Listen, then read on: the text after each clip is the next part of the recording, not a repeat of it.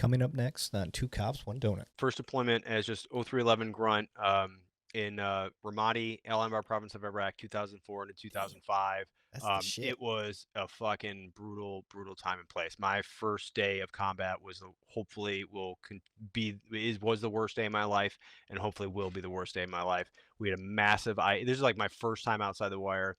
Massive IED, a vehicle-borne improvised explosive Oh device, shit. car packed full of explosives. We drove past in our truck. Oh, It okay. blew So it up. was parked. It was parked. Okay. Yeah, blew up as we were driving past. Everyone in the convoy thought we were all dead. Massive fireball, overpressure. Just felt like everything, like I felt like every joint got expanded. Felt like my teeth popped out.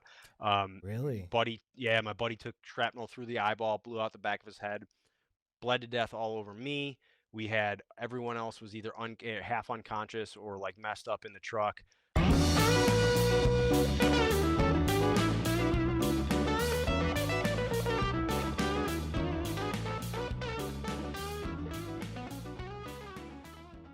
All right, welcome back. Two Cops, One Donut.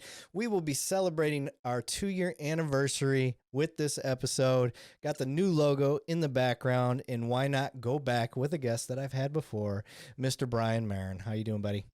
I'm good, man. Thanks for having me on the show. I didn't know it was your 2-year anniversary. Now I feel like this is special. It was special, and that's why I asked you to be on. I wanted to Aw, have somebody I've had before. I'm If you guys flattered. remember, I'm going to pop this up on the screen while I'm thinking about it. We got the Left of Greg podcast. So I had Brian on originally with him and Greg, and Hmm. we had that whole episode. But I wanted to get uh, Brian back, and then I also eventually I'll get Greg kind of do their own thing because Yeah, no, that's a he good was a idea. cop and you Yeah, did the military thing, and so yeah. I just like those background stories and I wanted to talk about that. But yes, be sure to check out Brian and Greg on the Left of Greg podcast. Great stuff. I love what y'all are doing. They're really getting some good focus when it comes to training and paying attention to your surroundings and things like that. You guys actually have a company going, right?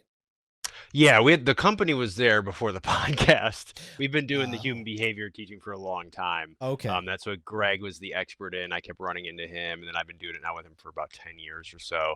So that's been there. That was just a thing a few years ago. We decided to start doing, just because we were having these different conversations in the car all the time, and I was like, hey. This would make a really good podcast. And Greg was like, what's a podcast? And then You're like, Greg, how old are All you? right. All right. And so yeah, so we do it just they're literally our we kind of keep it to that kind of like, good topics, but still a little gritty because it's like, just us. Yeah, it's like if you got in the back seat with us driving to where a training event that we were doing or something like that. This is the type of conversations we have. I gotcha. Yeah. Yeah. Well, sir, if we're gonna do this episode right, you know how my episodes typically go, and always a little Mhm. bit of whiskey involved. So, Okay. I want to talk about what we got bringing to the table today. I'll let you go Okay. first. You're the guest. Okay, so I've got a Delback whiskey. It's an American single malt whiskey out of Arizona. So my buddy brought it out from Arizona. I'll kind of hold it up to the Oh, it's got screen. the cactus right there on the front. Yeah, it's Very it's pretty Arizona. good. We had it when he was here. We had another one that we tried that wasn't that great that he brought, but it's still here. But this is, yeah, from the Sonoran Desert, so it's pretty good stuff. And it's new. It's like those little spirit scenes, kind of pop up all over the Yeah. place. So Arizona's got one near him. So same thing. Once one starts going, then other people start opening them up, and you get a cool little scene. So Yeah, for so that's sure. what I'll be having today. So I'm gonna go Hell ahead and yeah. pour some actually. All right, bro. So because I'm celebrating this 2-year mark, I brought out my favorite. This is my absolute. It's not just my favorite whiskey, the one that I'm drinking. It's my favorite company when it comes to whiskey. So I got Smoke Wagon, which I got Oh. the unfiltered, uncut. This is like the $80 bottle. Oh, Let's get nice. that. Look at that. That looks I good. mean, when you Fancy talk about your bottle. classic Western movie, when you see a Mhm. whiskey bottle, I mean, this is Mhm. it. Yeah, That's looks the cool. look. It's got this whole wax ring thing in the inside. I mean, it's a gorgeous bottle. Very, Made out of very Vegas. cool. Um, Ooh. right there.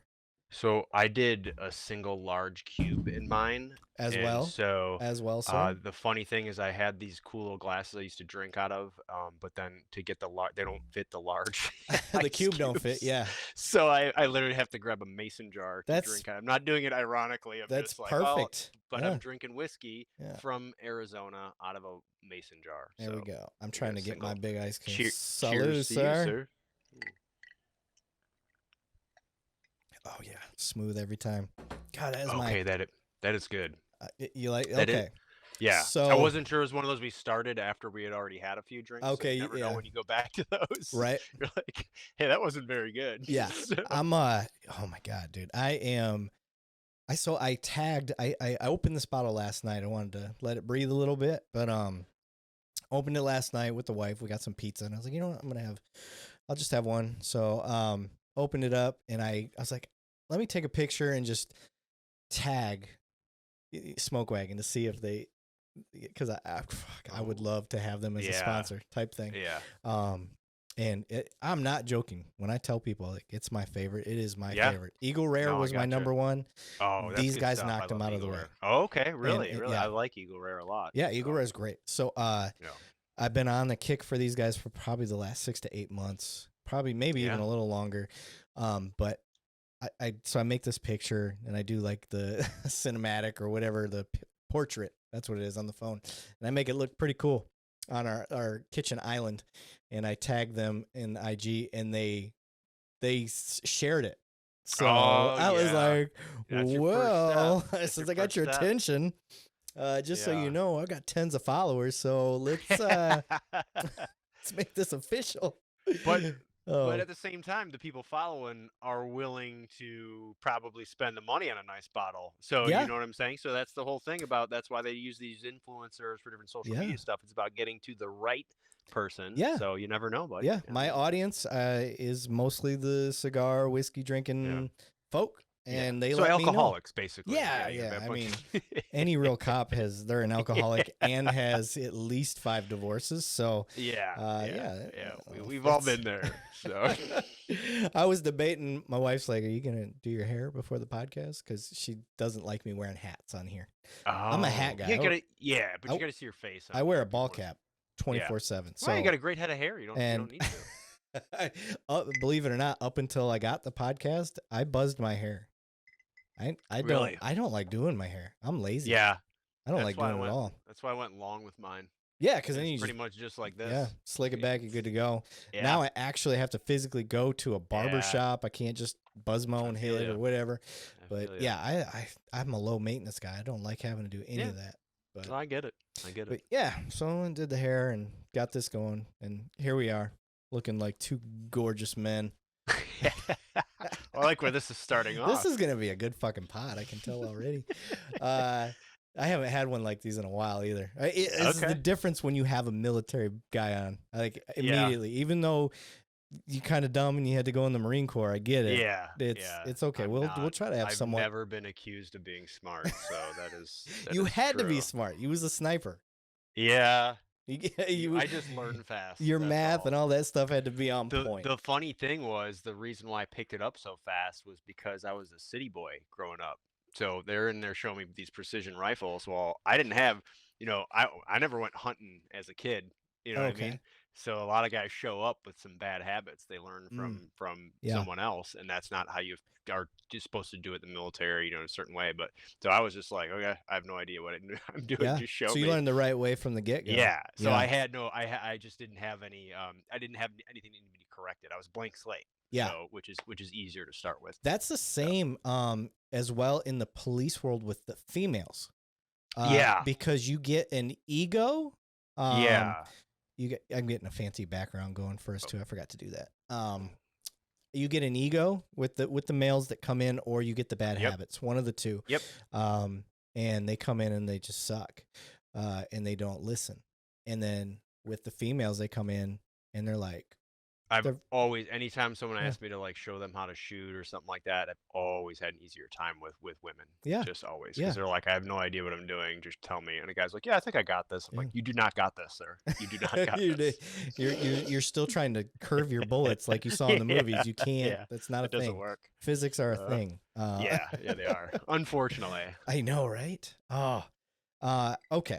So listen, for people out there, you're wondering what this episode's going to be about. We're going to kind of freestyle. I just wanted to have him on here. I kind of wanted to have more of a chill episode. And we're just going to talk about Brian's career in the military. So Okay. if you need to know his background and stuff like that, we kind of got into that with an older podcast. So look for I actually put the Left of Greg podcast picture as the thumbnail on the YouTube channel because I wanted to give their Nice. podcast credit. So Thank you. so if you look for them, just look for that one weird YouTube one that stands out that's not my Yeah. logo or anything like that. It's Look Left for of the Greg. anomaly in the baseline there. Yes, And there you and go. it's a great episode. I enjoyed it, which is Yeah, I had fun with that too. It it's was a really good the only show. point of my podcast. As long as I'm having a good time, and other people enjoy it as we go, then it's a good Yeah. time. So Yeah. I really wanted to make this one work out, and our episode was scheduled earlier in the day, Yeah. and then I got kind of offered with my dad to do some stuff with him, and I was like, you know what, I would still like to do the podcast. Let's just see if he'll do it later in the day. And you were Yeah, and it would have been a little rougher because it would have been 8 a.m. my time to do a bourbon episode. I mean, I still would have been all in, don't get me wrong, yeah, but yeah. it just the work afterwards would not have been Yeah. that great. Right. So, I'm down. But those emails would have been a little sloppy. yeah. So, So you were very flexible with me on this one. I appreciate that, brother. absolutely. So let's get into it. Okay. Okay. You finally decide I'm going to sign the dotted line, which is, what they say is Yeah. 1% of the population in the US, maybe less than 1%. Probably less. Yeah. And for whatever reason, you chose Mhm. Marine Corps. Why? Yes. Because they are the best. No, and honestly, no, probably just from when I was a kid. Like my old man was a Marine in Vietnam. Not that like he ever really talked about it or anything. He in fact kind of made it a point to not talk about it because I Which later draws learned us faster to it. yeah, you know what I'm saying? So it was kind of like and it was just looked on like as like, oh my God, those are Marines. Oh, they're Marines. And Yeah. like and plus the neighborhood I grew up in, it's hilarious. Like you'll like the neighborhood I grew up in Chicago, it's a Irish Catholic neighborhood on the south side. And like you'll see just as many like Marine Corps flags flying as you will like American flags Hell flying, yeah. and it's pretty funny. And even like one time I went back on leave and I was like hanging out with some of my buddies up at the bars on Western Avenue, and I ran into a guy I went to high school with, and he went in the army, and we both deployed like to Iraq around the same time, and we were shooting the shit, and another guy comes up and is like giving him shit, like, yeah, how come you didn't join the Marine Corps like Brian? And I'm like, hey motherfucker, like you didn't join anything, like shut up, like you don't get like Yeah. you don't You don't get to make the jokes. yeah. That's But I had to get the on my funny dad for that. yeah, the funny part was that like even he was like, wow, so it's part of it's just the environment too is just seen kind of like, oh yeah, Yeah. if you're gonna go in, you go into the Marine Corps. But that Yeah. that was a main factor. That was it. So Yeah, I jumped on my dad because we're on Facebook and this is years ago, but yeah. we're giving each other shit. I think I was giving my dad shit, and then some military buddies were jumping on and busting balls. It's Army and Marines were doing that thing. Yeah, normal stuff. Yeah. And my dad's like, "Yeah, but you did the chair force." And I didn't even have to say anything. Everybody's like, "Where did you serve?" And he's like, I didn't. Hey, Yeah. we're good to Yeah, talk crap to each yes. other. You don't get to like you'll piss off a large group of people Yeah. like very quickly by doing that. My dad's texting me. He's like, "What the fuck?" And I was like, "You can't. Dude, that's don't do that. You can't do that one. Like I even the Coast Guard can jump in here and make some shit if they want. But Yeah. you can't." I was like, "It's just the rules. I didn't make them." Yep. So That's how it works. Yep, that's how it works. Okay, so you jump in the Marines. Yep. Where was your boot camp? Marine Corps Recruit Depot, San Diego. So I am what's known as a Hollywood Marine. So I went to boot camp on the West Coast. So explain the difference in where the little rivalry comes from. So the East Coast is at Paris Island, and like, it's just this miserable, hellhole island off of North Carolina, and you just like, you're stuck there, and there's I don't know. It's supposed to be worse apparently, but and they call everyone on the West Coast Hollywood Marines. But it's just more crap talking. It's the same junk. So the one out here is obviously in San Diego. It's like right next to the airport. Actually, if you're ever flying to San Diego, Mm. the fence on the other side of the fence is Marine Corps boot camp, so you can see recruits actually when you're flying in and out. And Ah, it's actually funny because you'll like be getting thrashed outside during boot camp, and like you look up and there's like Hawaiian Airlines taking off, and you're like, God, I'd rather be on yeah, that plane right yeah. now. And so yeah, there's just like that little typical rivalries pop up. Ah, It's really all the same thing, yeah. but everyone says from the East Coast is like, Well, and anyone closer to the flagpole is like, that's the real Marine Corps. It's like, yeah, all right, cool, man. well, the Yeah. weather it has got to be a pretty big difference in the weather. Yeah. The weather's kind of always nice in San Diego. It Yeah. doesn't San get too hot in the Diego, summer. whale's Yeah. vagina. It Yes. is. It is. It doesn't get too hot in the summer. It doesn't get too cold in the winter. Yeah. I'm out here now. I'm still up in North San Diego County, so I'm a little bit farther inland because we want a bigger place and some room. I can't afford those high dollar places right by the coast Ah, not anymore anyway. yeah. So was fortunate enough to get in a little while back, which helped me out quite a bit. But yeah, it's nice out here, and so that's why they kind of talk crap too, like, oh, it's always the Gotcha. weather's always good, and it's like, but it is out here by Pendleton in the Oceanside, Carlsbad area, North San Diego County. It it is like one of the greatest places to be stationed in the military because I mean it's so you're coastal Southern California, it's a laid back vibe, and there's so much to do out here. Like I mean it's a really cool place to be stationed. I'm gonna be out there, uh, at the International Associations of Police Chiefs. This October. Yeah. Yes. I, So I should hopefully be there with Milo at their booth probably and okay. maybe doing some other stuff again like we saw you down in Dallas, but Yes. yeah, it's a great food scene, beer scene out here, and it's You awesome. already got me And that's a sold, baby.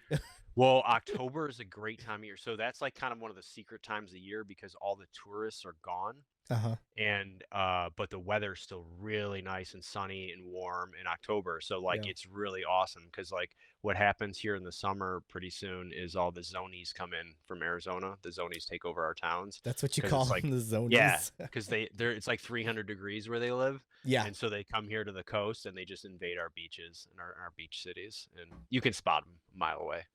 So Yeah.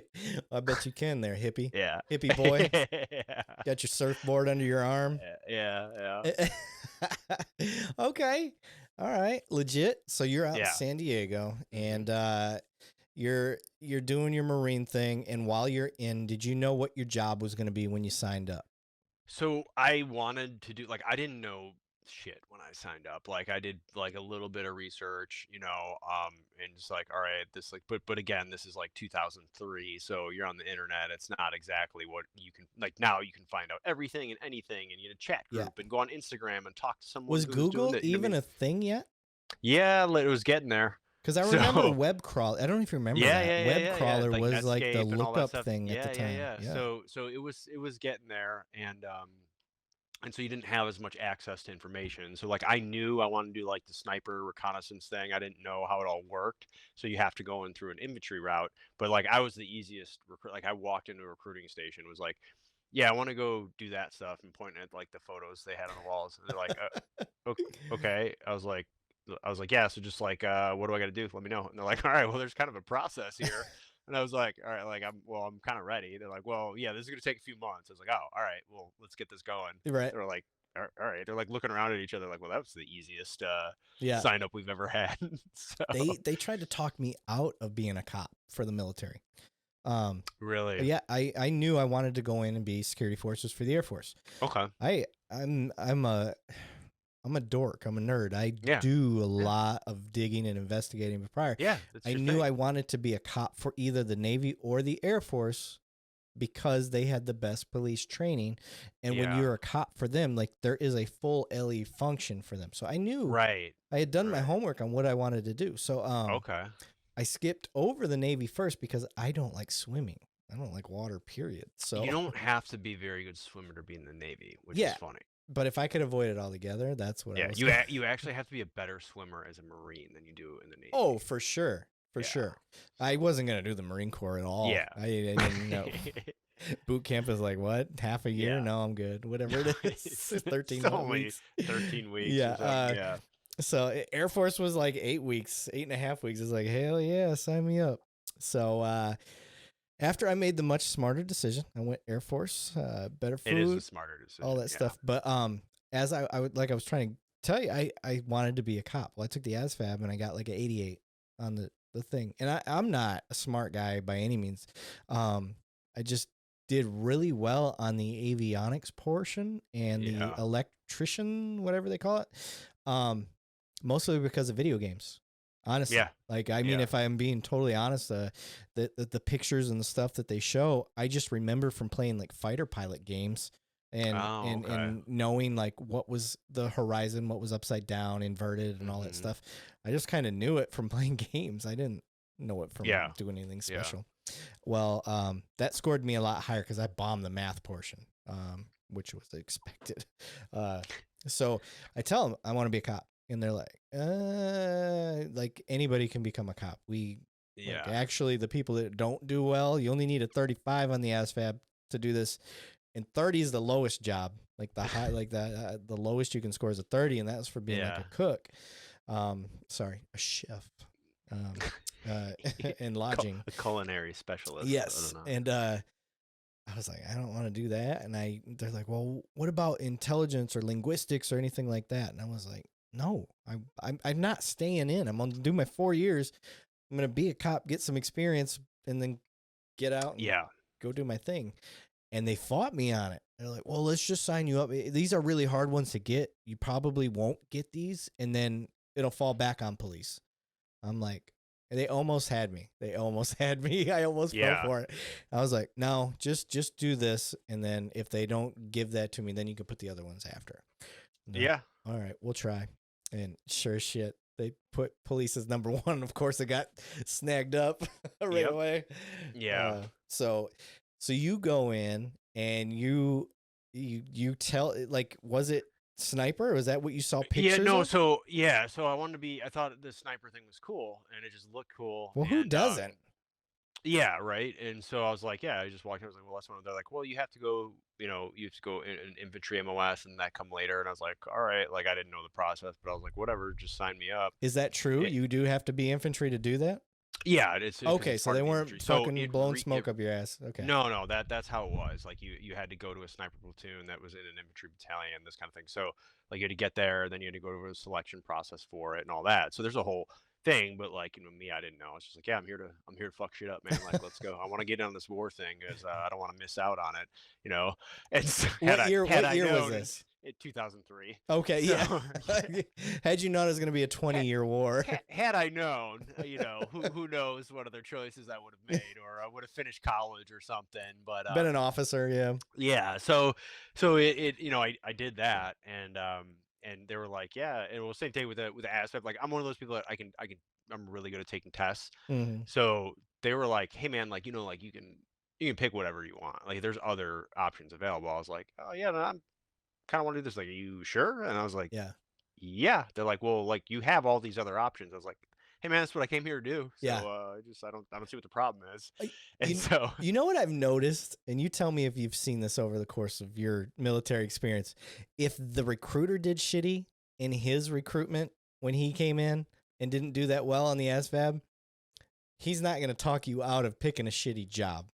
yeah, But if you get a recruiter that did really well and has a yeah, kick-ass job, they're like, because my guy was trying to talk. I think he was like I think he was a linguistic guy himself. The guy that got me, but he was trying adamantly to get me from choosing that career field.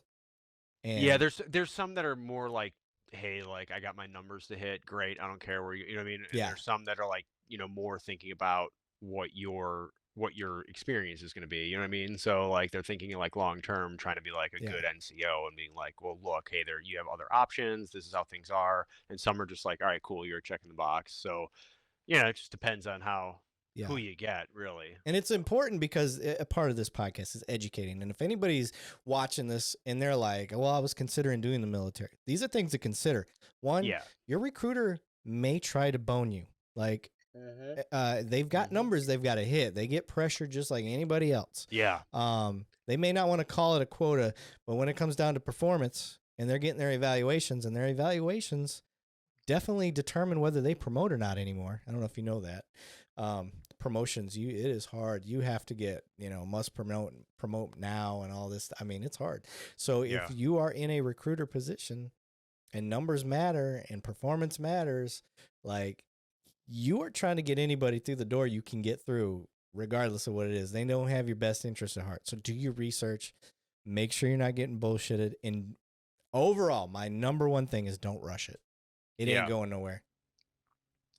So I hate just correcting you right now, but you have former Marine Corps sniper under my name, and you are missing the S in Corps. It's Oh, yeah, you're right. CORPS. Yeah, I just absolutely. noticed that. So No. maybe not a Oh, my trained God. observer Listen, anymore. I don't know. anybody out there, if you are hearing me right now, I won't let a booger sit in your nose. I won't let, and Yeah. if you fuck a Yeah, spelling I'm the up, same way. Yeah. I'm gonna tell you.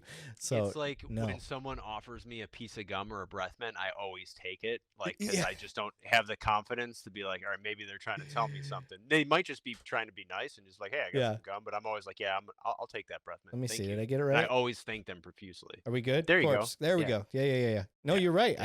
I just fucked it up. My bad. Uh, yeah, it's the Marine in him. He can't help it, Yeah. which is Yeah. funny too, because I did that intentionally to see if I could fuck with him. No, Well, I totally it took didn't. me 24 minutes to notice it I apparently, totally so didn't. That was must my not be bad. I very just good. fucked it up. Oh, this is already one of my favorite podcasts. So like, we're already having fun. This is great. It's funny too. Like we ran into each other at Yeah. Chiefs conference, and Yeah. it we've never met in person other No. than doing the Other than that, podcast, and yeah. I'm not even totally sure how we ran across each other. I don't even know how we first came on yours. I can't remember Yeah, what it was. Either like, I don't know if I reached actually, I out don't to even you or know. vice versa, I but don't even know. Yeah, I yeah, might have reached out to you because at the time I was trying to like, see other like kind of there was because we talk about a lot of law enforcement stuff. We do a lot of training with law yeah, enforcement. So I was trying to get to more like law enforcement centered yes, folks or whatever. yeah, And it's always hit. I mean, you know how it is. It's the yeah, same thing with military guys. It's always hit or miss. The person's either going to be a total douchebag or they're going to be the nicest person ever. yeah, It's like there's no in between. yep, And so I maybe that was it. And then but yeah, we're probably around the same age and similar life experience. So you're a yeah, Midwest guy. You're from Michigan. I'm yeah. from Chicago. So we kind of Yeah, hit it off naturally. pretty. There's a bromance Yeah, automatically right there. yeah. It was a meet cute when I came on your show. I think they call it. So Yes. Yeah, that's what the kids are saying these days. it's, Uh but shit, where the fuck were we talking about? yeah, something. Recruiting. Yeah, Oh yeah. So the education portion, I want to make sure people, like, if you are deciding, and it's a great career move in my opinion. If you're 18 it is. and you want to be in law enforcement later on down the road, or anything, like Anything. if you want to be a dental hygienist. I think even more so now because like you go back to Yes. 2003, obviously there was wars Yeah. plural going on and that was the focus of everything and the military right now is like rapidly innovating and changing and keeping up with the times and technology and they're always at the forefront of tech because they have the dollars to spend on it and Yeah. not some BS like Silicon Valley like okay go make $1 billion to give teenage girls depression tech like this is actual useful shit and you can get really good training and experience in a short amount of time. Even most people in the military Hmm. don't realize like kind of how much training and experience they have because everyone has it, like all your peers, you sort of take it for granted. Yeah. And that's why when you come out, companies will just be like, hey, like I like when I was coming out, it was years ago, like I had buddies that like went into finance and stuff. And I had a buddy who was like, dude, just get your MBA and come work for one of these companies. I'm like, I'm just not interested in finance. And he's like, look, they don't care. They just want they hire military guys who have an MBA because they know you're about mission accomplishment and you'll stay in. He's like, all the young kids coming out, went college, graduate school, and getting into finance, they're just punk, kids from college. He's Yeah. like, the military dudes show up and they're like, let's get shit done. And so they don't even care.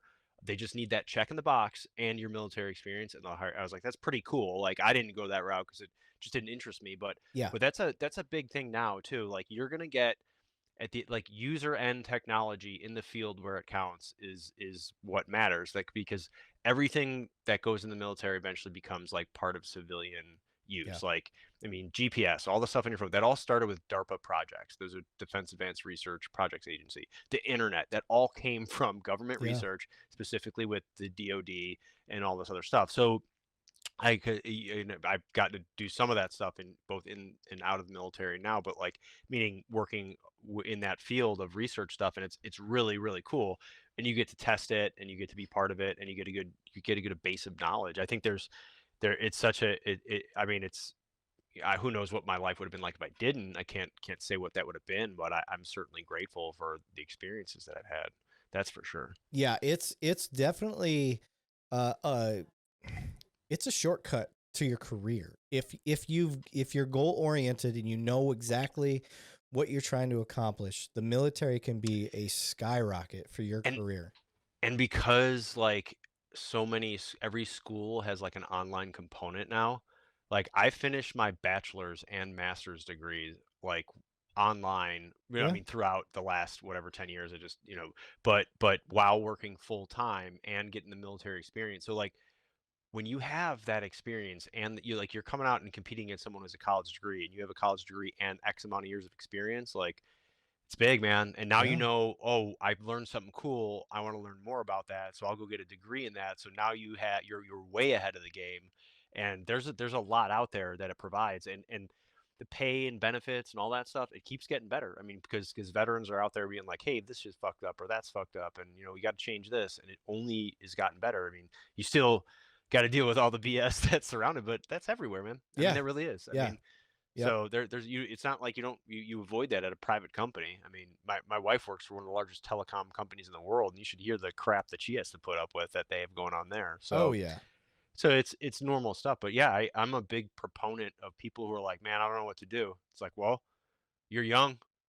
Yeah. go go seek adventure. Go Yeah. find yourself and get paid to do it. I mean, Yeah. it's like those cheeseball recruiting commercials from back in the day. Like there's truth to it. I Yeah. mean, you do get to that. Now Yep. you may also be involved in killing people and getting blown up and shot at, but Yeah. that's I Yeah.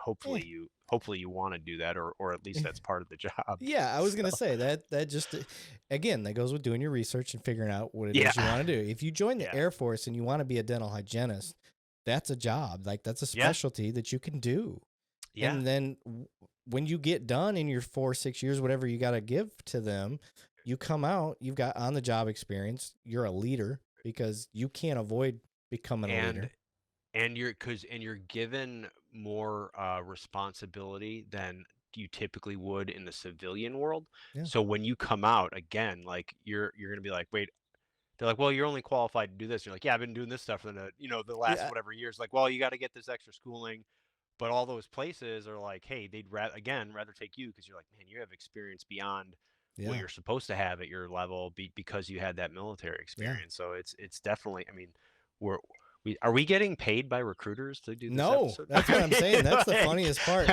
I've talked to a lot of guys that they hated their military gonna experience while you're they gonna were in cut it. to like brought to you by Yeah, yeah. United States Marine Corps Recruiting What can you do Command. for your Like, country? yeah, Yeah. exactly. So I'm gonna have some fucking Navy SEAL coming up out of the water and blackface paint and all that stuff. Exactly. But no, it's gonna be Air Force recruiting for sure. Yeah, But yeah, no, I am just so I would not be where I'm at today without my military yeah, experience. yeah, absolutely. And it's one of those things I wish I had done earlier. I wish I had done it right out of high school. Yeah, I waited. I wanted to kind of see if I would make it in baseball, believe it or not. that's cool though. You get to chase your dream for a while. I mean, Yeah. that's good that you did that because if you'd gone right out of high school, maybe you would have gone, man, I wish I would have done that. You know what I mean? You would have Yeah, been but like, then I would have learned that there's a baseball team on the Air Force and I would have been able to play for them. That's some fucking Air Force shit right there. Right? Well, hey, the Marine Corps got a boxing team. Y'all's boxing Yeah, team is they the have a shit. boxing team and a Yeah. wrestling team and like Well, anything to do we're with the Air fighting. Force. We ain't fighting people. We play baseball. I love it.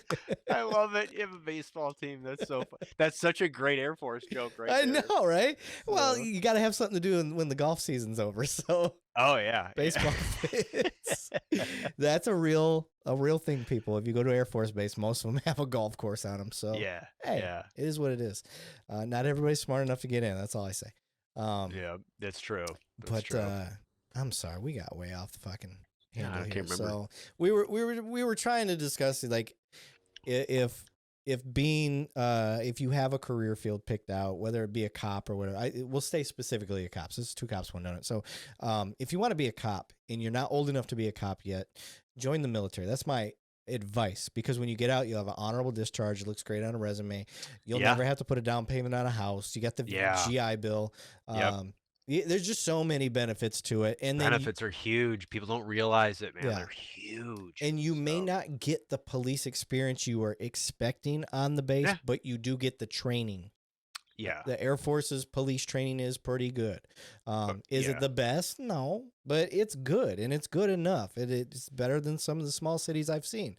But it gets you going in the right direction, and I think it's a smart move in my opinion. So, yeah. with that said, sir, let's get back to you. You're the Oh, guest. okay.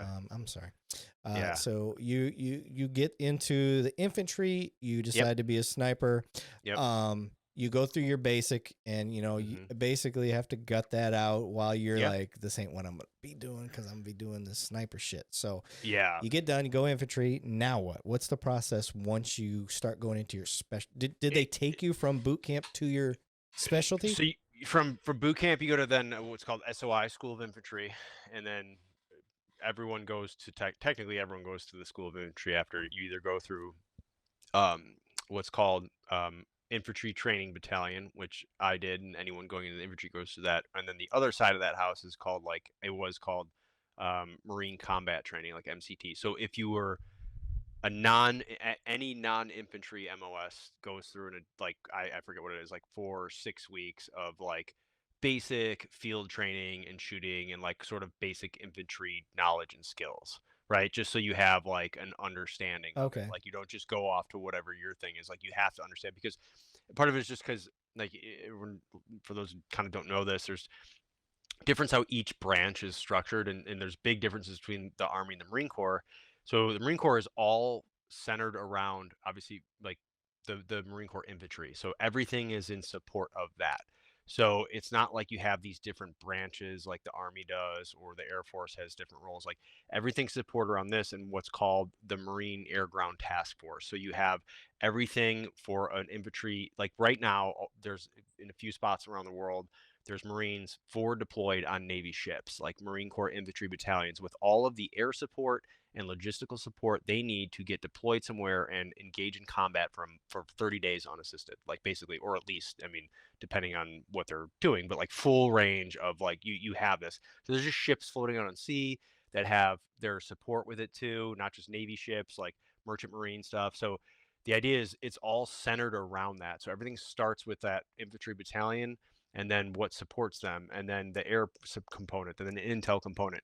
So depending on how large it gets, all the way up to division levels, I mean, you get larger and larger, but it's structured in a very hierarchical structure. There's only about 180,000 Marines at any given time on active duty, so it's smaller and faster and lighter, and it's tied in with the Navy. So that's kind of a difference. So they kind of give everyone this, hey, and that's the whole saying is like every Marine is a rifleman, like everyone, like you are a combat Marine, like you're not just every job, no matter what it is, it could be the most like, administrative type of job, you are still expected to consider yourself a rifleman. Now, are you trained as much as an infantry rifleman is? No, but that ethos is there, and it's ground into you to go, we are forward deployed, we are a combat organization. There is no like, oh, we're a non-deployable thing or we just do this. Like, no, everything is in support of the warfighter and you are a warfighter.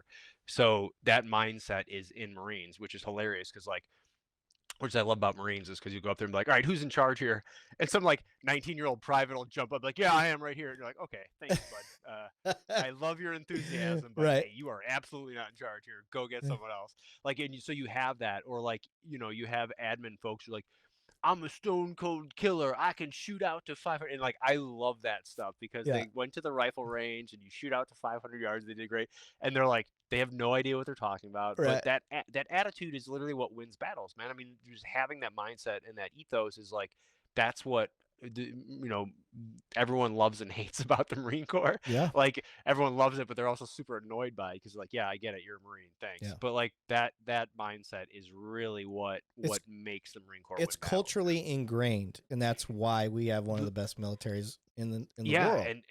and the culture in the Marine Corps is like everyone wants to be the not the baddest dude or something. You just want to be the absolute best at your role. So like you will like just try to learn more about your job just so you can be better than the next Marine or the one in charge of you, or like so you have like these little subject matter experts in these little niche areas that can tell you everything about every machine gun that the Marine Corps employs, and down to like the chamber pressure and why it's a certain psi. Like you don't need to know any of that to go Yeah. use it, but they will tell you everything, and they will like memorize every field manual, and it's just to be like, I want to like be the baddest at this role. And it's so cool like being part of that. When you meet people like that, you're like, this is fucking awesome. And Yeah. sometimes it's a really young guy. You'll have like some 20-year-old, Lance Corporal machine gunner who will tell you more about machine gun employment than like you could ever be like, oh my God, like this is amazing. And they will go into every type of different consideration.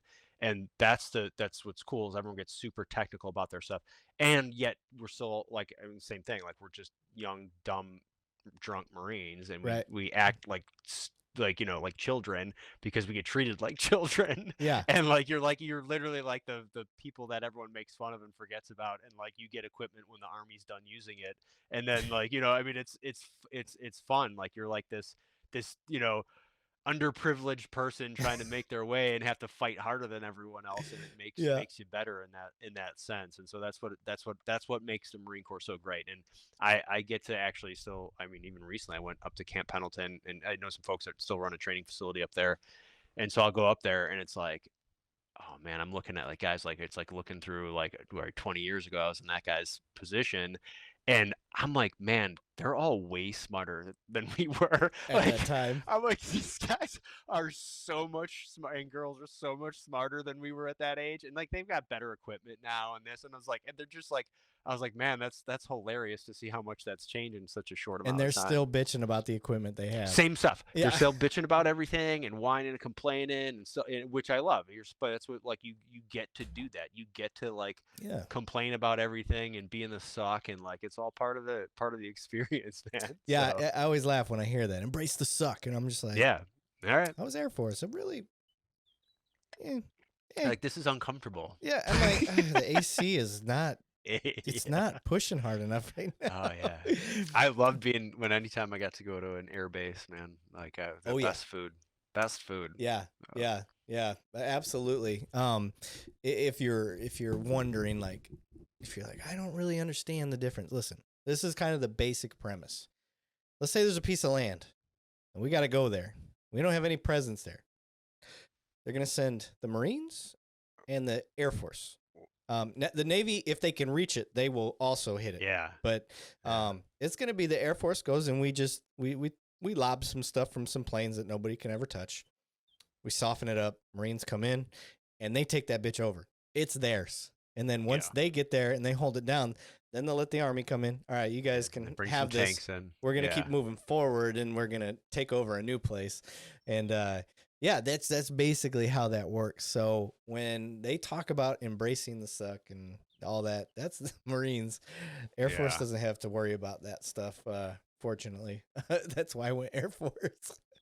Yeah. Had I gone right Yeah. out of high school, I would have done the Marines. Why? Because I wanted to do the hardest. And one, the Marines have the best uniforms. Let's face it. So, They do. You absolutely. cannot argue with that. And they're really good. Like Like, you know how like the Army and then the Air Force got into it was like changing their camouflage pattern every couple years Oh and it my looks like god. like the most disgusting stuff The ever. tiger Like, stripe was yeah, horrible. Hey, Eric Levine here from Two Cops, One Donut. Would you like to accelerate your investigations? Would you like 6 months of free access to a solution that will help you solve cases faster? And stop what you're doing and listen to the end of this ad to hear about this free offer exclusively for my members of Two Cops, One Donut. We would tell you right now, but you know those people in marketing would be upset if you didn't hear a pitch. All right. Who is Finder Software Solutions? Finder Software Solutions was built on the idea that crime and those committing a crime do not stay within jurisdictional boundaries. Yes, I'm talking to the cops out there, so pay attention. Finder's mission is to assist public safety agencies by developing affordable user-defined software applications that facilitate collaboration between law enforcement personnel to close more cases faster. That's really all you need to pay attention to. Close more cases fast. They've been in the business for nearly 20 years and currently support over 300 agencies sharing billions of records annually. Are you guys still listening? Of course you are, because you guys trust me. So listen to me. If you're interested in accelerating your investigations, then discover Finder for law enforcement, the ultimate solution for agencies revolutionizing information sharing and investigative lead generation. Experience a seamless integration of RMS, CAD, JMS, and numerous digital databases sitting alongside valuable resources like public records, facial recognition, criminal records, LPR data, vehicle information, booking images, and so much more in one easy-to-use investigative platform. Finder allows for efficient data sharing, unveiling investigative leads and criminal patterns, ultimately solving cases faster, enhancing interagency collaboration. Empower your department with comprehensive single-pane information system and redefine the way you solve crime today. All right, guys.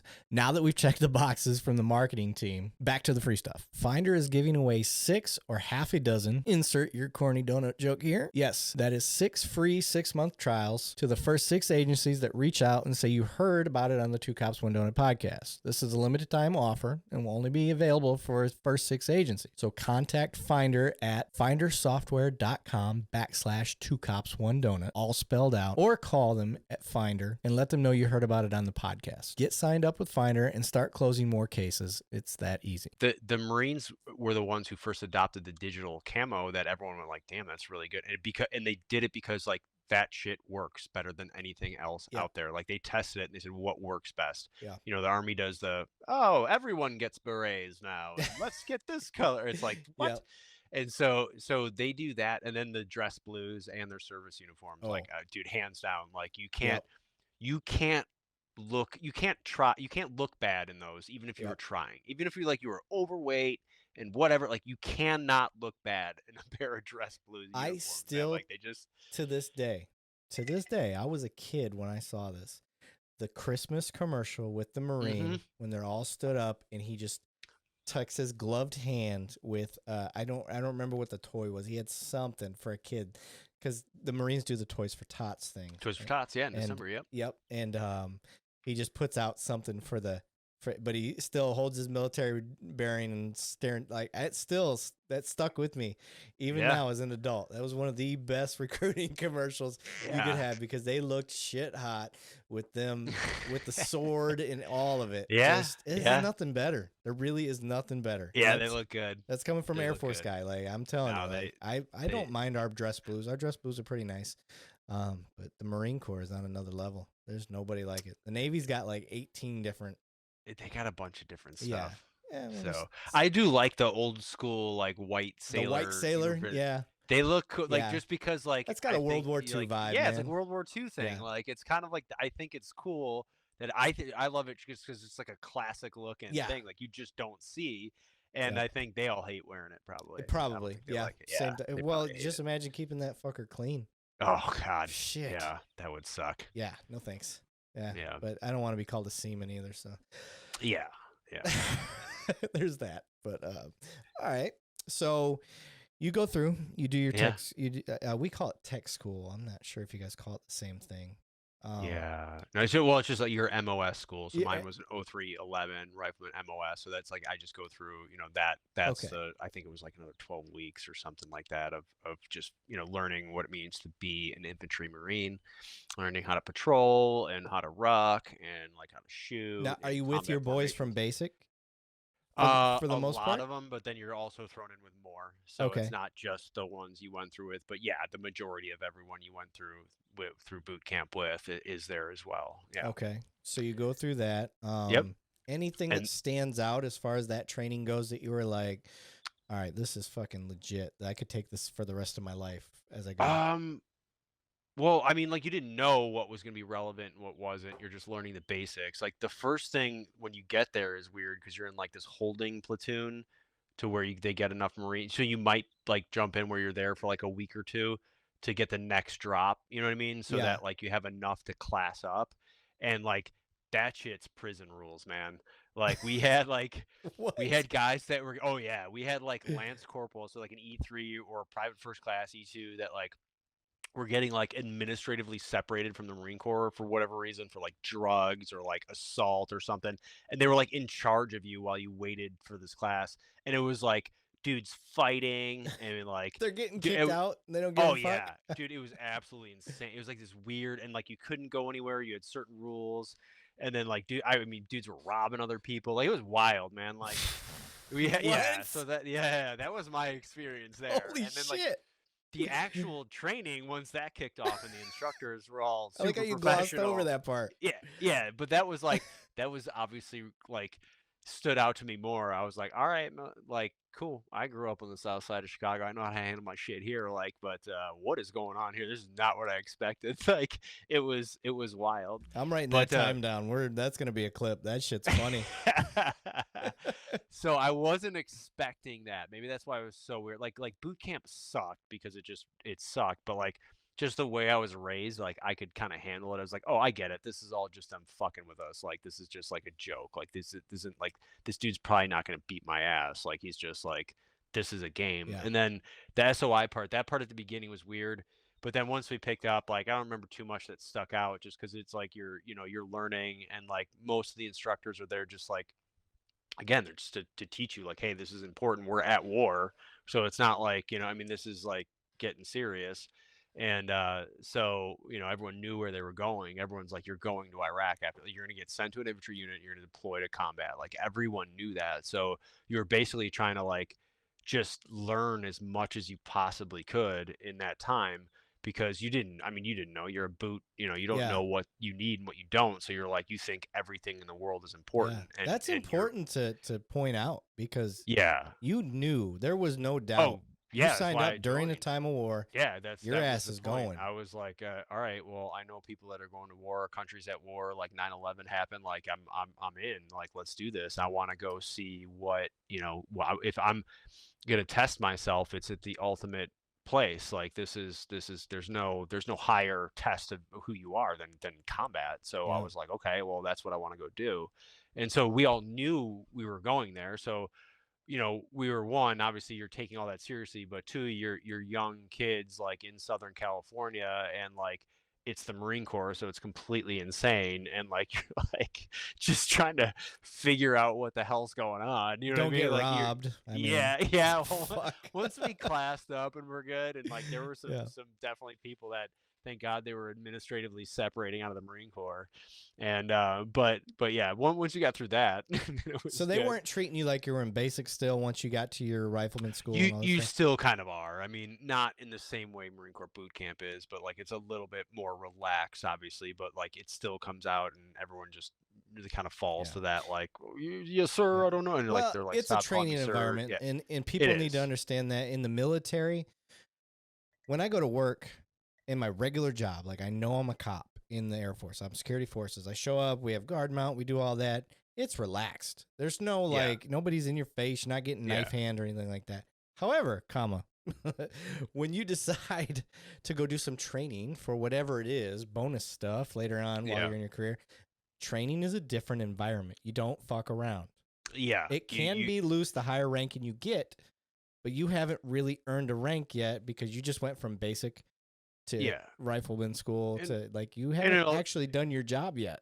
It depends on what it is too, right? I mean, this is Yeah. obviously this is training for combat, so like you have to take this shit seriously, Yeah. and you got I mean, and to the point where you don't know when an instructor's like messing with you or you're like I should take this seriously, so you're Yeah. just like okay, you're like when they're like go get the keys to the Humvee, and you're like freaking out like and there are no keys to the Yeah, that's Humvee, the but joke like for people. yeah, It's that's just a you switch know on the Humvee. It's all it's just a always there. switch. There's no keys. Like there's no, and so you're like, They won't okay. get that today. These military kids today don't even know. Yeah, They don't have the yeah, Humvees. yeah. And so like you have stupid shit like that that you have to learn, and then but then they're doing stuff, and you think like, oh, they're just messing with me, and they're like, no, I'm serious. Yeah, I'm Like, for and you're real. like, oh, wait, Yeah.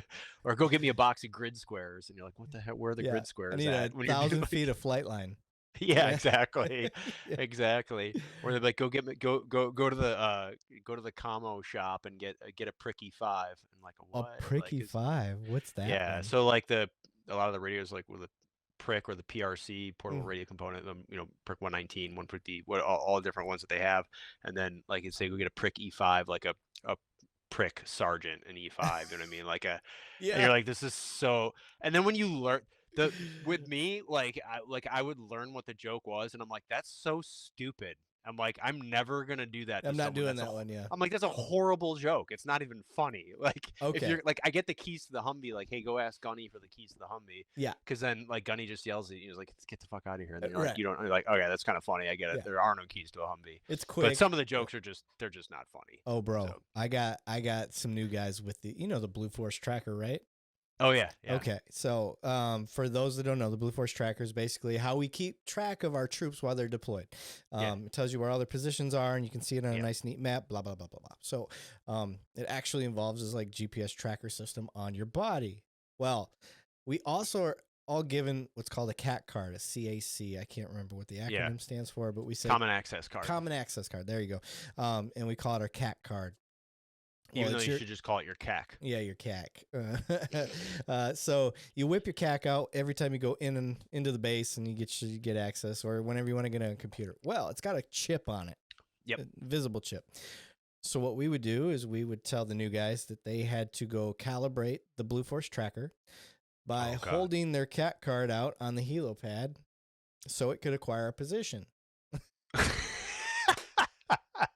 So they'd be out there holding this CAC card out there, and we got them on radio, and we're just all watching them from the control room, and just they're up there, and you wait. Yeah, I don't care how strong you are. After a while, it gets tiring holding your arm up, it does. and it starts to sag. And then you get on the radio. All right, we've almost got. And you can see their arms start to go down, and they get a sudden boost of energy. And this is a long joke, but it's fun because Yeah. you watch them, and then they go to It's not switch you. hands, and as soon as you see the other hand go up, you go, I almost got signal, and they switch hands. We lost signal. Did you move? What did you do? Did you move? And you just keep it Oh going my until God. eventually So they either mean. give up because they're like, what the fuck? They know Yeah. something's up, or they're just dumb and they just keep trying. I mean, bless their heart, they just keep going for it. But that was my favorite. That was my favorite. That's thing. a good one. That is a good one. That's pretty good. Yeah. So I like that one. yeah, memories. Anyway, sir. So you get through rifleman school. Yeah. Okay. Then you get assigned to a unit. So I looked at like at that point, and this is all kind of changed a little bit. At that point, you can go take the selection to go over to First Reconnaissance Battalion. You can take BRC to go to Base Reconnaissance Corps. There's a whole process. You go through RIP platoon, like First Reconnaissance Indoctrination Platoon, and they say, all right, you can go take. If you guys want to go, because me and my buddies were all like same thing, like I want to be a sniper, reconnaissance, but we didn't also know entirely what all that meant. Like, okay, you can go over here and do this, I was like, well, what?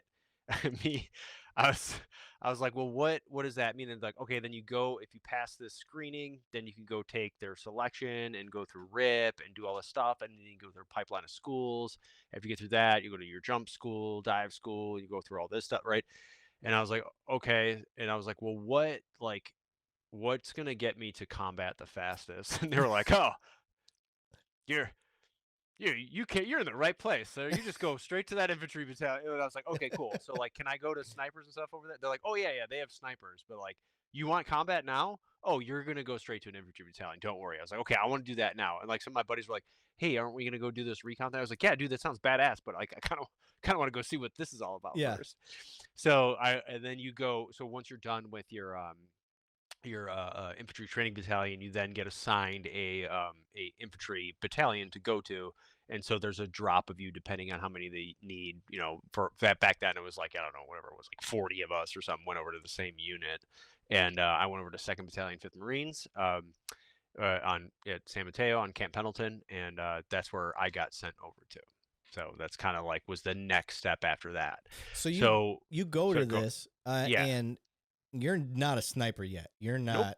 nope. You're a basic 0311. Congratulations, you made it. You know? Okay, so you get to this, and you're like, in your head, are you like, okay, I'm gonna get here, and you guys are just gonna let me go to the sniper Yeah, school? that I was like assuming like there's some next process where like okay, hey, where do the wannabe snipers go? You know what I mean? Like that's and they're like, I'm sorry, you're in Echo Company, second platoon. Go over there. I was like, yeah, no, no, but like, where do we go for the sniper thing? And they're like, yeah, you just go talk to them over Yeah. there. You know what I mean? Oh, Like, that's cute. yeah, like, I like the oh, enthusiasm, you're kid, but adorable. Oh, yeah. look at you. You're a Lance Corporal already. Someone got a meritorious promotion. Are we a smarty pants? Like, and I'm like, oh shit. Now I'm bear crawling somewhere. You know what I Yeah, mean? I Like, need you to go kick this door first. yeah, I was like, I just asked a question, sir. So, yeah, so you get sent to just a normal infantry platoon. And so I was like, okay, well, yeah, I'll just talk to these guys. They'll point me in the right direction, Hey, Gunny. should be, couple day process. Next thing you know, I'll be schwacking dudes at 1,000 yards away, right? That's pretty, you know what I mean? Like, just like, I got this, Yeah. And so you don't know shit. And then, you go over there and they were like, "Oh yeah, so what happened with me is like when we showed up, our company was like in the field, but they got pulled out of the field."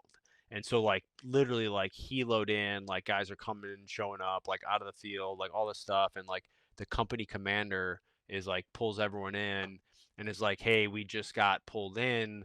Um I mean, it's like the day or the week, whatever that I showed up to that unit, and they're like, everyone's gonna go on like a 96, a 4-day weekend, and then because we're getting called up we got called up as a replacement unit.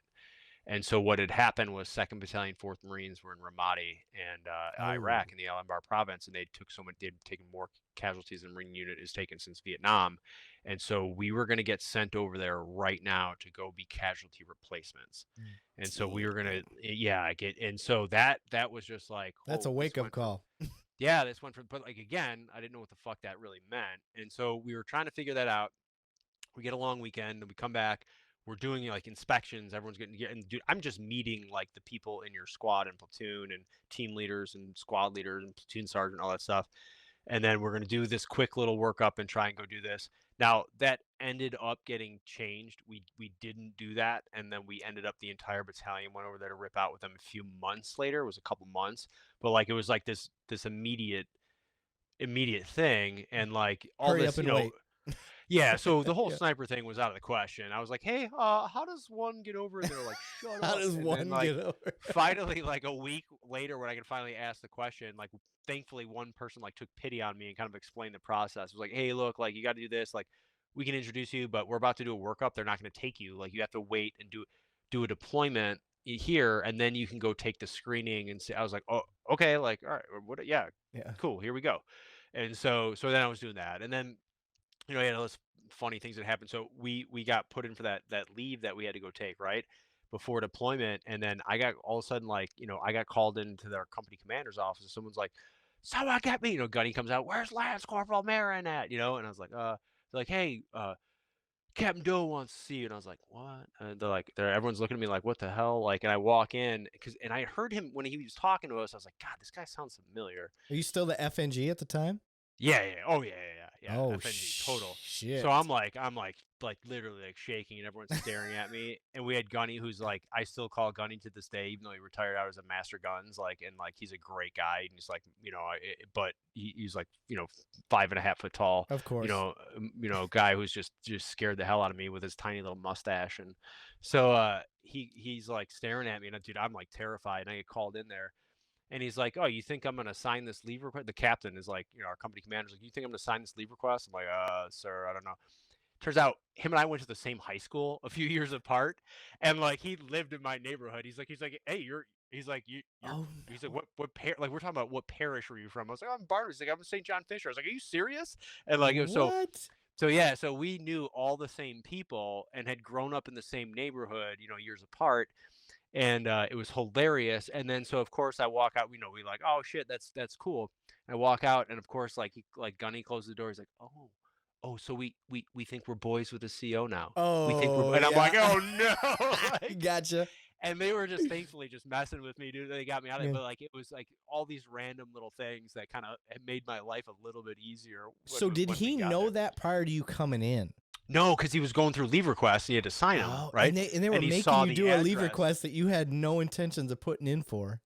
Well, yeah, it was like yeah, exactly. Well, I think it was just I don't think we had to take leave. I think we just had it was like an out of bounds shit because we were allowed to go out of bounds for the special thing. And so Yeah. you obviously had to file like, "Hey, here's where I'm going. I'm going home." Because normally, and what I mean by out of bounds, like everyone listening, like if you understand, like if you have the weekend off, you're technically supposed to stay within a certain distance of Yeah. base. Like you can't go farther. If you have a 4-day weekend, you're allowed to go up to 300 miles away. Anything past that, you have to get special permission because if you get called back for something, like it's for accountability and everything. So, which was a little bit different back then. I think now just because of electronic communication and all that stuff and texting, it's a little bit easier. Yeah. But back then, like you had to document where you're going. So he saw my address, my parents' address, and that was like 2 miles from his parents' house. You know what I mean? Oh, So no yeah, shit. yeah, it Okay. was like we were blocks away. You know what I mean? I That's was like, "Oh awesome. crap!" So we knew all the same people, which was funny. Yeah. We're still boys to this day. He's still actually active duty, still full board colonel now. So which is funny, but and you run into little stuff like that. So that kind of helped out a little bit in some ways. So I've Yeah. got just a quick little funny story. Same thing. Going through basic. And we were going through please understand with a grain of salt. This hell week for the Air Force. Okay. Oh We're going God, through. shut Yeah. up! You don't Yeah. actually call it Yeah. that, do you? Yeah. They did. I'm surprised you don't call it like Heck Week. Yeah, well, we were Like, going through Heck Week.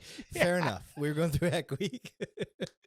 So yeah, we're going through our Heck Week, and the cadre in there is a female, and we're going through, and I walked through an area I guess I wasn't allowed to walk through. I didn't know. I was just trying to go from point A to point B like I was told, and I cut through an area. It was for instructors only or something like that, and this female comes up and is like knife handing under my nose, and I'm like, I'm locked. I do my Yeah. thing. Oh yeah, yeah, yeah. I'm a little older than most. I was like 23, 24 Okay. through basic. So, that shit, I never, my hardest thing was military bearing. I laughed at a Oh lot of yeah. stuff. So, Yeah. Yeah. she comes up and and as I never looked at her Yeah. once, didn't look at her in the face. And all of a sudden she's like, Levine. And I'm like, yes, Uh-oh. ma'am. I'm fucking with you. And I was like, yes, ma'am. And she's like, God damn it, look at me. And I looked down, and it's somebody I went to high school with. Oh, that's hilarious. Yeah. So That's we so go there. I funny. look down, and I'm like, it didn't register at first. I looked down and I just looked right back because I wasn't actually looking at her. I just Yeah, doing what she of fucking told me course. to do. I was And you like, wouldn't even have recognized it yeah, like and it's yeah. yeah. So I looked down, and it took a second, and she was like, yeah, dummy. And it's me. And she's like, it's me. And I was like, oh shit. And I'm Yeah. like, and just like you said, Yeah. they gave me the same shit when I came back. They're like, "Oh, we're friends with the cadre now," and I was Yep. like, shit." Nope. Uh, Nope. and I start laughing. Levine, start pushing till you're done laughing. Yes, sir.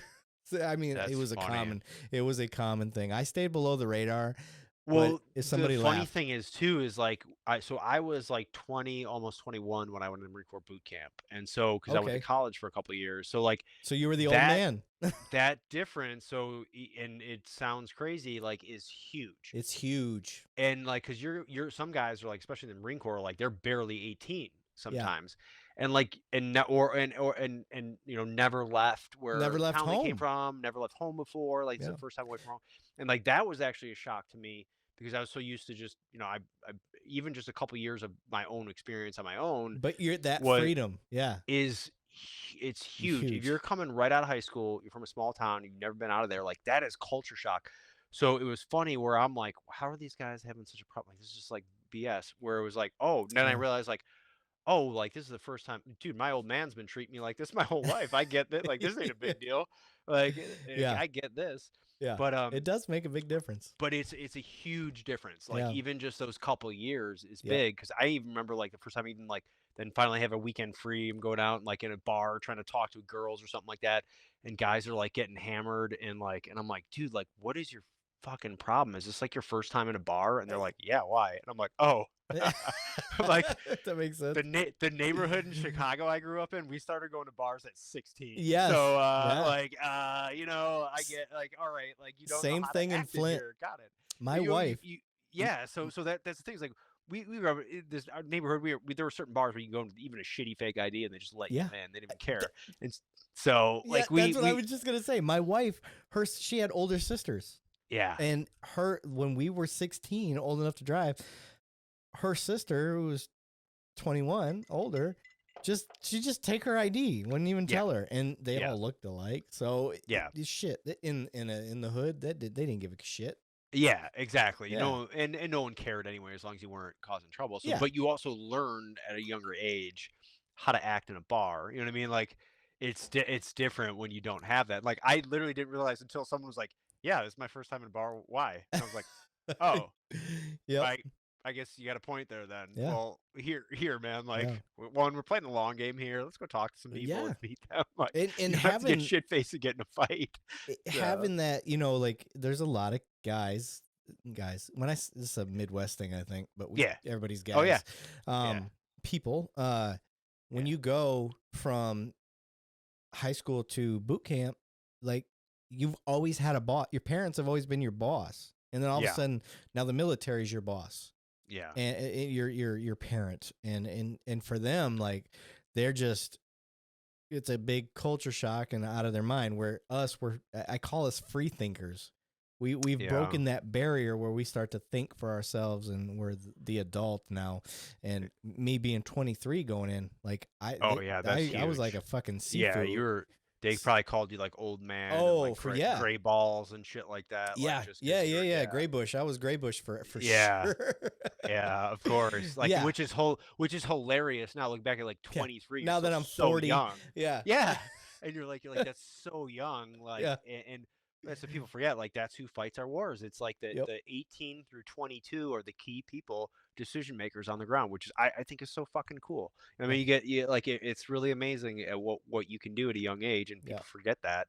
And so, but yeah, Well, no, that's a huge difference, though. well, our brains don't stop developing until we're Oh no, 25, and the yeah, risk for taking that, men sometimes even a little bit longer. So yeah. yeah, So that risk taking ability, if we want to get into the science of things yeah, behind, for sure. Well, uh, that's what I do. Yeah, yeah, yeah. yeah, To yeah, study human exactly. behavior So stuff. So yeah, yeah, absolutely. Like, the risk but it, taking's but a lot more free at that age, and we need that.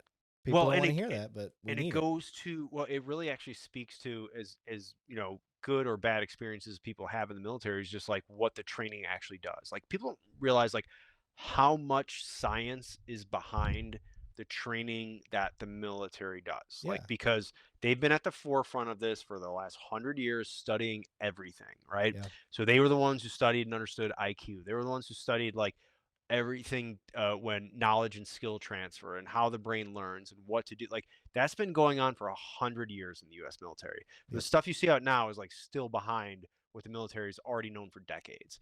And so you can train people like a perfect example is like someone from a small town, very little experience, gets plucked out, goes at a young age and goes through, and then you can train them to go make really, really good decisions in very complex ambiguous environments that are deadly and still do really well.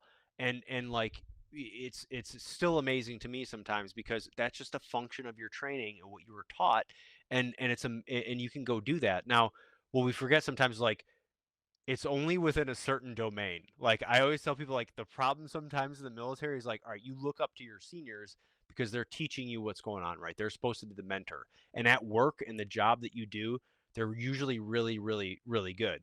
The problem is then they go, well, let me give you some relationship advice. And you're like, Gunny, you're on your fourth wife, dude. Like, I don't think you should be giving this.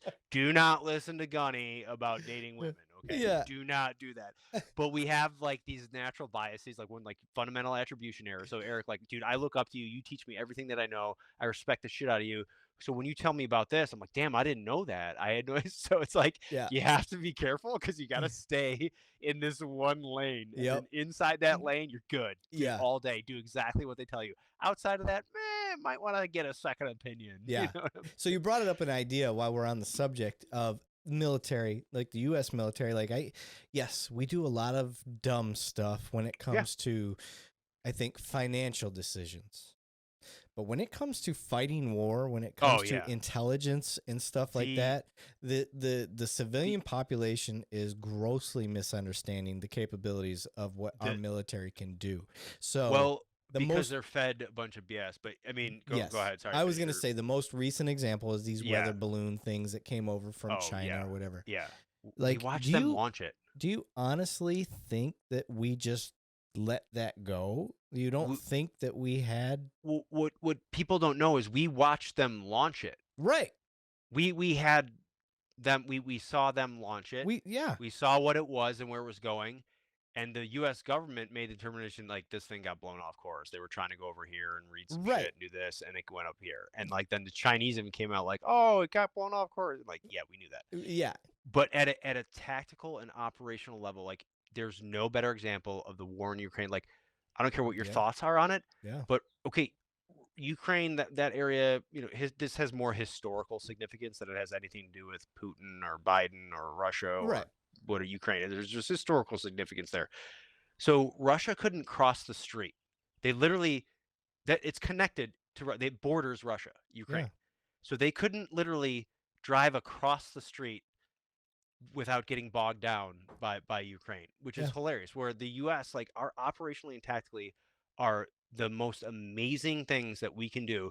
We can put people, things, anything, anywhere in the world in no time, and with a full logistical component behind it that is so impressive. Like the stuff that they do. We're the smartest people in the world I've met are in the U.S. military or working for the government. I mean, this absolute smartest people in the world, and it's like it amazes me. I'm so lucky. I've been a fly in the wall, like in so many different situations where I'm just like, holy cow, these people are really fucking intelligent, and like this is unbelievable what we can do, and we take it all for granted, sort of like publicly, or people don't understand like the amount of thought and effort and training and practice and rehearsal that goes into it. Like we're orders of magnitude ahead of anyone behind us. Like orders of magnitude ahead. It's so incredible. I'm man. The Ukraine thing.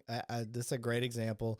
You know, I'm still in. I still do my Air Force Reserve stuff, and I see that I get some of the training. I get to see some of the stuff, and I'm not gonna get any of the top secret shit that I see, but I'm just like you have you have no idea. And when we have these discussions and they're like, well, we're so far behind and I'm like, are you kidding me? Like, you don't know what we prevent. You don't know the spies that we get within our own organizations and we allow them to spy. You don't like that's how far that's what people we are so far ahead. Like, we allow spies to spy. It's like you don't get it. Like you're supposed to let it happen and you're monitoring it and yes. you're seeing what they like. The greatest thing is if they think they're not being they think they're not being found out. But it's like I always think, well, you're Air Force. It's like, have you seen the F-22? Like, have you seen that thing fly? It to me, it defies the laws of physics. It literally stops in the middle of midair. Like, how does that happen? And and I'm glad with Top Gun, the second one that came out, which by the way was a masterpiece. I loved it. I was like kind of like, oh man, well, what's this gonna be like? Because as a kid, you probably same way. I saw Top Gun as a kid, and I'm like, I want to do that. It was like that probably recruited me to the Marine Corps more than anything. You know what I mean? But I thought it was Air Force as a kid. I thought it was so cool though. I thought they did a great job because they They didn't make did. it like It it was wasn't better like than the first. political. It wasn't like it was just like Yeah. it was just a great action Yeah. movie, and I was like, oh, I loved it. I thought it was good. Yeah. It was better than the first, in my opinion. Oh, hang on, No, hang on. I'm telling you, I thought it was better. I mean, it had me. It had me. I don't know. I liked it especially because Tom Cruise put well, I don't know if it's Tom Cruise necessarily, but they put the emphasis on it. You can have all the technology in the world. Sometimes it does come down to that old school. It's a human being. Yeah, to the human. It's always a human. Damn it, if I don't see that every day in police life. Well, that's the thing, is that's what people don't get, is why we're so much better. Yeah, we got better toys than everyone else. Yeah, we have better stuff, but like we have better people. Yeah. Like China's military and Russia's military is dependent on a few people that are leading and everyone else being yes men or yes women and just doing like that's not there's us. no free will. The US military is like we're all so volunteer, good. baby. Yeah, exactly. All volunteer. Like exactly. We signed up to do this shit. Like yep. Good luck. And I think it should remain that. I think there should be other ways that people can serve, whether they're community or city or country. I wish there was more of that available, but I think the U.S. military should remain a complete volunteer force because that's the most professional way to do it. Yeah. And I don't know, like it's I think people miss out. I think there's a lot of people that don't join the military that I think would do really well in the military and would benefit the military greatly. But we have it's orders of magnitude ahead of everyone else. It's unreal what I've seen. I mean, I'm no one, but what I've seen is incredible. There's nothing like the heart of a volunteer. I don't remember who said that, but I know that's a thing, and I think that's true. But I'm sorry, bro. We get off trail. So we're like. I now feel like we're propaganda for like we are. We are. Oh shit. We just made a whole recruitment video. Yeah, corn country. Yeah. Let's go. God, I feel like I need a Captain America shield all of a sudden. I know. You and I are both ready to deploy right now. Let's go kill some commies. Like I mean, don't get me wrong. I love being in the military, but I'm gonna let the kids do their thing, and we should talk about the shitty parts of it to balance this conversation. This conversation out. Yeah, because we're doing the philosophical look down from the outside approach. Because when you're in it, sometimes because it's actually a good point. Like when people are always like, what was it like in the Marine Corps? I go, it was the absolute greatest and absolute worst time of my life. While you're in it. Miserable. The highs will never be that high, and the lows hopefully will never ever be that low. Like it's the range is that extreme for me in my experience. Like there's things that like I've seen the word hero gets thrown around a lot. I've seen actual heroism. I know what that looks like. I know what it's like. I've seen it. I've seen people do things that would defy like what you think a human can do. I've seen that. I know what that looks like, and it's amazing. But I've also seen the absolute worst a human can act, and it's fucking awful. But with that experience comes that perspective to go, you know what? I know where I fall in. Yeah. And I'm glad I want to be on the right side of things and do the right thing at the right time for the right reason. And honestly, if I'm going to be completely transparent, I signed up during a time of war. Yeah. I wanted to help. I wanted to go to war and do something, and it never happened. I stayed CONUS the whole time. 4 years, signed up in 2006, went to 2010 in active duty, and I got a couple pre-deployment things, and then they fell through. They just didn't work out. I was a nuke cop, and so if anybody's familiar with that, when you work nuke, you kind of get stuck. Because there's only so many people that can do that. Yeah, so it didn't happen for me, and I have a lot. It's almost like a survivor's guilt, where I've seen that, like, and man, like I get that from people, but like you can't have that feeling, like, because every role is important. You know what I mean? The older I've gotten, the more I've rationalized and worked it out. It is, but I've seen that people like it's because like I've seen it too, where like one of the best snipers that I know actually just recently died fighting in Ukraine. Well, technically last year they just brought his body home. He went over there. He was on the news. CNN did a thing about him last year. Like he went missing. My buddy Grady Krapasi, he actually retired out as a major. He went he was enlisted. Guy was 20 28 or 29 when he went in the Marine Corps. So just got the cutoff because him and his buddies were running a software company in New York City. Like he was like when 9/11 happened, and It's he was totally like, oh opposite. yeah, he was like, oh well, you want to attack me? Like go fuck yourself. I'm going to the Marine Corps. And so he went in the Marine Corps. He's one of the baddest dudes I know. He's a Korean American guy, total stud, short, jack dude, and like he was our chief scout. I've learned more from him than I have anyone else I ever met in the Marine Corps or in life, basically. Like the guy was amazing. He was the guy just giving classes nonstop, just right out there, like, all right, you're waiting at the armory to get your guns. Like, all right, let me go over a couple things. And he made it so engaging. He was such a smart technical guy. And he literally had his own software company, so that tells you who type of person he was. Yeah, he didn't need to He's do it. He wanted to do it. Nope. That's who And he then is. he stayed in. And he was like, all right, well, I'm gonna go Mustang, go be an officer. Went and became an officer, became an intel officer, did a whole bunch of stuff after that. Literally just retired out. Let's see, last year, about 18 months ago or whatever it was, and went to his retirement. Saw him there. It was great. And then all of a sudden we heard like he's like, hey, looking for. He was like on Facebook posting, asking about radios. I'm like, what the fuck is this guy doing? Sure enough, he went over to Ukraine and he was training dudes and he was fighting. And we got word like last year, like right around May, like that, like he got killed in an ambush. They weren't sure. They weren't sure if he was alive. He went missing, but there's no contact. So just now, literally like a week ago, we found out like they brought his remains back or something, or they cremated him there and they're bringing him back, but they identify that it was him. But same thing, like that was those are the types of people you meet in the military. You Yeah. meet the most diverse crowd of humans you could ever possibly imagine. Yep. People from all walks of life. I met people from like prominent families with like Ivy League educations that were like in the trenches fighting, you know what I'm saying? Yeah. And then from like the biggest hood rat like gangbanger you've ever Yeah. met that said this is the only way out of what Yeah. I'm going He's not through. lying. And like Like Brian is not. That's not an you exaggeration. Actual gangbangers. Yeah, like dudes that are like Yeah. hardcore, just like, dude, like I was gonna be dead or going to jail for the Yeah. rest of my life, and this is the only way out. And now they can't get me here. And I was like, holy shit! Like, Yep. and some of those are the best dudes you will Yeah. ever meet. And they never had structure, and they never had, discipline in their life. And when they get it, Yep. they eat it up. They're like, oh fuck, what is this? You know what I mean? Yeah. Like they just eat it up, and they're like, and they become some of the most amazing service members. But like you get that wide range of people. And so like, same thing with like my buddy Grady. And I can't remember what the hell we were talking about before that, but I brought that up and I brought it back into him going to Ukraine only because that hit that spot where Part of the just remembering. But volunteer and all of that stuff. yeah, Yeah. yeah, and but that, I mean, think about that's a person who said, okay, I'll go, and then again when he didn't have to, Yeah. he saw something going to Ukraine and said, well, hey, I've got some skills that could be handy over there.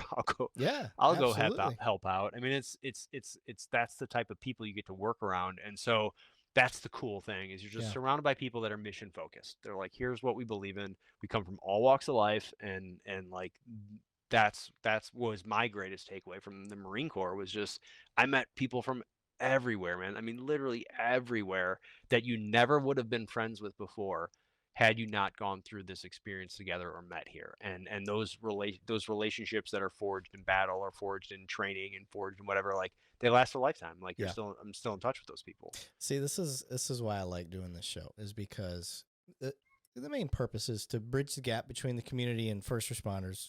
And I've kind of morphed that with military because I am military. And a lot of cops are prior military. That is definitely a part of that. But at the same time, cops have to deal with a lot of veterans.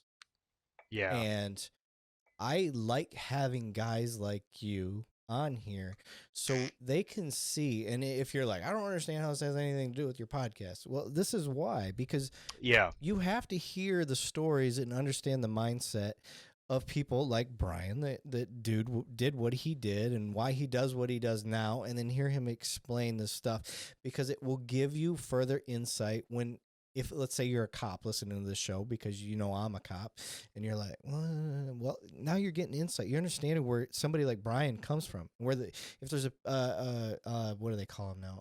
Critical crisis intervention stuff when they're having a mental health crisis and things of that nature.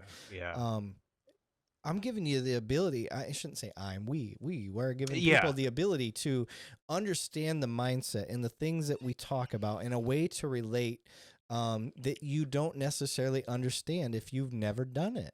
And so when you talk about this, the heart of a volunteer, and in your buddy that you trained with, Yeah. that went over to the Ukraine and stuff like this is valuable insight that nobody's ever going to really discuss unless you and I, and we're total opposite when it comes to military experience. Yeah. You Yeah, deployed. I but didn't. but and oh, that's what we were talking about. Yeah, yeah, yeah. Survivor's guilt type thing. It doesn't matter. Like, and that's where I went back to. So I go back to Grady, who's a hero. Well, Grady was one of the baddest snipers I've ever met, who never got to kill anyone with a sniper rifle. Yet some people that I know that barely made it through sniper school, that shouldn't have, Right. and were turds and sandbagged everything and cheated their way through. Well, they got deployed to a place where, guess what? They just happened to be shooting Target fish in a rich barrel. environment. So it's like they come back with all this, and everyone's like, okay, Right. dude, like we all know who you really are. Yeah. You just God has a funny sense of humor, Yeah. and you just got this, and the baddest dudes I know never got to do that. Yeah. But guess what? The best baddest dudes I know had a bigger influence on a wider group of people that went and did amazing things. And I was Yeah. actually talking to another one of my buddies, Steve Drum, is a retired SEAL who's a badass dude who just came out with a book, not like your typical SEAL book. Like, this is actually useful. Just making fun of SEALs, but dropping some shade. but really, really, honestly, insert any branch of service. There's Marines that do it. There's Green Berets that do it. There's Army, whatever. Like, write a book about yourself. That's fine. Yeah. He wrote one about like, hey, this is like, here's a quick story, like 2 paragraphs. Here's what I take away. Here's how you use that in everyday life. I was like, this is fucking brilliant. It's called Hell like yeah. Life on the X. And his whole thing is like everyone's living your life on the X. Get like the fuck off the X, folks. Yeah, so you this is how you think your way through these problems.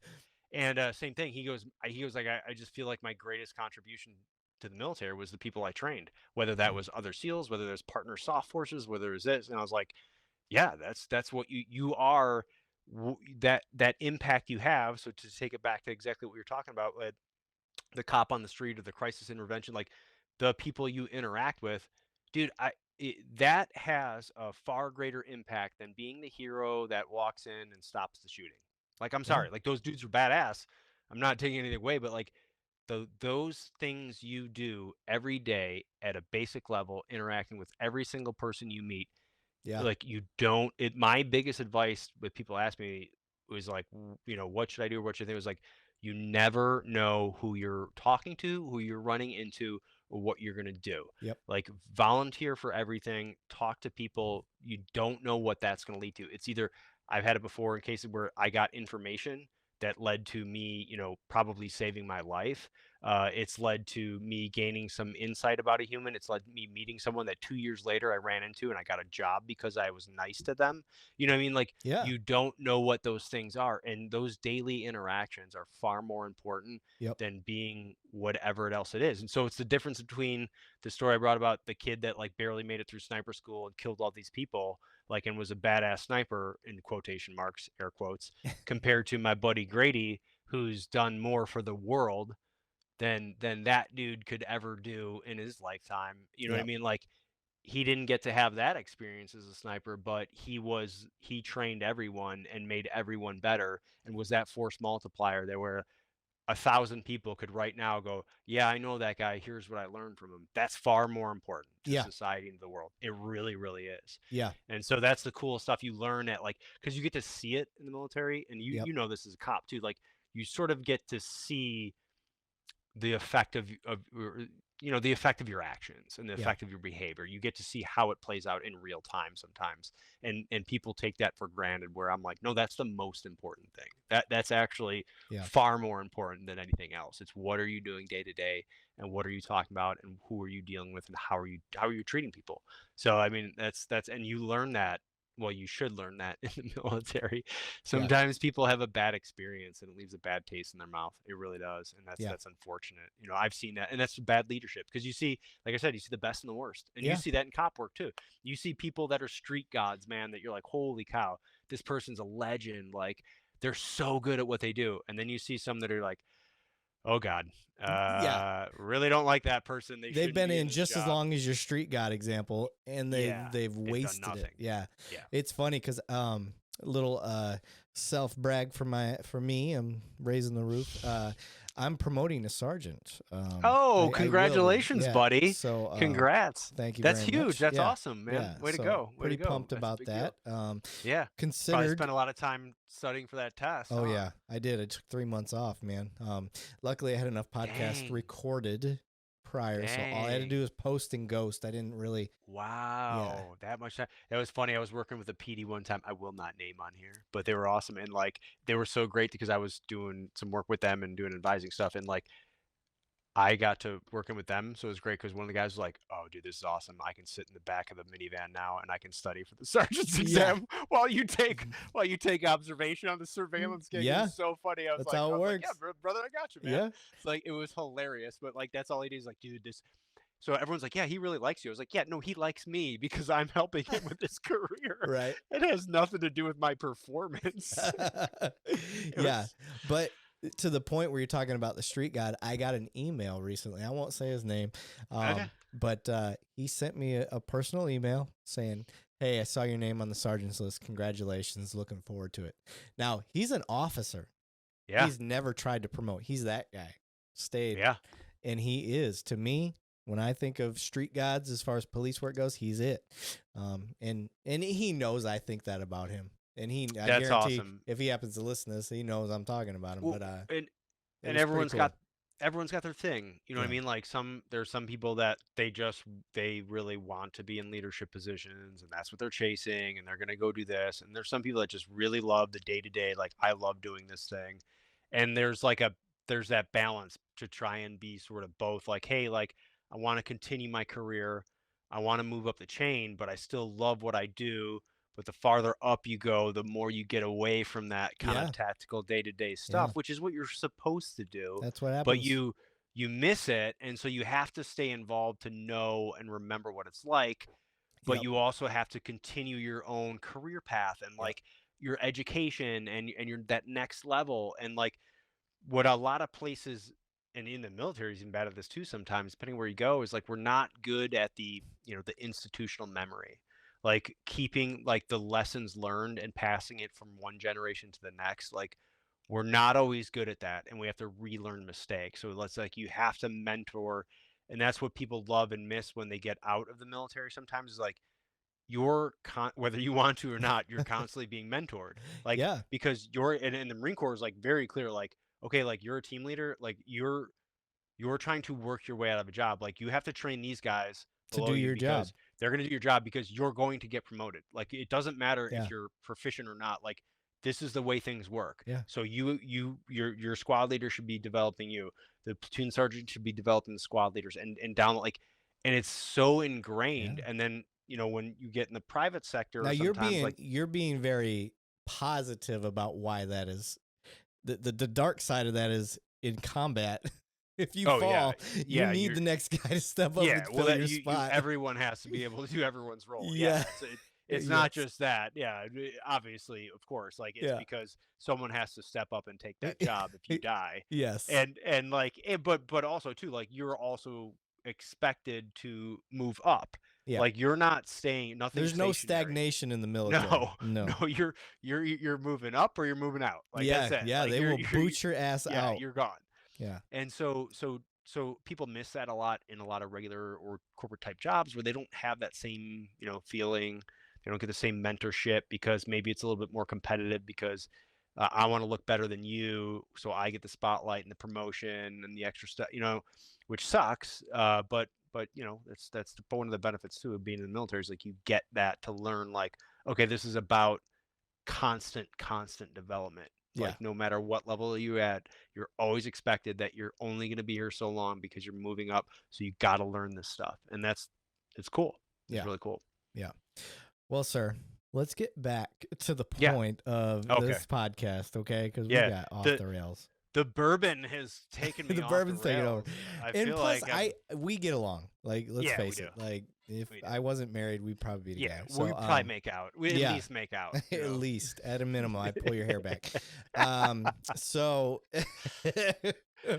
with that said, I want to get into the nitty gritty of these are the two. We got to cover Yeah. this before we run out of time, but I want to Okay. get into the sniper training for you, Okay. specifically because Marine Corps sniper is like that's Yeah, the it's creme de la revered. creme, It's a baby. big thing. Yeah, yeah, yeah. And then what it was like as being deployed in that position. So Hmm.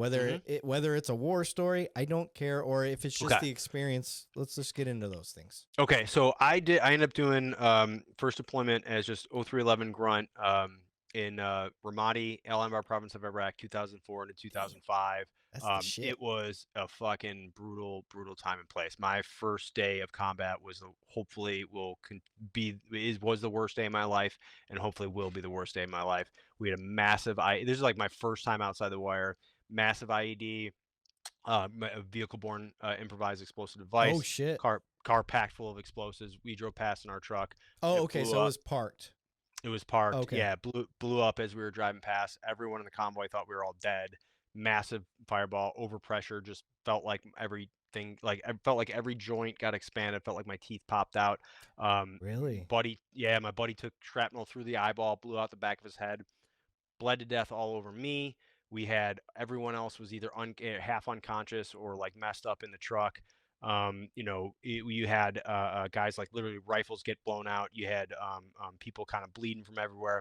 Total like shit show. Like this is like welcome to the jungle, and we were getting shot at. So it was an ambush, right? What were you guys driving in? Were you in We MRAPs were in an or? up. We were in a 7 ton. We were in the back of a 7 ton truck, so it was like an open bed truck with the armor on the sides. But we were like sitting up, facing outboard, and so it hit us. I got lucky, I like Yeah. completely lucky. I literally had like basically the next day I had some like severely chapped lips because they were burnt and like I was shaving and a little piece of shrapnel came out of my neck and that was about it. Like I didn't even know that was there. It was a rough day and like but what it did was from that point on it forged all of us like, oh shit, this is fucking real. Better that happened on the first day than the last day of the deployment because that area at the time, dude, I don't care who you were. I don't care what your job was. You saw combat. Yeah. It was just it was a free for all. It was completely insane.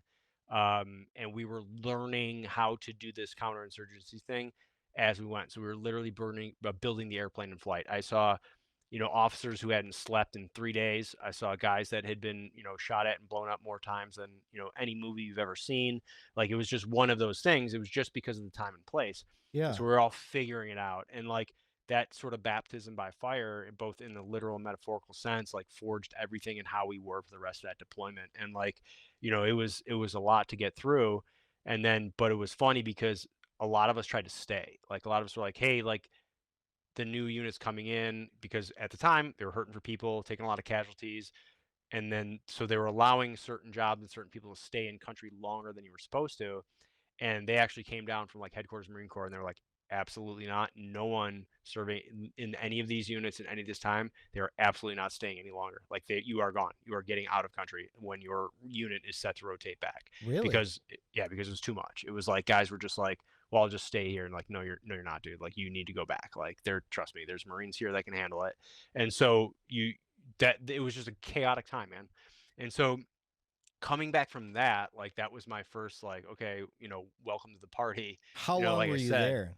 7 months. And so yeah, Shit. and it got better as it went along. Like we were jealous when they first like went into Fallujah because we wanted to do that in Ramadi. Like we couldn't do that. We couldn't shut down the city, pull all those, civilians out and say we're coming in to fight. Like we had to just because it was the provincial capital of the El Anbar province and there's a lot of significance there. Like you just had to go there and it was just like just every day shit was happening. I was like I think it was like the 1 month we were there was like over 300 IED attacks or something. And that's just like improvised explosive attacks, like in 1 month. I mean, that's 10 a day. Like it's Yeah. not that big of a city, you know what I mean? So it was that, and then it was just a lot going on, and it was that Wild West time frame where we were all trying to figure out how this works and fighting in among a civilian populace who doesn't want to be involved. It was just it was What nuts. And was then what was your main job as an infantryman? Were you 249? What was your job? so I was just rifleman. I Just mean, so okay. yeah, I just carried an M4, and And what that was your was mindset like day one? You get there and you're like, all right, we got to go outside the wire yeah. tomorrow. Yeah. What's your mindset prior to the shit hitting you than Well, afterwards? we don't know. You're ready to go, so you're nervous, you're anxious. You're like, okay, here it is. And then we got to like our fob that I was at the forward operating base was called Camp Snake Pit, and it was just like it was a pit. Yeah, there, Fuck. yeah, yeah. So it was like, here you go, and it wasn't in one of the bigger bases that are there. This is small company size, 120 guys at this outpost, and then you have different like stations out in the city that you would rotate in and out of, like even a little bit farther out from there and at these different points. But that was our point. And I just remember coming in and seeing the guys that had been there for 6 months that were rotating out, and I was like, "Oh, this isn't gonna be good." Like this isn't just the looks on their faces. I was like, Yeah. "Okay, like this is not gonna go well. Like we are in the shit. Like I know that." And you didn't have to describe it. It was just like you knew when you saw these people that it was just like all hope had been lost from their eyes, and you're like, "This is not gonna be good." Yeah. And so it was really rough at first, and then partly because of winter, then was in there. So things slow down and things don't happen. But like we did the best we could with what we had and who we had. I saw the best and worst in people. I was fortunate that I had some commanders and overall people in charge that were really, really, really good Marines. And like, that's what it comes down to. What leadership is everything. Like at the end of the day, you could have a really shitty team. And if you have a really good leader, you'll still get stuff done. But if you have the greatest people in the world and you have bad leadership, it's bad. It's Yeah. really bad. But I was fortunate. I had really, really good leadership, and so everyone was in it, just trying to figure it out as we went along. And there was a lot of headaches in there. There was a lot of a lot of learning, and so it was intense. And then I came back from that, and that's when I was like, okay, now I got my chance to go take my selection for snipers. And that was what I wanted to go do. And it was funny then because I'm coming back from this deployment, like you're completely out of shape. Like you didn't there wasn't much working out going on. I lost all kinds of weight, you know what I mean, like just because it was that type of deployment. And then you had to kind of try to get in shape. You're young, so that you can spring back fast, right? Yeah. And then take a selection. So like for us was like they had like a little screening and then a selection, and then they got down to the people. So for me, it was like a weekend long thing. They called it a screening. You show up with a white T-shirt with a number on it, and they go, all right, like here's a gear list, and we're gonna start. At like whatever it was, midnight or whatever time you had to link up at, or 2 a.m. or 4 a.m. or whatever it was, and we're just going to go. And they went until I think there was like whatever it was, like 30 of us there or something like that. And they went until they got down to like 10 or something, whatever they needed to go forward. And then they were like, okay, now we're done because we have enough people. And then they continued like a workup for that for a few weeks to kind of to weed some more folks out. And then you were considered like, okay, you're in the platoon, and now you're in the platoon, and we're going to train you. So now we start training, and then there's only so many slots for sniper school. So then they're like, okay, so me and a couple of my buddies, we got slot. We were the top guys, got to go. Like, all right, you're going to go to sniper school because we have these 3 slots right here on Camp Pendleton. So you And got like, selected out of your. yeah, so they had to pick the guys that were like most likely to pass because there's not like that at the time. Still, was like a 50 or 60% attrition rate at sniper school. Damn, And really so, that well, high? it was. And actually what they Whew. did then too is the Marine Corps was like, okay, well, we need more school trained snipers. We don't want to lower the standards. So what should we do? And they came up with this idea, hey, we'll take some of these guys that are snipers that are getting out or on their last whatever, and we'll put them over here at the spot on base, and they'll run a pre-sniper course, and they're going to focus on the things that give people the most problems in sniper school. That's all they're going to do. It's like, okay, that makes sense, right? To get you a little bit up to speed so you don't have to lower any standards of the course. It's like kind of a smart idea. Great idea, well intentioned. Yeah. But they gave like no support to this. Like you had a bunch of E4s, like we were signing our rifles out of the armory and then putting them in our personal vehicles and driving to the range, which like you're not supposed to do at that Right. rank. Like all this stuff, like no support. Okay, ammo didn't show up. Well, let's just thrash you guys for 3 hours until the ammo gets here. Like it was just a shit show. It was horrible. It was like this pre-sniper course, and it was hilarious and painful. But like you get extra reps in on the range. You get more stalking practice. So stalking is a part of it. That's where you learn to make a ghillie suit, and you learn to move up on a target. You have a certain time limit. They have to come up and take a shot within a certain range, and then you have to range estimate it, and you have to be undetected at your second shot as well, based on the scoring system. So So like I there's this I whole want to process. I Yeah. want to kind of get in like this is the part people like. They like Hmm. the ins and outs of that shit. Yeah. And I'm one of them. So Yeah. I have watched some of the documentaries where they Yeah. show them going through the process, and you've got, you know, the snipers that are spotting the Yeah. trainees, you know, and they're trying to walk them in with the stick, and you know, you got Yep. to be within a certain time frame. Yep. Now, the one thing they never really specified, and this is where I'm most interested out of all this conversation, this is such a Yeah. dumb thing to focus in on. How did the training start going with developing a ghillie suit? So how did it start? Like, what did you do? Or like, what No, do you no, mean? Like, like okay, so are you yeah. sitting in class and like, all right, here Yeah. is what we're looking for. There's shadows, there's colors, Yep, there's there's shadow, shape, contrast, the background, outline, light, motion, edges. All they teach you about, like, so the oh first man, like you few, just rattled that shit yeah. off So, fast too. well, some You of it I know still this do at stuff. work. Some Okay. of it I still work. So it's actually funny. Is me and my buddy had a recent conversation about this, about how many reps I used to get in and do stuff that I took for granted. There, I've even years later just jumped behind a sniper rifle before with someone else spotting me and just like bing, start putting rounds on range. And I was like, oh, they're like, when's the last time you shot? I was like, a bolt gun? Like, I don't know, 3 years ago. And they're like, Jesus, are you serious? I was like, yeah, man. Like, we used to take this shit real seriously. So that your first few weeks there, your first like 4 weeks is a lot of marksmanship, shooting at the range, and then those type of classes. Look, this is what camouflage is. This is how it works. This is how your eye sees things, right? This is your eye is attracted to the light, motion, edges. The things it Oh. can discern is, shape, shine, contrast to background, outline, like the silhouette. If you think of just for those just listening, think of the silhouette of a human head and shoulders, like just that, just a little silhouette. Like your brain can identify that actually pretty well. And so you want to break that up. But if I try to break up that outline, it has to blend in with my foreground, what's in front of me. And it has to blend in with what's behind me because you're looking at me from way down range, right? Yeah. So I can there's all of these factors I have to take in. I have to factor in where the light is at, right? Where the sun is at. I have to factor in the different types of vegetation that I have. So you'll see like a lot of the movies do these like big like woolly man like crazy stuff, all of these big suits, or like where it looks like a bush. Like those are horrible. Like you don't ever want to do that because if you look like a bush, like and there's no bushes there, like you're gonna stick out. Like everyone's like, what the hell's that bush doing there? Like Okay, see, you actually my dumb ass would have tried to make myself look like a no, bush. well, so I had to learn and I sucked at it because I've never hunted before. This is the first time I ever hunted in my life was in the Marine Corps, right? And so you had some so I'm on the stalk lanes, right? So you have when you do the stalking part, you have to make and build a ghillie suit and then you get thrashed in it, as they call it, ghillie suit break-in.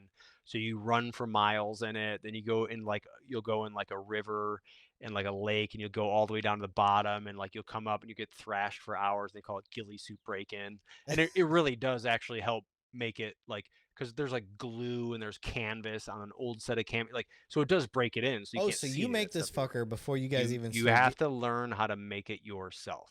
So you use like burlap sacks and you'll strip the actual single pieces of burlap out of it, or jute. You'll find that stuff on like construction project stuff too, like with landscaping, and you'll find all that stuff, and then you'll take like canvas from an old bag and like glue that onto the front of an old set of your camis, your uniform, and you'll make that the front because you're sliding on that, and then you'll have to shoe glue it with glue, but then you got to spray paint that stuff or rub it down so it doesn't shine, and you have to do, I mean, this is what you had to learn. You had to glue Oh stuff my to your, god. See, yeah, you this had to is do it the all. cool shit. This is the field craft stuff that gets you, but the beauty of that, like now you just go buy like really cool hoods stuff that you can slip your arms into that cover your head and like your shoulders and arms. And those are the best things out there. Those are top down. They're badass. But learning how to do this stuff is what teaches you, Yeah. me literally coming from the south side of Chicago, like how to blend into my environment and Yeah. hunt. Okay. Like I'd never done that. So that brings up a second part, Yeah, because obviously one thing we learned from this 20-year war is we get thrown in all sorts of different environments, whether it's a lot of mountainside, environments. in the inner Yeah. city, all that stuff. So as a sniper, for you, like let's say you were to get deployed in a Chicago style city, like Yeah. what do you do? What type of So training are they giving you for that? oh yeah, 100%. So you learn how to build urban hide sites and learn through how to move through an urban environment is much differently than obviously, a wooded environment, an open area, how to That's stay the in the most shadows common and thing we're thinking of when we think of a yeah. ghillie suit. We're like, let me blend into a fucking deep So woods. what you do is and then if you're in an urban environment, you want to use a lot of neutral colors, right? You don't want to stick out. And then like anything in like Iraq and Afghanistan, it's a lot of browns and maybe Mm. some light grays. So you just kind of match with that. But you can make using trash and rubbling and stuff like that. You can make different hide sites. And what you learn too there is like when you're in an urban area, and let's say I'm in a building, how to set up, how to use screen and netting to block light that comes in. So where you're outside, you can't see as much in, but you're inside, you could be walking around in there, no one would ever see you on the inside. You know, how to get really far back into a building and shoot out of a window maybe, so that, you know, I'm walking past, you'll never see me because I'm 2 rooms back. Uh, You know what I mean? Those kind of things. yeah. It's just it's different. It's a little bit different movement. Like I was obviously growing up in a city, I know how to move around a city, man. Like I was like, all right, I got this. Like you know, I can see, I know what that guy's doing over there on the corner. He's just the old guys hanging out, like playing cards or shooting the shit, whatever. That's nothing. They're not spotting. But that kid over there, he doesn't belong there. Like I was good at that stuff because I grew up around that stuff. So Yeah. when I got to play to a Yeah. city area, it was good. But I also operated in rural areas sometimes, which is hilarious because like we were out in a rural area. And like, dude, I had a dude come up and was like, "Yeah, we gonna call this in? Are you gonna schwack this dude or what?" I was like, "What are you talking about?" They're like, "This guy, like, right?" I was like, "Yeah, the one I'm watching." And we're whispering when we're doing this. And I'm like, "Yeah." I'm like, "Oh, he's farming." And they're like, "Hey, Brian, that's not how you farm, buddy." And I was like, "He's digging in a cache." I was like, "Shut up! No way!" It was hilarious because like I had no file folder for that. I had no experience. Yeah. But when we were in the city and like guys were like, "Oh, what's this dude up to?" I was like, "That guy's not doing shit." Like, I was like, "Look at this guy over here." He's like, "No, but he's over there." I was like, "That guy's waiting for a cab." And like, "No, Yeah. he's not." And then sure enough, 30 seconds later, a car gets up and he gets in. And they're like, "Oh, damn, how'd you know that?" I was like, "All right, let me explain this." Like, you know what I mean? So when you have those different experiences, like Yeah. it's harder to learn, but that's why you have a team, right? Together, you can figure shit out. Like what the Yeah. city boys got certain ways to do it, and the country boys got certain ways to do it. And together, dude, you're unstoppable. Like, I mean, you really are. Yeah. Like, because then you cover everything, and so So you get a better understanding. so I got to put in perspective for people, like 50 to 60% or 40 or 50% attrition rate is huge. That's That's what a it was at the huge time. number. And like, you know, you're already starting with like they only had like at the time I think it was like 24 guys in a class, and then so you're looking at 10 to 12 to graduate or something like Yeah. that. And a lot of times it's either marksmanship, you know, at the range. I mean, Or academic. we well, the two biggest reasons people were failing was marksmanship and then stalking. So marksmanship is always first. That's in the first 4 weeks. That's the majority of what you cover while you're getting your classes on everything. And you got to Okay. learn ballistics, and you got to qualify up to 1,000 yards, right? And at the time, I was using, you know, we had, you know, fixed 10 power universal scope, and like it's a great, easy, simple scope to learn on. And but there's not a lot. It's not sexy. It's just you gotta be good, and you have to really learn the basic fundamentals of how to call your shot, like how you're seeing this. Like you have to know when you're staring at the crosshairs, like when you actually the split second that breaks when you press the trigger, where that is. Because if you don't learn how that is, you're going to be like, well, I was holding center mass. It's like, no, but like you might have shifted just slightly. So you have to really learn how to train your eye how to do that kind of stuff. So you learn how to do that. I mean, like look, like I said, dude, I was a city boy. If I can learn it, anyone can. Yeah. And so because it was funny because we got to the stalking and the field craft stuff. So here I am on like one of my first stalks, dude. I'm taking forever to get up there. I'm going so slow because I'm so nervous they're gonna see me. Dude, I'm literally like taking like an hour and a half to find this great position. And I'm like, okay, now I'm gonna set up my firing position. And you gotta grab vegetation and figure out what the best way to do it, right?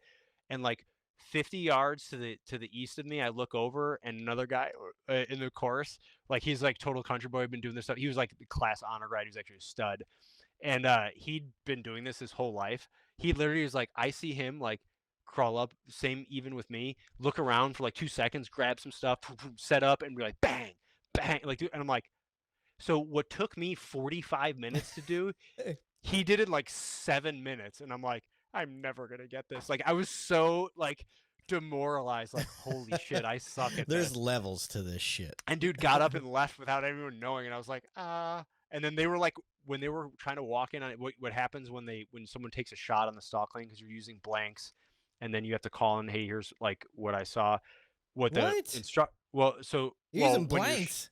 when you're shooting at the instructors who have a target next to them and they're sitting there through binos, like so basically like they're Oh, set I up on a maybe a assumed they were in a position that was out of the lane of fire, but yes, that's at an advanced level. That's different. But like what you're okay. doing in this is like they're on like let's say the bed of a truck and they're sitting there through binos and spotting scopes and have a target next to them, right? And just that's what you aim in on you, because you have to show that you have the right dope on your scope and that you have the right, like, and your position can actually see it. Like, you're not just saying like, oh yeah, Right. I Because see they it, have to read right? something, correct?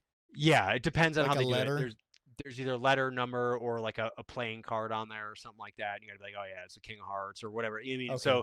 so there's different ways to do that. But like when you're first learning, you have to do this. And then what they do is like you take your first shot, and then the instructors hear it, and they immediately are like, oh, they start looking for you. And then they send a walker over there, and then they have to talk the walker on, and they get a certain amount of temps, and then they can't talk them on yet. They go, okay. They usually can't. They shouldn't after your first shot. If you're busted on your first shot, I forget what score you get. You automatically like, okay, they're busted. They'll walk you on. You had a shitty position, so like you sometimes won't even pass it, or you get like the bare minimum passing score. So then what they do now, they're looking at you, and now you take your second shot. So while they're looking in the area that they think you're at, you take your second shot. And that's when they walk the walker on you, and they has a stick, and they go, all right, step over 2 steps forward, whatever. And they try to touch you. And if they can touch you, I forget what score you get. You know, you get a certain amount. If they can't walk on and you get your shot and you call out what it is they hold up, like you get 100. And that's hard. It's really hard. We call it busted 10 because it's basically 10 out of 10. But like it's really hard to do that. So I watched this kid to my right bust this 10 and like in like a few minutes. They almost walked onto my position when they were looking for him, and I was nowhere near him. And I was like, oh shit. So then I had to sit there for another 45 minutes. I only got one shot off, and then they eventually found me, and I was like, son of a. And like it took me a lot more practice at it because I just didn't have that experience. But then again, like I was better at other things. Yeah. That's how it is, right? You know, I mean, you're never going to be the stud at everything. So Yeah. And we learn from our failures. right, That's the exactly. best. Well, I like that was the fucking up. thing. That was the thing is like they were Yeah. like, hey man, like some of the instructors were cool. They're like, hey, look, dude, like stick with this. Like trust me, you got this. Like you're just keep going. Like Yeah. you're gonna be better at this than that guy. And I was like, no, I'm not. They're like, yeah, Yeah. you've got a steeper learning curve here, so you're gonna remember all of this. Yeah. That guy won't, because he busted. Yeah. You know, he was doing well right out the gate. Like this is not, he's not learning anything here. Yep. And so it just a way to look at it. I was like, all right, cool, I get it. And that's a good instructor to take the time and help you understand that. Yeah, because it is confidence is everything when it comes into how we learn and how well we take in the information. So the more confident we are, sometimes the better we receive that information. And absolutely. If we're really negative on ourselves, it is different with everybody. There are some of those guys that I know that are the best at anything they do, and they just beat themselves down. I'm like, how are you that good? That's like the and you dude, think you're crap. That's like the astronaut who's a Harvard trained medical doctor and a Navy SEAL, and like I forget what else, and now he's an astronaut. I forget it. Kim is his name. Yeah, and like I know exactly who you're talking about. You're like, can you stop? Like go fuck yourself, dude. Like I hate you. I know exactly. You make everyone look horrible. I know. Stop accomplishing things. Oh, that's exactly. And I'm not a hater. I'm a very much. I know. I'm very much the guy that's like pushing people up. Like I want everybody to go above me. But and I see that guy and I'm like, right, because all right, so him. he was like a SEAL, then he's a doctor, now he's an astronaut. Like I wonder if like his mom's like, yeah, but your cousin's a lawyer. Like, you know what I mean? Like, just like yeah, that's all right. I gotta go be a lawyer real quick. So now he's gonna go to law school or something. You know what I mean? I always wonder how that works. And it's like one of those things, like, bro, how much can you get accomplished in a lifetime? Like, I mean, what you talk about focus, and you talk about only focusing on things that matter. Like, that's the only way you do that. I mean, I don't even know. And since you do the podcasting stuff too, like, I have, when I first started this, I wasn't quite sure where it was going to go. I knew I wanted to do this for my doctorate, like part of the research stuff that I plan to do one day when I go for my doctorate. What do you study? Okay. I'm not, I haven't, my kids are still, they're still like, Dad's cool. Like it's still that phase. I got a 13 and a 11-year-old daughter. So, oh my God. We got the same. I got a daughter who's about to turn 11 here soon. And I got a boy coming in June, buddy. Oh, there you go. God, yeah.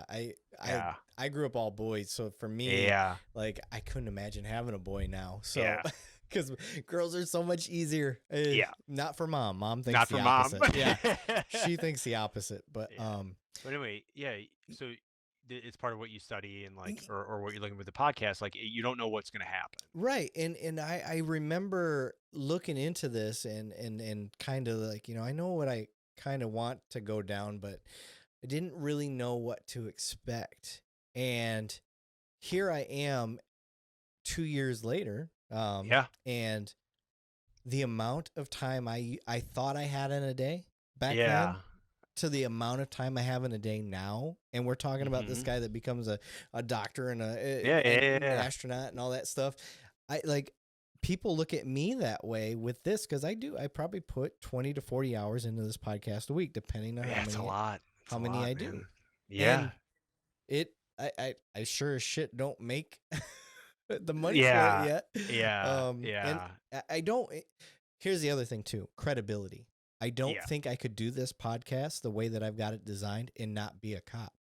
I don't think I No, would you have the. couldn't. So, and this is what I love about podcasts like yours, or a lot of podcasts, is that like you have someone who's like, all right, this is the thing I do. I want to talk about this because it's the same thing. Like we had like I wanted to do the podcast, but I'm not a podcaster. Like it's Yeah, not my thing. yeah. And that's not Greg's thing that we do it with, but like I knew there was value. So if you go back and like listen to our old ones, like they're horrible.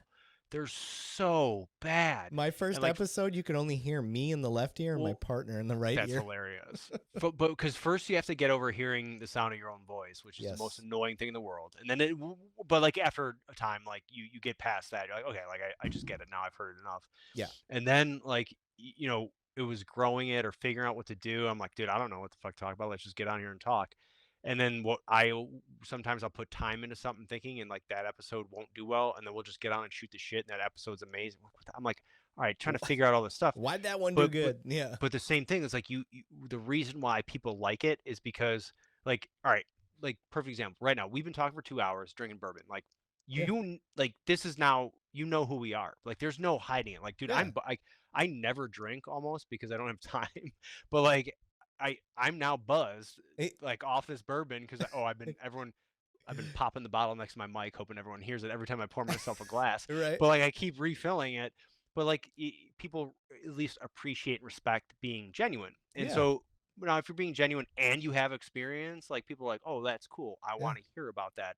Where to me or to you, you're like, well, I mean, I don't know. Like I'm surrounded. Like I literally know some of the baddest dudes in some of the most like top tier one units. Some that you've never heard of. Like I know guys that do that stuff, and like I'm in awe of them. So Yeah. like trust me, like I'm the least coolest person I know, Right. but like people still want to hear some insight into something, which I think is cool, and we're all looking for that. Like Yeah. I look for that on podcasts where I'm like, oh, that's really interesting. I didn't know that about commercial real estate. Like you know what I mean? There's like Yeah. something cool that was outside of my Yeah. normal ken of what I do, And the and goal people is appreciate that. if somebody can hear you come on and talk about your experiences being a sniper, Yeah, maybe I can inspire the next kid coming up yeah, somehow. And not me necessarily inspire, it's just the platform, but you yeah, come on and they hear you talk about it and like, I didn't know that was a thing. Oh, that's yeah. what they go through? That fucking sounds awesome. And I now, always ask, I yeah, always tell people to find someone else because like I've been slowly deflecting this conversation the entire time for 2 hours, being I like, know. oh, let's talk more about you. I Or, know. oh, let's talk. I Just because I'm still like so uncomfortable with it, I like know. just because, like I said, like I'm not that cool, but I know a lot of really cool Yeah. people. Like, but I forget sometimes. Be like, no, like what you did is because Yes.